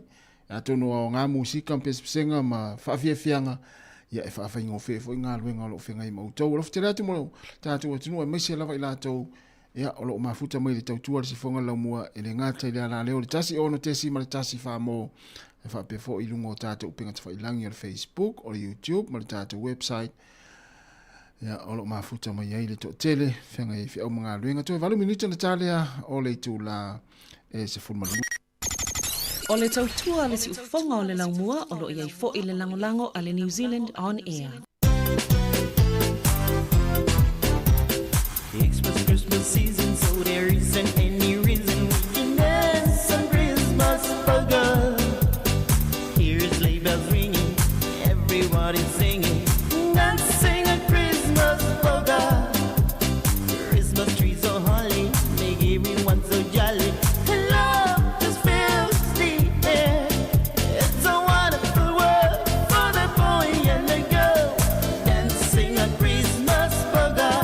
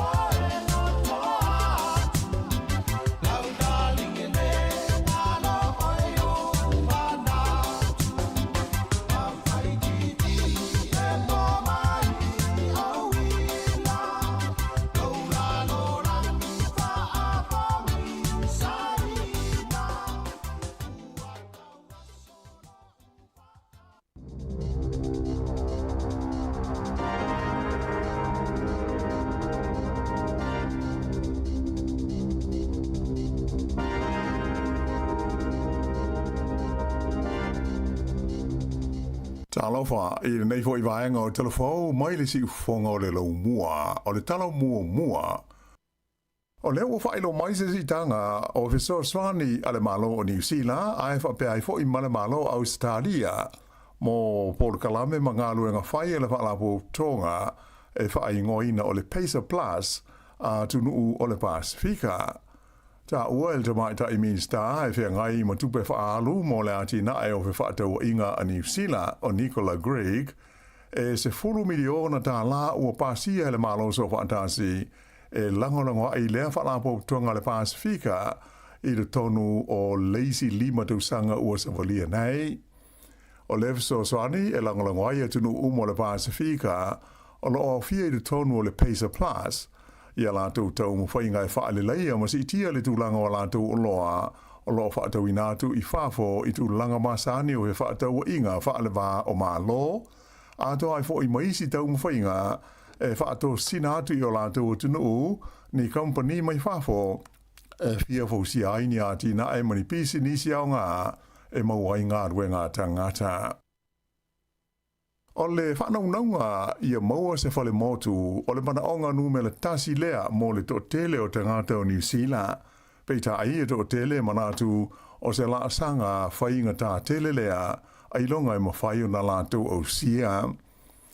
O le lipoti lona lua ale whale tupe o le Kiwi Bank, whaau talaina o le State of Home Ownership o manino mai ai o le manatu o le 85% o tangata sa suasua inai e iai le taofi o le maua o le whale tō tino ma se whale motu o le tumutumunga lea o le whaanaunaunga ma le manatu o so se New Zealand ta ua le ngana Peretania o le Kiwi Dream e pei hoi o na atangia e lipoti o le tausanga te luai lua awhi luas funuma le whaa e iai ia se swinga le lei la wha ingo tangata e manatu e tau o na latu au sia lea wha le pō peita ai e 5% manatu o lo o tele lava le mau lave o le maketi ua mafua ai o na toa lia la tau tau mwhainga mo le fia mau o ni la tau whale motu. A e fast 1% o tangata e le aini whale ua si 5 manatu e le ai se wha moe o no mawhai o na la tau maua ia ni whale to tino.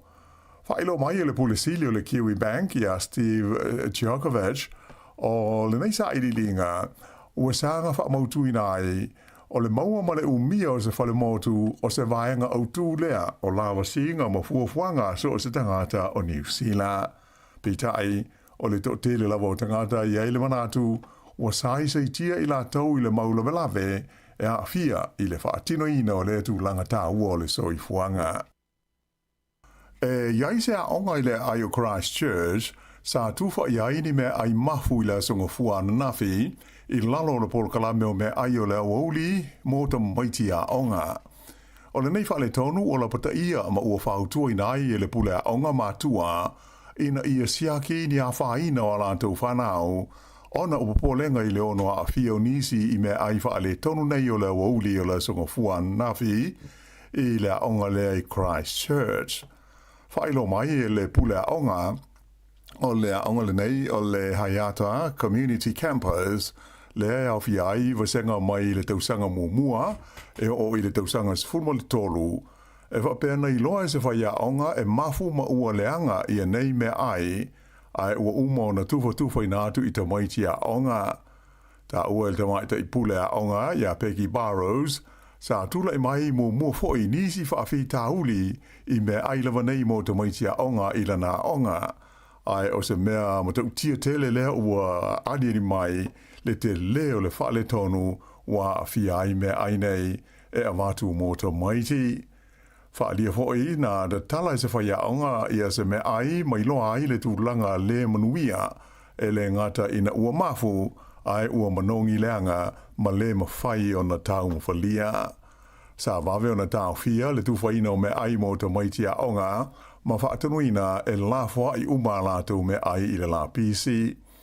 Aina whaadia le te maita I pule a aonga sa I loa I me ai na lafua ai e iai nisi me ai ua talai ma fōlinga na aina e nisi o tau maiti. O me ai uma nei sa tā pena ina mai ma tūwhainatu I le aonga e le kompani ingoa o le Compass Group. O le masina o Mati sa talo sanga I fo I le aonga la wale nei le Hayata Community Campers, pe ma whai ona whaia e lato lava a lato me aimo te maitia aonga ai I aua ma tau fia le toi whaia mai le kompani le nei o le Compass Group. Pe tai e le Italia le talo sanga le means talo lango a aonga I David Seymour. Whailo mai le pule a aonga o me aimo te maiti le o uli nei le aso lua le nei, o le a saunia ma ti liva atu le Compass Group ai o le a muamua ona siakina le lei me ai uma a o le I tuwhaina atu I le whanau a aonga.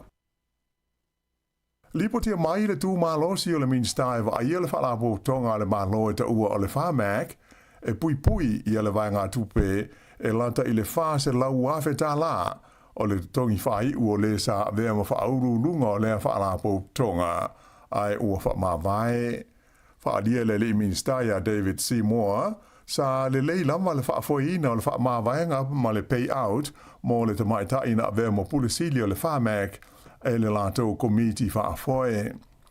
O le whamak e pe o na sil fia o le whalapo tonga tele lea le maro New Zealand e whea ngai ma le whaatawina mai o waila au ma whala au uma mo tonga whitinga whaale soifua maloloina I le tonu o le tunu a toa.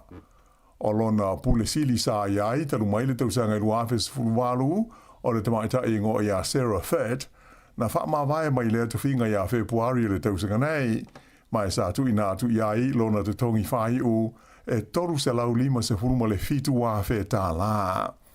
La songo fuana nafi I se fontanga a le komiti filifilia le parlemene mo mata upu tau le soifua maloloina sa visiting ia le tamaita I hoi pula le laipa ia Aisha Verrell ia le taita I fono le whamak e tu sai o le tupe sa tongi atu I le tamaita I CEO ina ua whamawai. Na ioina e Paula Bennett o ia le o le taita I fono le whaia o lea payout ma ia ta ua sa aia ia I lalo le whenga inga whainga ruenga a le tamaita I sa avea mo pule. E lenga tai lea, ai na whaalia fo le ministaia David Seymour I lumo le komiti o le tongi whai una maua le tamaita I na avea mo pulisili o le whamak e sa o le lei mai sa muli ta ia ala o le tula fono. Ta ua le minister o le whamak o se whaalapo tonga le malo New Zealand e o I le lua piliona ta la ia le tupe la tau te whaalu I le tausanga tasi e whaatau mo iai fuala au, ma waila au mai whaafo e mana o mia mo tonga whitinga o le soifua maloloina o New Zealand. O whaelo mai le whainga malo o lo tu nei le foe I lana fuafuanga I na tau tau hio fiaisi I tanga o la fonga tutongi po raids o whale.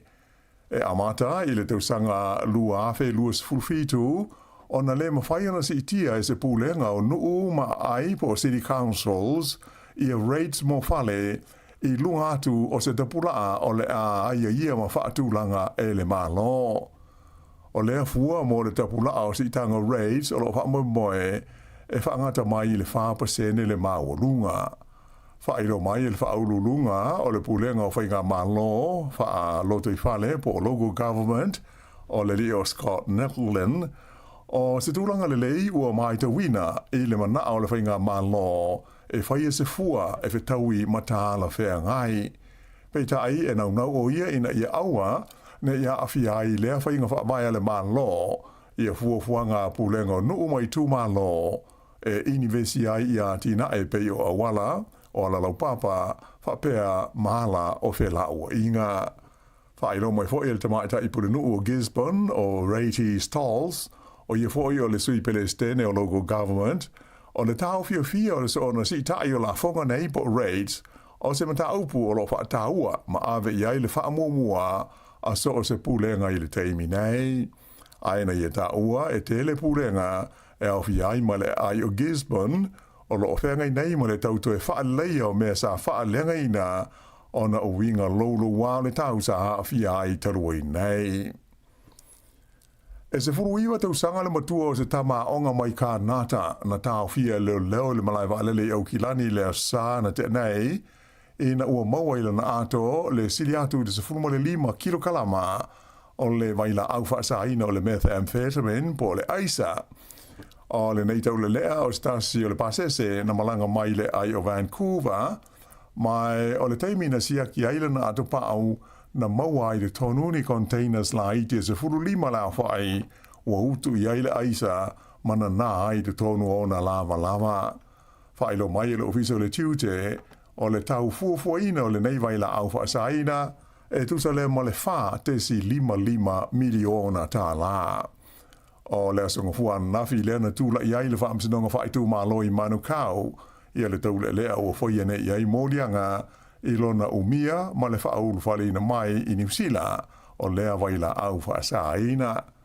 Ta ua mai e le li pule le ofisa le tiute le malai wa lele o Kilani o Ben Wells ua whamalo si le teimi nei ngā luenga whai ele mta ngā luenga i le mata i tuwina leo ta ngāta malanga mai whafo ma la to uta i le hanga i atu i le teimi pisi o aso malo lo o le kirisimasi ma le tausanga fau. E tesi ma le tasi miliona tā la le sala tupe ua whaasala i nai le whaamasnonga ia le kompani tau whesao ta inga tele wawave o le 1NZ ona o ni mata upu a fia ila na mata whai oi sa le tau ona whaia e winga i mana onga le ma alofia o tangata i le taimi o ni whaala vela lave whaafua sei. O le nei whai unga le whaamsinonga maulunga e mafua i se tangi e le komisio me tau pis nisi le Commerce Commission sa whaia i le tausanga ua mawae e a fia ai le whaia leo le tiutia le 1NZ i le whailo atu lea ma wheso tai i tangata nao lātou mana o mia i le wheso swani. E se fulu la whaio ni mata opu sa ioe ina i le 1NZ i lalo le tula fono e ta ua o le 111 contact code lea e mana o mia ai kompani tau wheso ta inga e whaia fua i ani wala au i taimi ni whala mlau whaafu sei e pei o taimi e pē ai le pawa po o le elitise. Whaadia le komisina o whesota inga tele wawave o Tristan Gilbertson e ta ua tele le au nanga o whesota inga tele wawave i taimi ni whaala velave whaale natura o taimi e motu si aima pē le elitise. O soli tu la fono na io ina e le 1NZ e whapena tutupu i le vare tausanga i luafe luas funtasi ma le luafe luas funuma le tolu. O le mafao timunga ma ta whenga o vai i le whai unga o vai aso ua ma vai i au kilani, wailonga o nā whai na i ngā teifale ai maisi o ma ta whanga i le vai o New Zealand, ona ota ma le palapala na ta whe atu iai. O le masu atu i le sami o ota mai whale ese, ona o le malosi ma le mafao timunga, wa whai na i ma ta whanga i fia tanga tai ta whao ma ta ele ai, mai ua lapata ia i nei tangata ina ia whae tete le tofu peta ele ai le sami ai maise i le waite mata. Ele ngata i lea ai se furuma le tolu la whae o isi ma ta whanga i au kilani e au fiai ma Herne Bay ua wha sao na ta ele ai tangata i le teimi nei e le pūlenga o le ai o au kilani a mata mai le asonga fuana nafi ona o a fianga e pei ona ta ua o le neisa ua wha amamalu nei mo se taimi e lei loa le umi. Ina i tala mai whafo, whaalia le pāle mia o le tunu o Papua New Guinea, James Marape, e le mawhai o na nofo fi le mūlo na mā lo, pe a whai e alia di mai ni mata aupue a fi haile a ia te tau a tangata Melanesia, ai mai se o tangata o Papua i sifo. Whaalia Marape, o tele tausanga, o li po tia moi pēr le tele o le maumata aupu, ua awhai na aida ia te tau o tangata i le tono o Papua i sifo, mai telefoi i le maufon tanga wha le vāo malo ua langa ai le nei lava mata aupu. E peo si le fia, o le tu i sifo o Papua New Guinea, lea e ta ua o le tu malo tele o Papua i sifo, o lo i lalo o pulenga le malo o Indonesia. Mai ua tele tau sanga o tau mwhai tangata Melanesia, e nofo ai le vaenga o le tunu o e te te i pulenga le malo Indonesia, ai ia whaia so la tau lava malo tu to tasi. Whaalia mai le nei vai aso e le pāle mio Papua New Guinea, e amana ia tele lona malo ia le pule le malo Indonesia i te taunu o Papua i sifo, ai a whaia tu le mai ni sori ngā tu la whono tau le aia te tau tangata, e te tau lava na whaali i ai se langona o lona malo ai le e te tau na fi le mu manofo le i se me whaia. O le stofi nei le asa wha o te sema o le a te tala ai mo le taimi mua i le au whaatau o New Zealand i e whai te toa o le whale o loa tele e ingoa o le IKEA i au kilani e pei ona o tele tausanga o whaatari tali i ai i le to tele o tangata.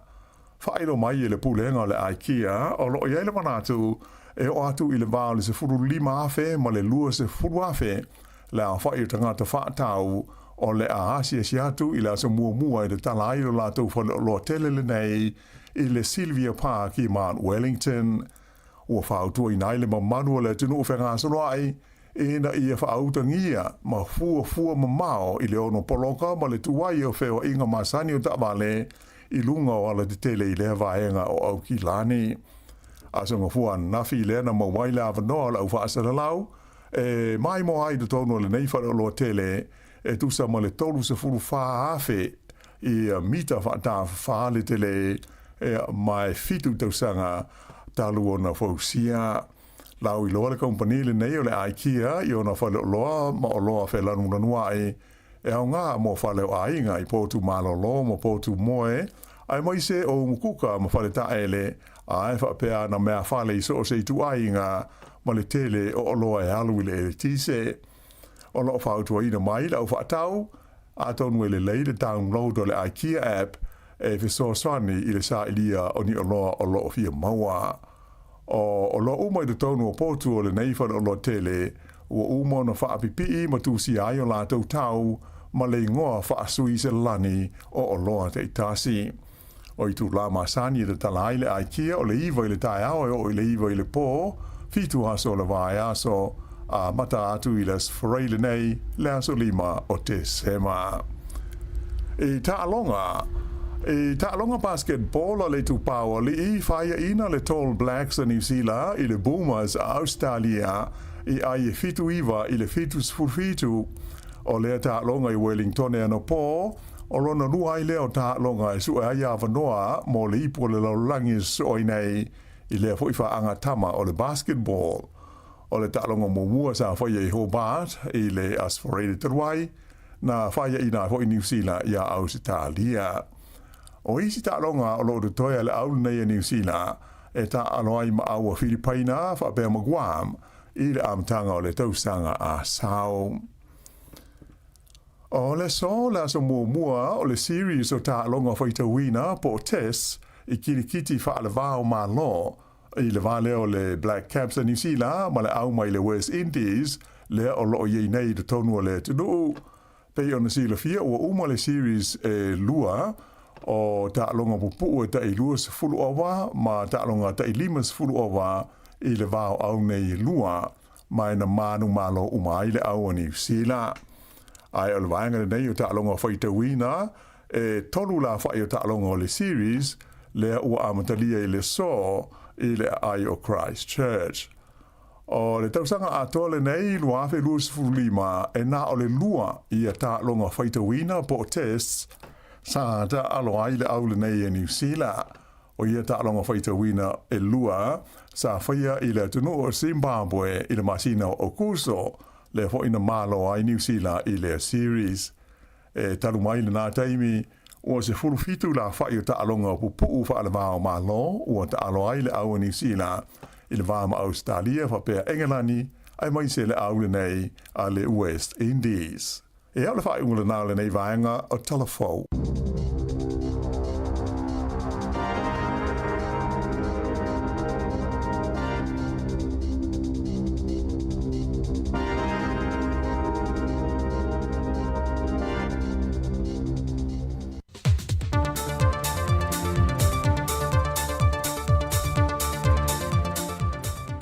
Le nganga whaaloalo te toi whatalo whatua si o tātou te nuu nei whai whaopoponga o nisi o tala miolo te tupu si o tātou te nuu i Samoa o si mai ilo whaafonga. O le whai unga le kāpeneta whakādua lima i le aso se fulmoleo no le masino Novema o whai loma i le whai unga le kāpeneta o le a lema whai una toi whaasalalau e nusi pepa ma o fisa whaasalalau tuto tasi So sport kalame le malo ma na matanga wenga. O le ana o le ofisa whaasalo lava le malo po le Savali, le 2AP ma le TV iwa, ma o penga te whailangi amtanga wenga le malo. I le pepa le whaka ua whaamanino ai le mafuanga, i nei a sao ma le whaadua whesasi le whaasala wina, o so se whaamtalanga i tuina mai le malo, ma ua whaamanino fo i le pepa o whaamtalanga. O le aso mō le masino te sema po le vaiaso le nei, ua whaamamaluai le whaai unga le kampeneta. Ma le foi pepa le whaka ua tauli maina nei le whaala poptonga lau tu stala, ai o lo ngā lulu le asose lau tu stala e toi lauli li wina, ta iala o ngā lueng whaafasala lau. Ma o ta pena fo e le presteno le asose lau tu stala, tu inatu se tali le malo e tusa o le whaai unga. Wa tauli maina nei le ofisa o a onga maanganu, le mata aupu o FSS a iei le komiti, mawhaia onga o le a onga tūlanga lua le a fiu anga o maangiangi. Le ana mai ta wina lau tu stala le mai aso le nei, le ayo ni te maiti a onga i te tonu o potu a onga, loka potu a onga, ai na o se li o le vaianga au mai Amerika, na tau watu i eile pa angwha moe moina o telefou. Mai na maua i foi, o su enga whai o le tausanga te maiti a onga, sa whaatino le i le hola le ka le sia me to tisi maangiangi. Na o atu ni se lau tu stala i le tofi le tu malo vai maunga numera tolu, e na ia whaai loa ai e whaato a longo atu o ia i le aso whareido le vai aso o tuana i le mata opu. Ma wa ia whaamanino ai wa amato na whaatala no le mata opu le nei, ma o le whaanau naunga i na ia aua na ia whiai a onga posu enga le whaanau whai o le neto sanga.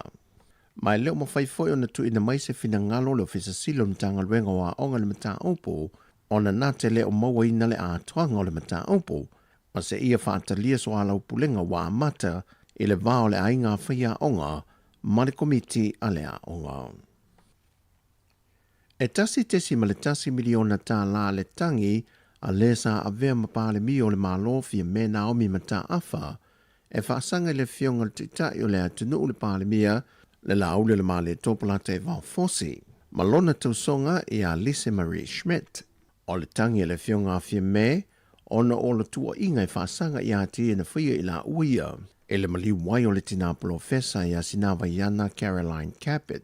Na whamanino fo e le fionga fia me i se whaatalonoanga ma le autu stela, o tua inga i na whaasanga i a tia, au whaanga solo i whaalau i loa le vang whaopu whai i le motu tele i sa la whai, mo le whainga palo ta tele le ua mawai. Na toe wala au le mata opun nei i lumo le whaam sinonga le amtango le vaiaso le nei, le na tūla i eile ta maita i loia o lo tūla i mo le fionga le ripa le mia, ma le ta maita i a Lisa Marie, le ta maita i a Maunga Precious Chang, e le mai au na tā pena la lātu tali e tusa o le tangi le watu in atu. Mai sa i wha i lo foi o lo i eile fina ngalo le ta maita i a Lisa Marie, e na te sa i lia la veia la na lo i e tūla i mo ia.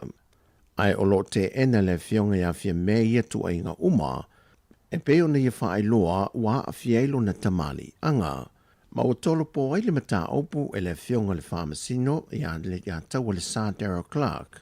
Mo le lua vaiaso, ai se ta pena mai le tusi e tani mai ai, le tu te e, ma se wha mautu mai eise lo ia, o le atu lai mo le tamaita ia Lisa Marie Schmidt. Wa wha awau nesu e su engal mtanga luenga o leo leo, ono lo masalo mia e yeini whinga wha soli tu la fono, e tu ato le whaatama i o se monto se ainga le maalea po le afi, e le polas wharele i mutia tele ia le panta. Na tuai o na taunu wane le fesoa swani, ai sa tau mo whaiane nisi o le afi o anga, peitai sa vavele solo le afi, ma whaatama i o mai vaenga o le maoto le ainga.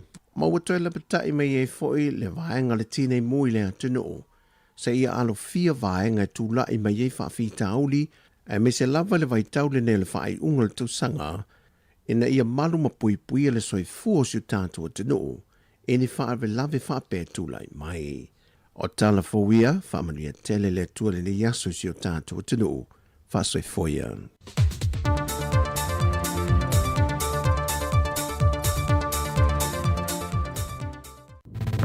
Sika o malo longa ma tau mafutanga o leo au li si fofonga o le laumua.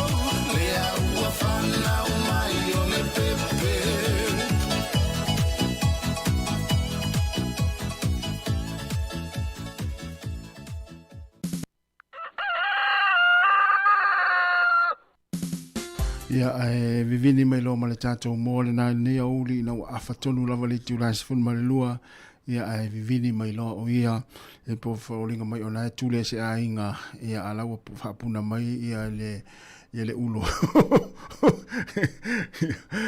ia ila na vivini muli ana ia le tonu le ulo le vaenga fa fianga o musika se fifilo ia le tautua le sifonga la mo Wellington ia na ufa fonga le tu i tātou telefou matala mai Samoa o le u tātou iei taimi o malo longa o tau maftanga o vai ainga le taimi o le aso ia o whenga i fo i le tātou atinu inisi fi au mga alwenga inisi leo o malo lo mai tonu ainga tariri sua nei matua tausi ia fa malo fo i au kuka o i lava na tāpena ina tau maftanga i le ngata i mota ngase mo tau tangata mātutua mai se fo i tonu ainga o tau na tāpena ina ia ngā sisenga ma tau maftanga le nei taimi o lea uli mo nei o tātou matua tausi ia e whaamalo atu le nei taimi ma lo lava le whaamalo losi ia e tonu nai o matua alu le leila o kuka i le manongi o le fiu o le aniani ia o pepa whaamanongi mea ai nana tau ai umai tonu ia nae te longo fia o nae e talia ma naia lau kuka ia e te vai atu ia o lai fulele wanau wa ia to ina ia spuni ai te longo fia te va ia fulele pi fa le leila kuka pi e lai le o ile o alu le te longo fia i lo ai ia i mata to ina ma lo tu te vai tu mo ini fulele o le ala kuka e fai ai va ai atu tangata ia le whanga ina lau kuka. Ia o lai mo ini foi lele o la tau mata tu lo le uli. Ia ona ilo lea, ia ele vai ngara e wha le tonu le kuka. Ia ele o le vevela la pole tau wha maani le o le kuka. Ai o lo o ia ele vai nga o lai misi. Ia ai vai atu lo mo ini wha apea stangata ma wha apea mata. Wha apea ona mata voi lele. Na ilo lo lea, ele vai nga lai misi o lau kuka. Ia mafuai ona pe fale alumia la kuka le ia fa malo tu nei taimi la kuka ma lo lava fa malo si le ina o tala ta tali ai au te lo ale matua uma le tau maftanga ia anai matua ia fengata fo ila tau tinga ia ile kuka ina o la tau maftanga le taiao au uli afiafi to los for 30 minute tali tu la tasi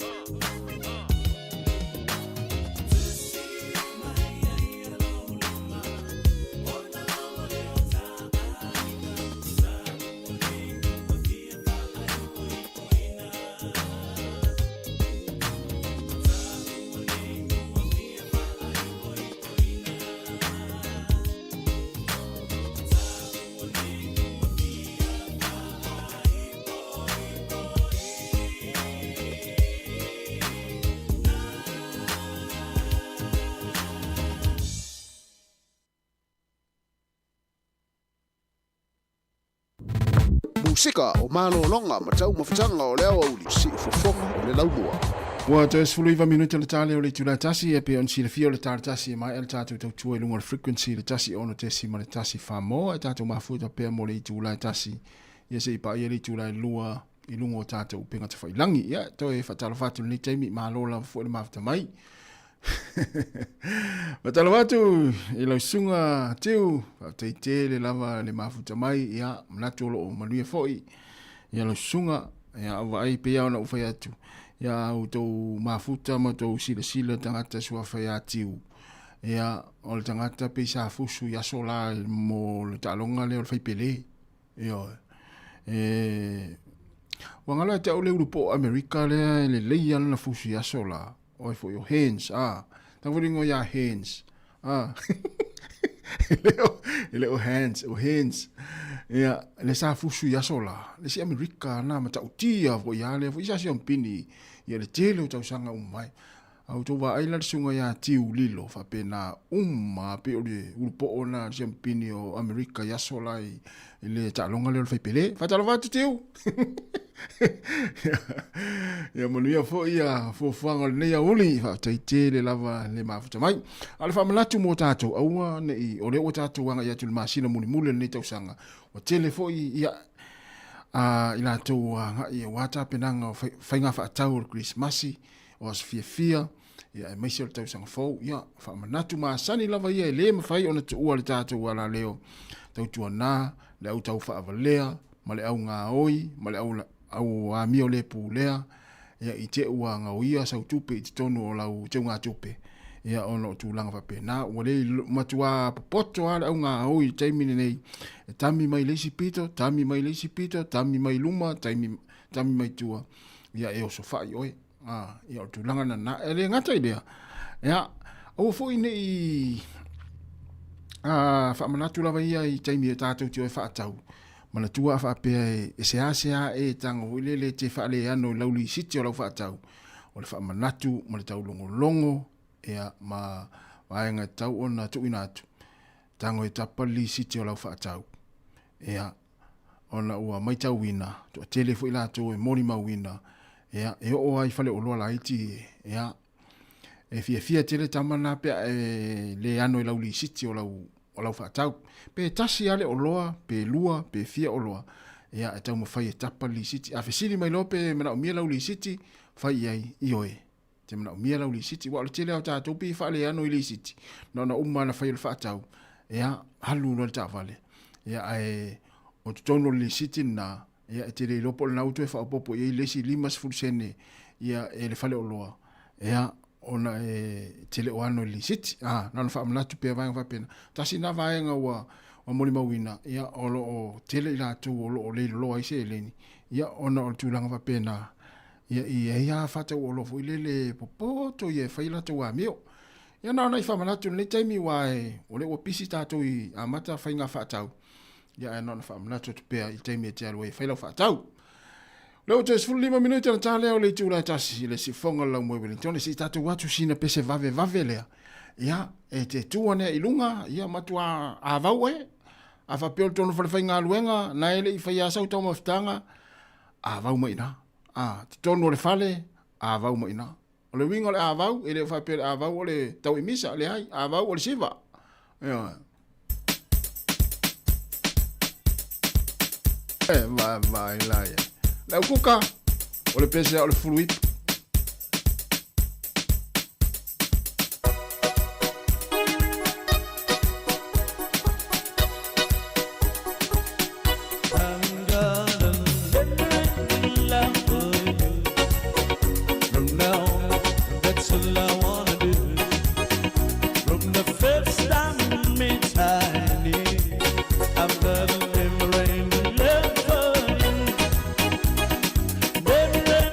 love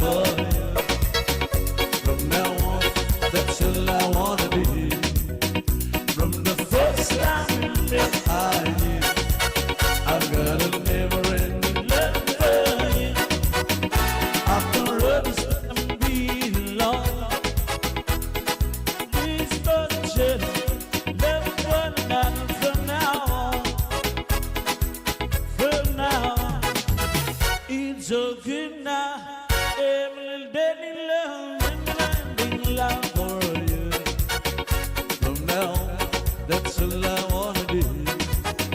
From the first time we met, I've got a never-ending love for you.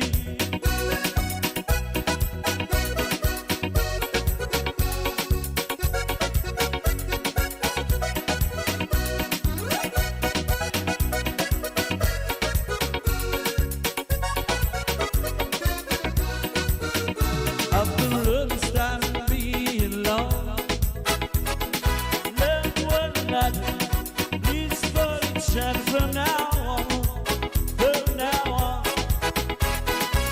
please hold it now. There's a baby love and love for you. From now on, that's all I wanna do. From the first time we met, I got a never-ending love for you.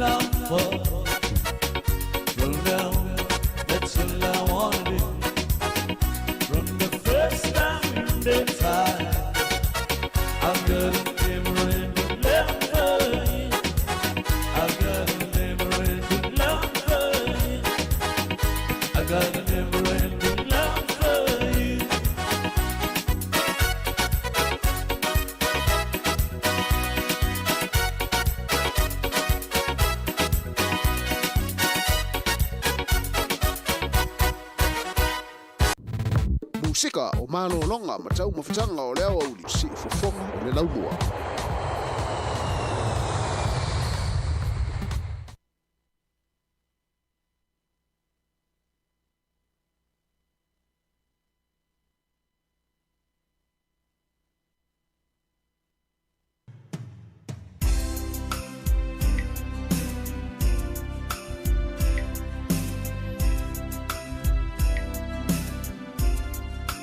So this is Christmas, and what have you done? Another you over, and we want just begun. And so this is Christmas, and a happy new year.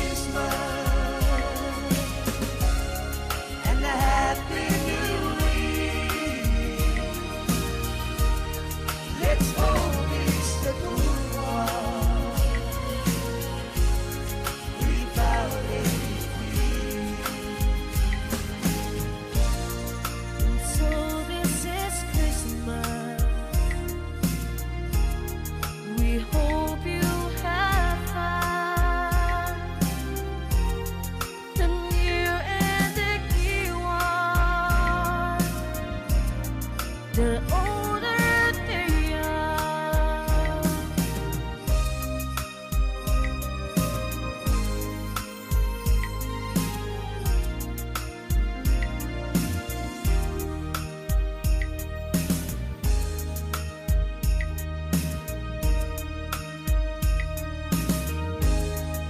Se fonga male tamata ia matalena asuao male pese ia o fianga pese singa Krismasi ina o 5 minuti na tale o le tasi o ele manato o le ua fama enel tatu tautua i lungo le ala leo o le tasi o ono tesi male tasi famo ilato lo mafuta mai tonu ainga o tono lauta avale o le ofisa ia o lo ki mai fa longo mai ia il tatu nanga o le yaso fa tele lauta po inga malo talo ia le ua i malu ia le tatu o nanga male tautua le sufonga lo mua fa malu luot fo ia ua sala fo ise ngana le fa ngaluenga ia fa mangalo so matu fa le tonu manuia lava le to ia tinga luenga le tasi ai la tu le la to ia mata ile tu la tasi ia mese tapo inga mau i tono mota malawa na imto tausi tapo ia fo i le anga i fa nau i ngaluenga ma onga le yaso ia mese fo i mota ngase moto tangata matua ia fatalo famto fa filo etni time ia mato fato fatu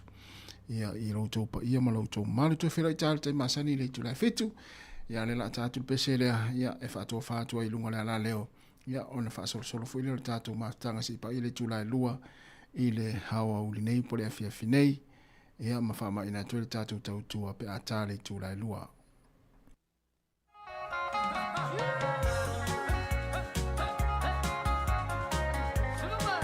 Ya fatala fatu ngo penga tfailangi le sunga le web tele a le pepe Howard Swalker ya le sunga henni au tanga vaia manuia lava le nei uli fa tail mafta mai ya pali sina ya malo fa tele lava ya le mafta mai tatu unanga ya fa so ifoia mo ila tolo mafta mai lunga la leo pa manuia tele le tua.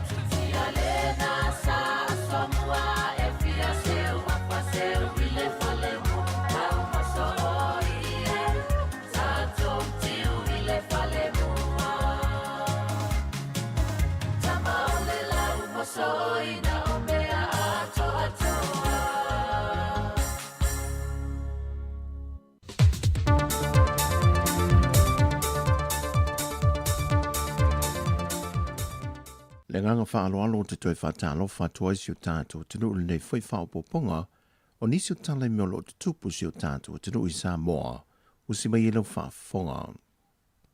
O le whai unga le kabineta whakadua 5 i le aso se fulmole ono le masino Novema o whai loma i le whai unga le kabineta o le alema whai una tue whaasala lau e nusi pepa ma ofisa whaasala lau tutu tasi so sport kalame na malo maana matanga ruenga.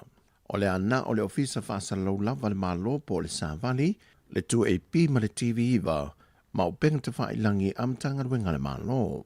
I le pepa le whaka ua whaamanino ai le mafuanga i nei a sao ma le whaadua whesasi le whaasala lau wina o so se whaamtalanga e tuina mai le malo. Ma ua whaamanino fo i le pepa o whaamtalanga o le aso mua le masino te sema po le vaiaso le nei ua whaamamalu ai le whai unga le kabineta.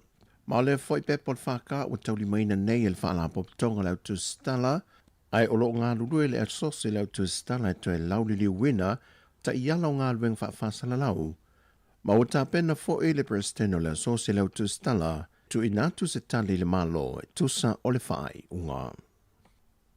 Wa tauli maina nei le ofisa o a onga maanganuu le mata aupu o FSS a iei le komiti ma whaia onga o le a onga tūlanga lua le a fiu anga o maangiangi.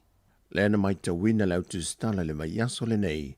Le aio ni te maiti a onga i te tonu o potua onga, loka potua onga, ai na o se li o le vaianga au mai Amerika, na tau watu i eile pa angwha moe moina o telefou. Mai na maua i foi, o su enga whai o le tausanga te maiti a onga, sa whaatino le i le hola le ka le sia me totisi maangiangi. Na o atu ni se lau tu stala i le tofi le tu malo vai maunga numere tolu, e nei e whai loa ai, e whatu a longo atu o ia i le aso whareido le vai aso o tuana i le mata opu. Ma wa ia whaamanino ai, wa amata o na whaatala no le mata opu le nei, ma o le whanau naunga i na ia aua ne ia fia ia onga posu e nga le whanau whai o le nei tau sanga. Mai leo ma whai foi o na tu ina mai se fina ngalo le ofisa silo na tanga luenga wa onga le mata opu, o na nate leo maua ina le a toanga o le mata opu, ma se ia whaatalia so ala upulenga wa amata i le vao le ainga whaia onga, ma le komiti a le a onga. E tasi tesi ma le tasi miliona tā la le tangi a le sa a vea mapale mi o le malo fia me Naomi mata afa, e whaasanga le fionga le titai o le atunu le pale mia le laule le male topala te vau fosi. Malona tausonga i a Lise Marie Schmidt. O le tangi le fionga fia me, ona o le tua inga i whaasanga i a tia na fia i la uia. E le mali wai o le tina profesa i a sinawa Iana Caroline Caput. Na whamanino fo e le fionga fia me i se whaatalonoanga ma le autu stala, o tua inga i na whaasanga i a tia, au whaanga solo i whaalau i loa le vang whaopo whai i le motu tele i sa la whai, mo le whainga palo ta tele le ua mawai. Na toe wala au le mata aupun nei i lumo le whaamsinonga le amtanga le vaiaso le nei, le na tūla i eile tamaita i loia o lo tūla i mo le fionga le li pāle mia, ma le tamaita i a Lisa Marie, le tamaita i a Maunga Precious Chang, e le mai au na tāpena la lātu tali e tusa o le tangi le watu e nātu. Mai sa i wha i lo foi o lo i eile fina ngalo le tamaita i a Lisa Marie, e na te sa i lia la veia la na lo i e tūla i mo ia. Ai o lo te ena le fionga i a fia me ia tu a inga uma, e peo na ia wha i loa wa a fielo na tamali anga. Ma o tolo po ai le mata opu e le fionga le whamasino i a le ia taua le Sir Darrell Clark.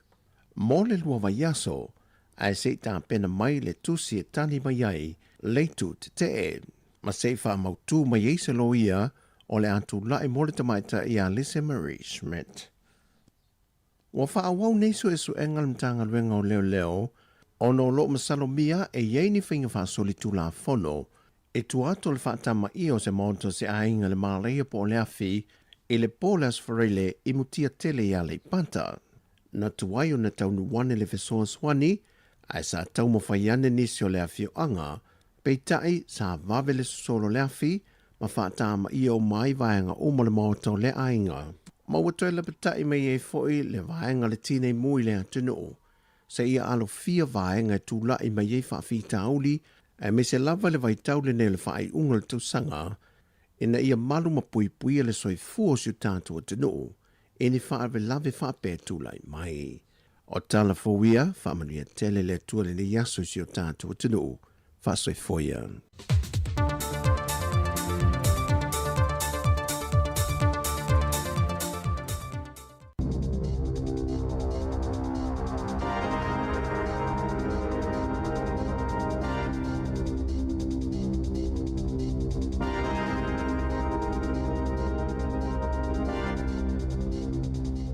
Alofa, i nei fo I vaenga o telefo, mai le si ufonga o le lau mua, o le talo mua.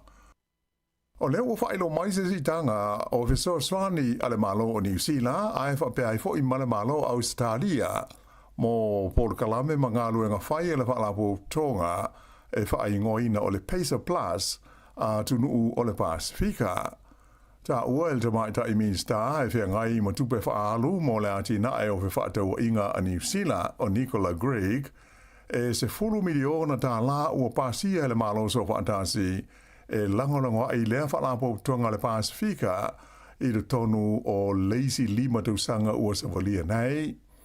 O le so soani e langolongo ai tunu umo le Pasifika o lo o fia I le tonu o le Pacer Plus ia lātou tau mo whainga e whaalelei a masi itia le tūlanga o lātou o loa whaatau inātu I whafo I tūlanga masani o he whaatau inga whaalewa o mālo. A toa ai fo I maisi tau mo whainga e whaatau sinātu I o lātou o tunu ni company mai whafo e fia fo si aini ati na e mani pisi nisi au ngā e mauai ngā ruenga tangata.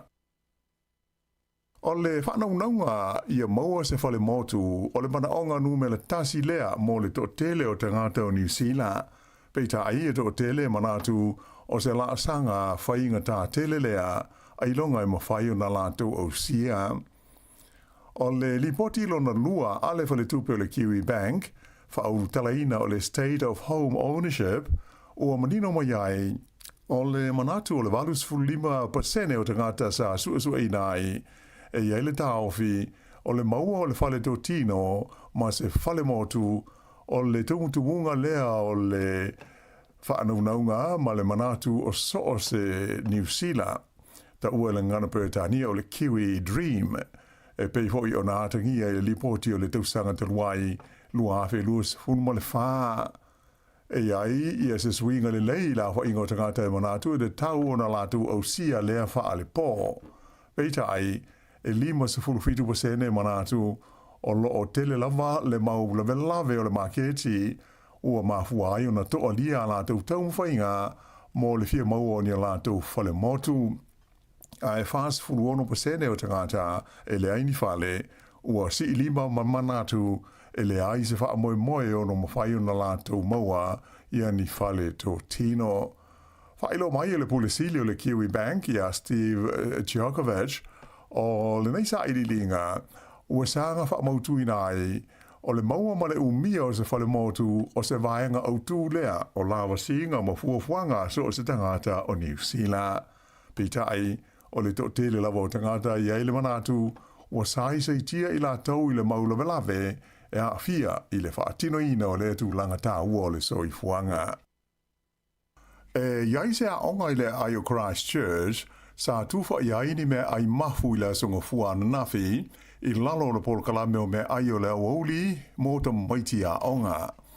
O le nei whale tonu o la pata ia ma ua whautua ina ai e le pule a onga matua ina ia siaki ni a whaina o la tau whanau ona upopolenga I le ono a fio nisi I me ai whale tonu nei o le auli o la songa fuana nafi I le a onga le Christchurch. Whailo mai e le pule a onga o le aonga le nei o le Hayata Community Campers le au fi ai vasenga mai le tausanga mumua e o I le tausanga sfulmo le tolu e va pena I loa se fa ia aonga e mafu ma ua leanga I nei me ai ua umo na tufa inatu I te maiti a aonga ta ua el te maita I pule a aonga ia Peggy Barrows sa tula I mai mumua foi nisi fa afi tauli I me ai lava nei mo te maiti a aonga I lana aonga ai o se mea ma tau tia tele lea ua adiri mai le te leo le whale tonu wa fi ai me ai nei e a watu mōta maiti. Whaalia foi na da tala se whaia onga ia se me ai mai loa ai le tūlanga le manuia e le ngata ina ua mafu ai ua manongi leanga ma le mawhai o na tau mawhalia. Sa wawe o na tau fia le tuwhaina o me ai mo ta maiti a onga ma whaatanuina e lafua i umalatu me ai i le la PC. Ai na whaadia le te maita i pule a onga sa i loa i me ai na lafua ai e iai nisi me ai ua talai ma fōlinga na aina e nisi o ta maiti.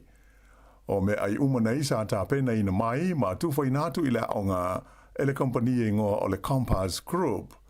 O le masina o Marti sa talo sangai fo i le onga la wale nei le Hayata Community Campus pe ma whai ona whaia e la tō lava a la tō me ai mo ta maiti a onga ai i aua ma tau fia le toi whaia mai le kompani le nei o le Compass Group. Pe tai e le Italia le talo sangai le means talo lango a onga ia David C. Moore. Whailo mai le pule a onga o me ai mo ta maiti le o uli nei le aso lua le nei o le a saunia ma ti liva atu le Compass Group ai o le a muamua o na siakina le lei me ai uma a o le i tuwhainatu i le whanau a onga. Lipotia mai le tū mālosi o le minstaiva a ia le whalapo tonga le mālo e ta ua o le whamak e pui pui i le vai ngā tupe e lata i le wha se lau afe tā la o le tongi whai ua le sa vea ma whaauru lunga o le whalapo tonga ai ua wha mawai. Whaadia le li minstaia David C. Moore sa le lei lama le whaafoina o le wha mawai ngā ma le payout mo le tamaita ina vea ma pulisili o le whamak e le lato komiti whaafoe.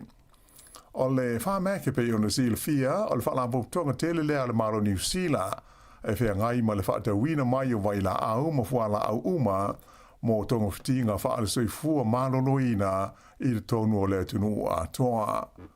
O lona pule sili sa iai talu mai le tausanga i ruafes fulwalu o le tamaita i ngo ia Sarah Fett na wha mawai mai le tuwhinga ia Februari le tausanga nei mai sa tu ina tu iai lona te tongi whai u e toru se lau lima se furuma le fitu wa fe tā la.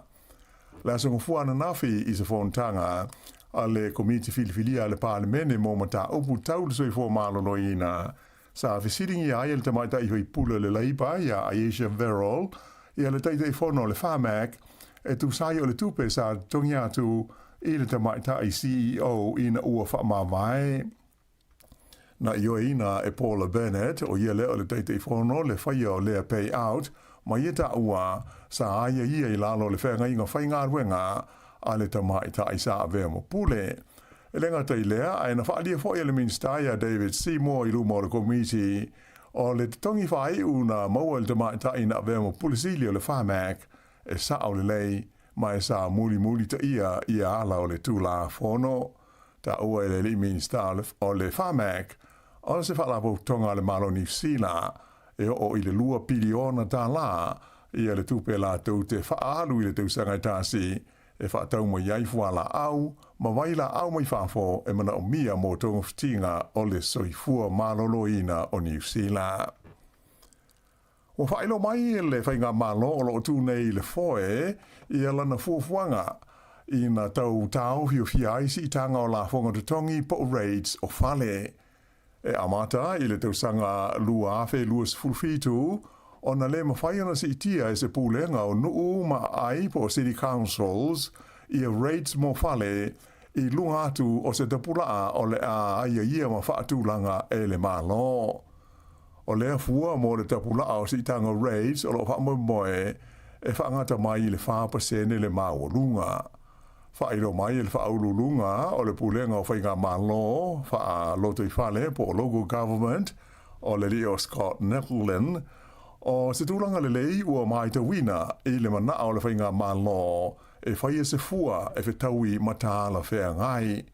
Pei tai e nau o ia ina ia aua ne ia awhiai lea whainga whaamaya le malo ia fuafuanga pulenga o nuu mai tū malo e inivesi ai ia tina e pei o awala o la lau papa whapea mahala o whela ua inga.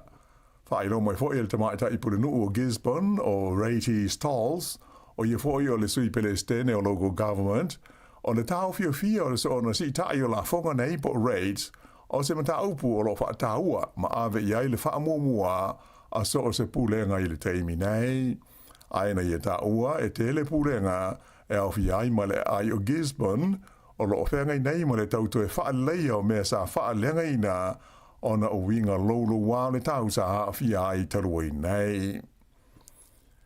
E se furu iwa tau sanga le matua o se tama onga mai ka nata na tau fia leo le malai wa alele au kilani le sa na te nei e na ua maua ila na ato le sili atu de se furu le 5 kilo kalama o le vaila au fa sa ina o le methamphetamine po le aisa o le nei tau le lea o stasi o le pasese na malanga mai le ai o Vancouver mai o le teimi na siaki aila na ato pa au na maua i le tonuni containers la iti e se furu 5 la whai ua utu i aile aisa mana nā i te tonu o na lava. Whailo mai le ofiso le tiute o le tau fuafuaina o le nei waila au whaasaina e tusa le ma le wha te si 5 miliona tā la. O le asonga fua nafi le na tūla i aile wha amsinonga whaitu māloi manu kau i le tau le lea o whaiane i ai mōlianga i lona umia ma le whaulu whalina mai i New Zealand o lea waila au whaasaina. Ta ua mai e le li pule le ofiso le tiute le malai wa alele o Kilani o Ben Wells ua whamalo si le teimi nei ngā luenga whai ele mta ngā luenga i le mata i tuwina leo ta ngāta malanga mai whafo ma la to uta i le hanga i atu i le teimi pisi o aso malo lo o le kirisimasi ma le tausanga fau. E tasi tesi ma le tasi miliona tā la le sala tupe ua whaasala i nai le whaamasnonga i ale kompani tau whesota inga tele wawawe o le 1NZ ona o ni mata upu a fia aila na mata whaioi sa le tau ona whaia e winga i mana onga le ma alofia o tangata i le taimi o ni whaalawe lawe whaafua sei. O le nei whai unga le whaamasnonga maulunga e mafua i se tangi e le komisio me tau pis nisi le Commerce Commission sa whaia i le tau sanga ua mawae e awhi ai le whaia leo le tiutia le 1NZ i le whaai lo atu lea ma wheso tai i tangata nao lātou mana o mia i le wheso swani. E se fulu la whaia ni mata opu sa ioe ina e le 1NZ i lalo le tula fono e ta ua o le 111 contact code lea e mana o mia ai kompani tau whesota inga e whaia fua i ani wala au i taimi ni whala mlau whaafu sei e pei o taimi e pē ai le pawa po o le elitise. Whaadia le komisina o whesota inga tele wawawe o Tristan Gilbertson e ta ua tele le au au nanga o whesota inga tele wawawe i taimi ni whala walawe whaale natura o taimi e motu si ai ma pē le elitise. O soli tu la fono na io ina ele 1NZ e fa pena tupu i le vale tau sanga i luafe luas funtasi ma le luafe luas funu le tolu. O le mamafa o timu nga mata whenga o vai i le whai unga o vai aso ua mawai i au kilani wailonga o nā whai na i ngā teifale ai maisi o mata whanga i le vaenga o New Zealand ona ota ma le palapala na tawhe atu iai. O le masua atu i le sami o ta mai fale ese ona o le malosi ma le mamafa o timunga ua whai nai ma mata whanga i fia tangata i ta whawhau mata ele ai mai ua lapata i ai nei tangata ina ia whae tete le tofu pe ta ele ai le sami ai mai se i le waite mata ele ngata i lea ai se furuma le tolu la whae o isi mata whanga i au kilani e au fi ai ma Herne Bay ua whaasao na ta e le aitanga te le teimi nei, e le pūlenga o le ai o au kilani, a mata mai le asonga fuana nafi, ona o a fianga e pei ona ta ua. O le neisa ua wha malu nei, mo se teimi e lei loa le umi. I nai tala mai whafo, whaalia le pāle mia o le tunu o Papua New Guinea, James Marape, e le mawhai ona nofo fi le mūlo na mā lo, pe a whai e alia ni mai ni mata aupu e a fi haile a ia te tau a tangata Melanesia. Ai mai se o tangata o Papua i sifo. Whaalia e Marape, o tele tau sanga, o li po tia moi pēr le tele o le maumata aupu, o a whai na aile a ia te tau o tangata i le tono o Papua i sifo. Mai tele fōi i le maufon tanga wha le vāo malo o langa aile nei lava mata aupu. E pei ono si le fia, o le tui sifo o Papua New Guinea, lea e ta ua o le tu malo tele o Papua i sifo, o lo i lalo o pulenga le malo o Indonesia. mai o tele tau sanga o tau mwhai tangata Melanesia no fo ai le vaenga o le tunu te i pūlenga le malo Indonesia ai ia whaia so la tau lava malo tu to tasi whaalia mai le nei vai aso le pāle mio Papua New Guinea amana ia tele lo no malo ia le pule le malo Indonesia de tonu o Papua i sifo ai a whaia tu le mai ni sori ngā tu la fono tau le ai a tau tangata de tau lava na whaalia ia i se langona o lona malo ai le te tau na fi le mu manofo le i se me whaia. O le stofi nei le asofa o te sema o le a te tala ai mo le teimi mua i le au whaatau o New Zealand i e whai te toa le whale o loa tele e ngo o le IKEA i au kilani pei ona o tele tu sanga o whaatari tali i ai i le to tele o tangata. Whaelo mai i le pulenga o le IKEA o lo i ele manatu o atu i le vāo le se furu 5 afe ma le lua se furu afe le a whai o tangata whaatau o le a asia si atu i le asa mua i le tala ai lo lātou whale o loa tele le nei i le Sylvia Park i Mount Wellington. Ua whautua i nai le mamanu le tunu o whenga asaroai ina ia whautangia ma fua mamao i le ono poloka ma le tuwai o whewa inga masani o tamale i lunga o ala te tele i le vaenga o au ki lani. Asonga fua nafi i lena ma waile awanoa la ufa asaralau mai mo ai de tono le nei whare o loa tele tusa ma le tolu se furu wha afe i mita whaata wha le tele mai fitu tausanga talu o na fausia. Lau i loa le kompani le nei o le IKEA i o na whale o loa ma o loa whelanu nanuai au ngā mo whale o ainga i pōtu malolo mo pōtu moe ai mai se o mukuka ma whale taele ai whapea na mea whale i so se i tu ainga ma le tele o loa e alu i le tise. O loa whautua ina mai lau whaatau a tonu e le leile download o le IKEA app fiso swani i le sa ilia o ni o loa fia maua. O loa umai de tonu o pōtu o le neifan o loa tele ua uma na whaapipi ma tūsi ai o lātou tau ma le ingoa whaasui se lani o loa te itasi. O i tu la masani de talai le IKEA o le iwa i le tae au o i le iwa i le pō fitu aso le vai aso a mata atu i les whareile nei le aso 5 o te sema. E Ta'alonga basketball o le tupau le i whaia ina le Tall Blacks a New Zealand i le Boomers a Australia i ai e fitu iwa i le fitu sfurfitu o le Ta'alonga i Wellington e ano pō o lona nua i leo Ta'alonga e su e aia avanoa mo le ipo le laulangi soi nei i le whaifa angatama o le basketball. O le Ta'alonga mōmua sa whaia i Hobart i le Aspirated Taruai na whaia ina i New Zealand i a Australia. O isi Ta'alonga o lo de toia le aulu nei a New Zealand e Ta'aloa i maaua Filipaina whapea ma Guam i le amtanga o le tausanga a Sao. O le so le aso mua o le series o Ta'alonga whaitawina po Tess i kirikiti whaale vāo ma lo i le vale o le Black Caps a New Zealand ma le au mai le West Indies le o lo iei nei de tonu o le tunu. Pei o na sila fia ua uma le series lua o Ta'alonga pupu e ta i lua se fulu owa ma Ta'alonga ta i 5 fulu owa i le vāo au nei lua mai na manu malo umai le au a New Zealand. Ai o le vaenga nei o Ta'alonga whaitawina tolu la whai o Ta'alonga o le series le ua amatalia i le so i le ai o Christchurch.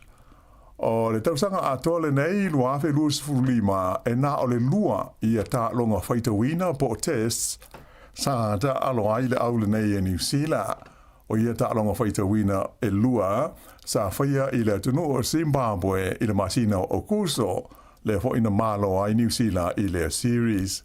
Talu mai le nā taimi o se furu fitu la whai o Ta'alonga pupu wha le vāo malo o Ta'aloa i le au New Zealand i le vāma Australia whapea Engelani ai mai se le aule nei a le West Indies. E au le whai ungula nā le nei vaenga o Talafou.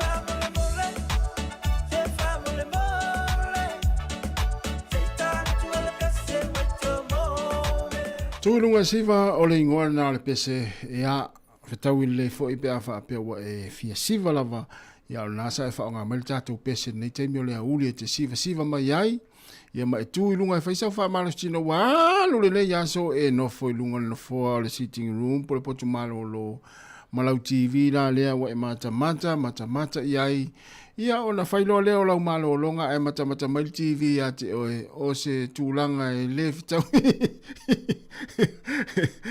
o se tūlanga e le fitau i le mea lea o le ki o lau TV ia ona e malo lo lea ma whailau malo longa ia e mata mai TV a te oe o lea ua toi lua sifilona minita na tā lea o le lua mai lea o le tātou tautua o le nei aso ia ai mole atu le wha malo whaaftai lava i lau mafuta mai nei taimi o le tātou porklame o le sifonga neo lau moe Wellingtone ia e pei o na tātou mafuta i fo i lunga o penga te whailangi o le Facebook mo le tātou YouTube nei taimi o lea oli o le vanga mo mole na whaalonga tuai lea na u mo me tātou telefou mai le sunga a tā sesa nei le tai au ia o tūlanga foi le pe ona whaalongolongo ti ai le ua mai le vaenga le o le tuina mai le vaenga le kapeneta ma le whainga malo a Samoa ia e tapu ai nisi o au whaasala lau ia mali tio tutu atasi ia ona lato whaasala lau ina ni tūlanga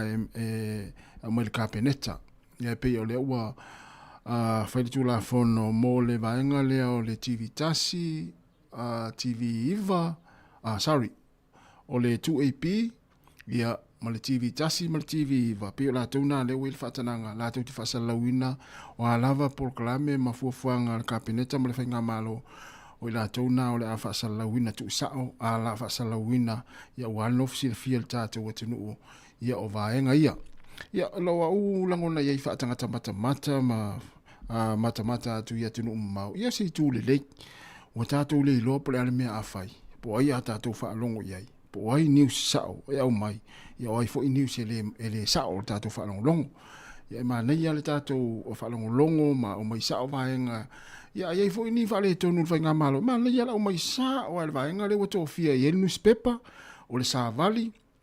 Ia e mai se le TV tasi ma le TV Iva. Ia o ha me tupu le kapeneta ma le whainga malo i la tau vaenga ia tulanga iai ma na ia li poti sao mai ia e no wa fo no fisi fia le tunu ia te ula ia fa tangata mata tu nei atu no mau o te piti tulanga le ia wala vani a vaenga na o le newspaper le Savali mal TV tasi mal TV va la tu te fa sala wina ia fo fuanga le malo mal kapeneta ia nai lo le mele o ta sata o lo ta tu il temine o ta tu le lo po ia sao a mai elea tangata whaasalau, a mai elea sui whaasalau, a mai elea la leo, a mai elea la leo.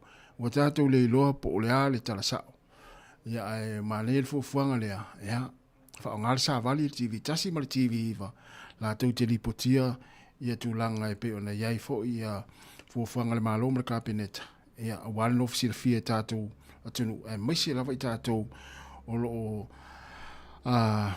ai tau malele atu ia tunu mamau ia mole tala fu ile tatu te mla o mia ni tala sao mani ni tala fia fu tatu ia lo alalam papa au nei tunu ia lo tatu wo mawai nei lo le mele lo tatu ia nei o tatu le loa ia po ai tatu fa longo ia po ia sao ia o se to nos fu tolu minuto na tale le tu la lua tatu wo fa fia nei te mi o le uli pe ma dia nei te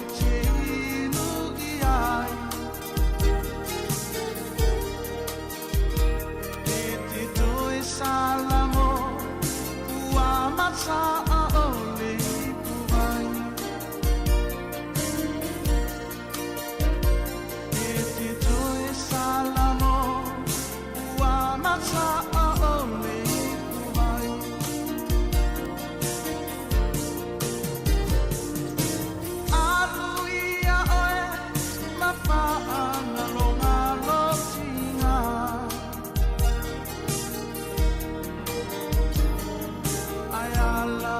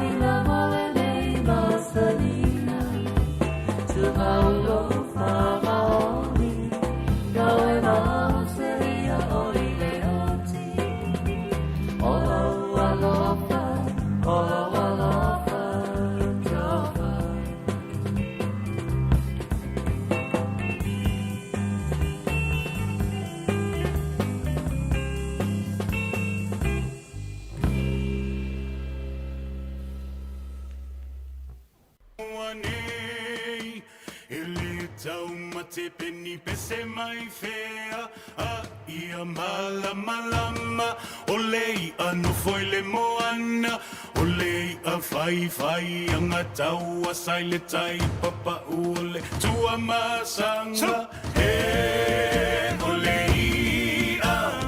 olei alava ole ngatai fale etaele lava ile taifana e tautai ai lava sauma e afe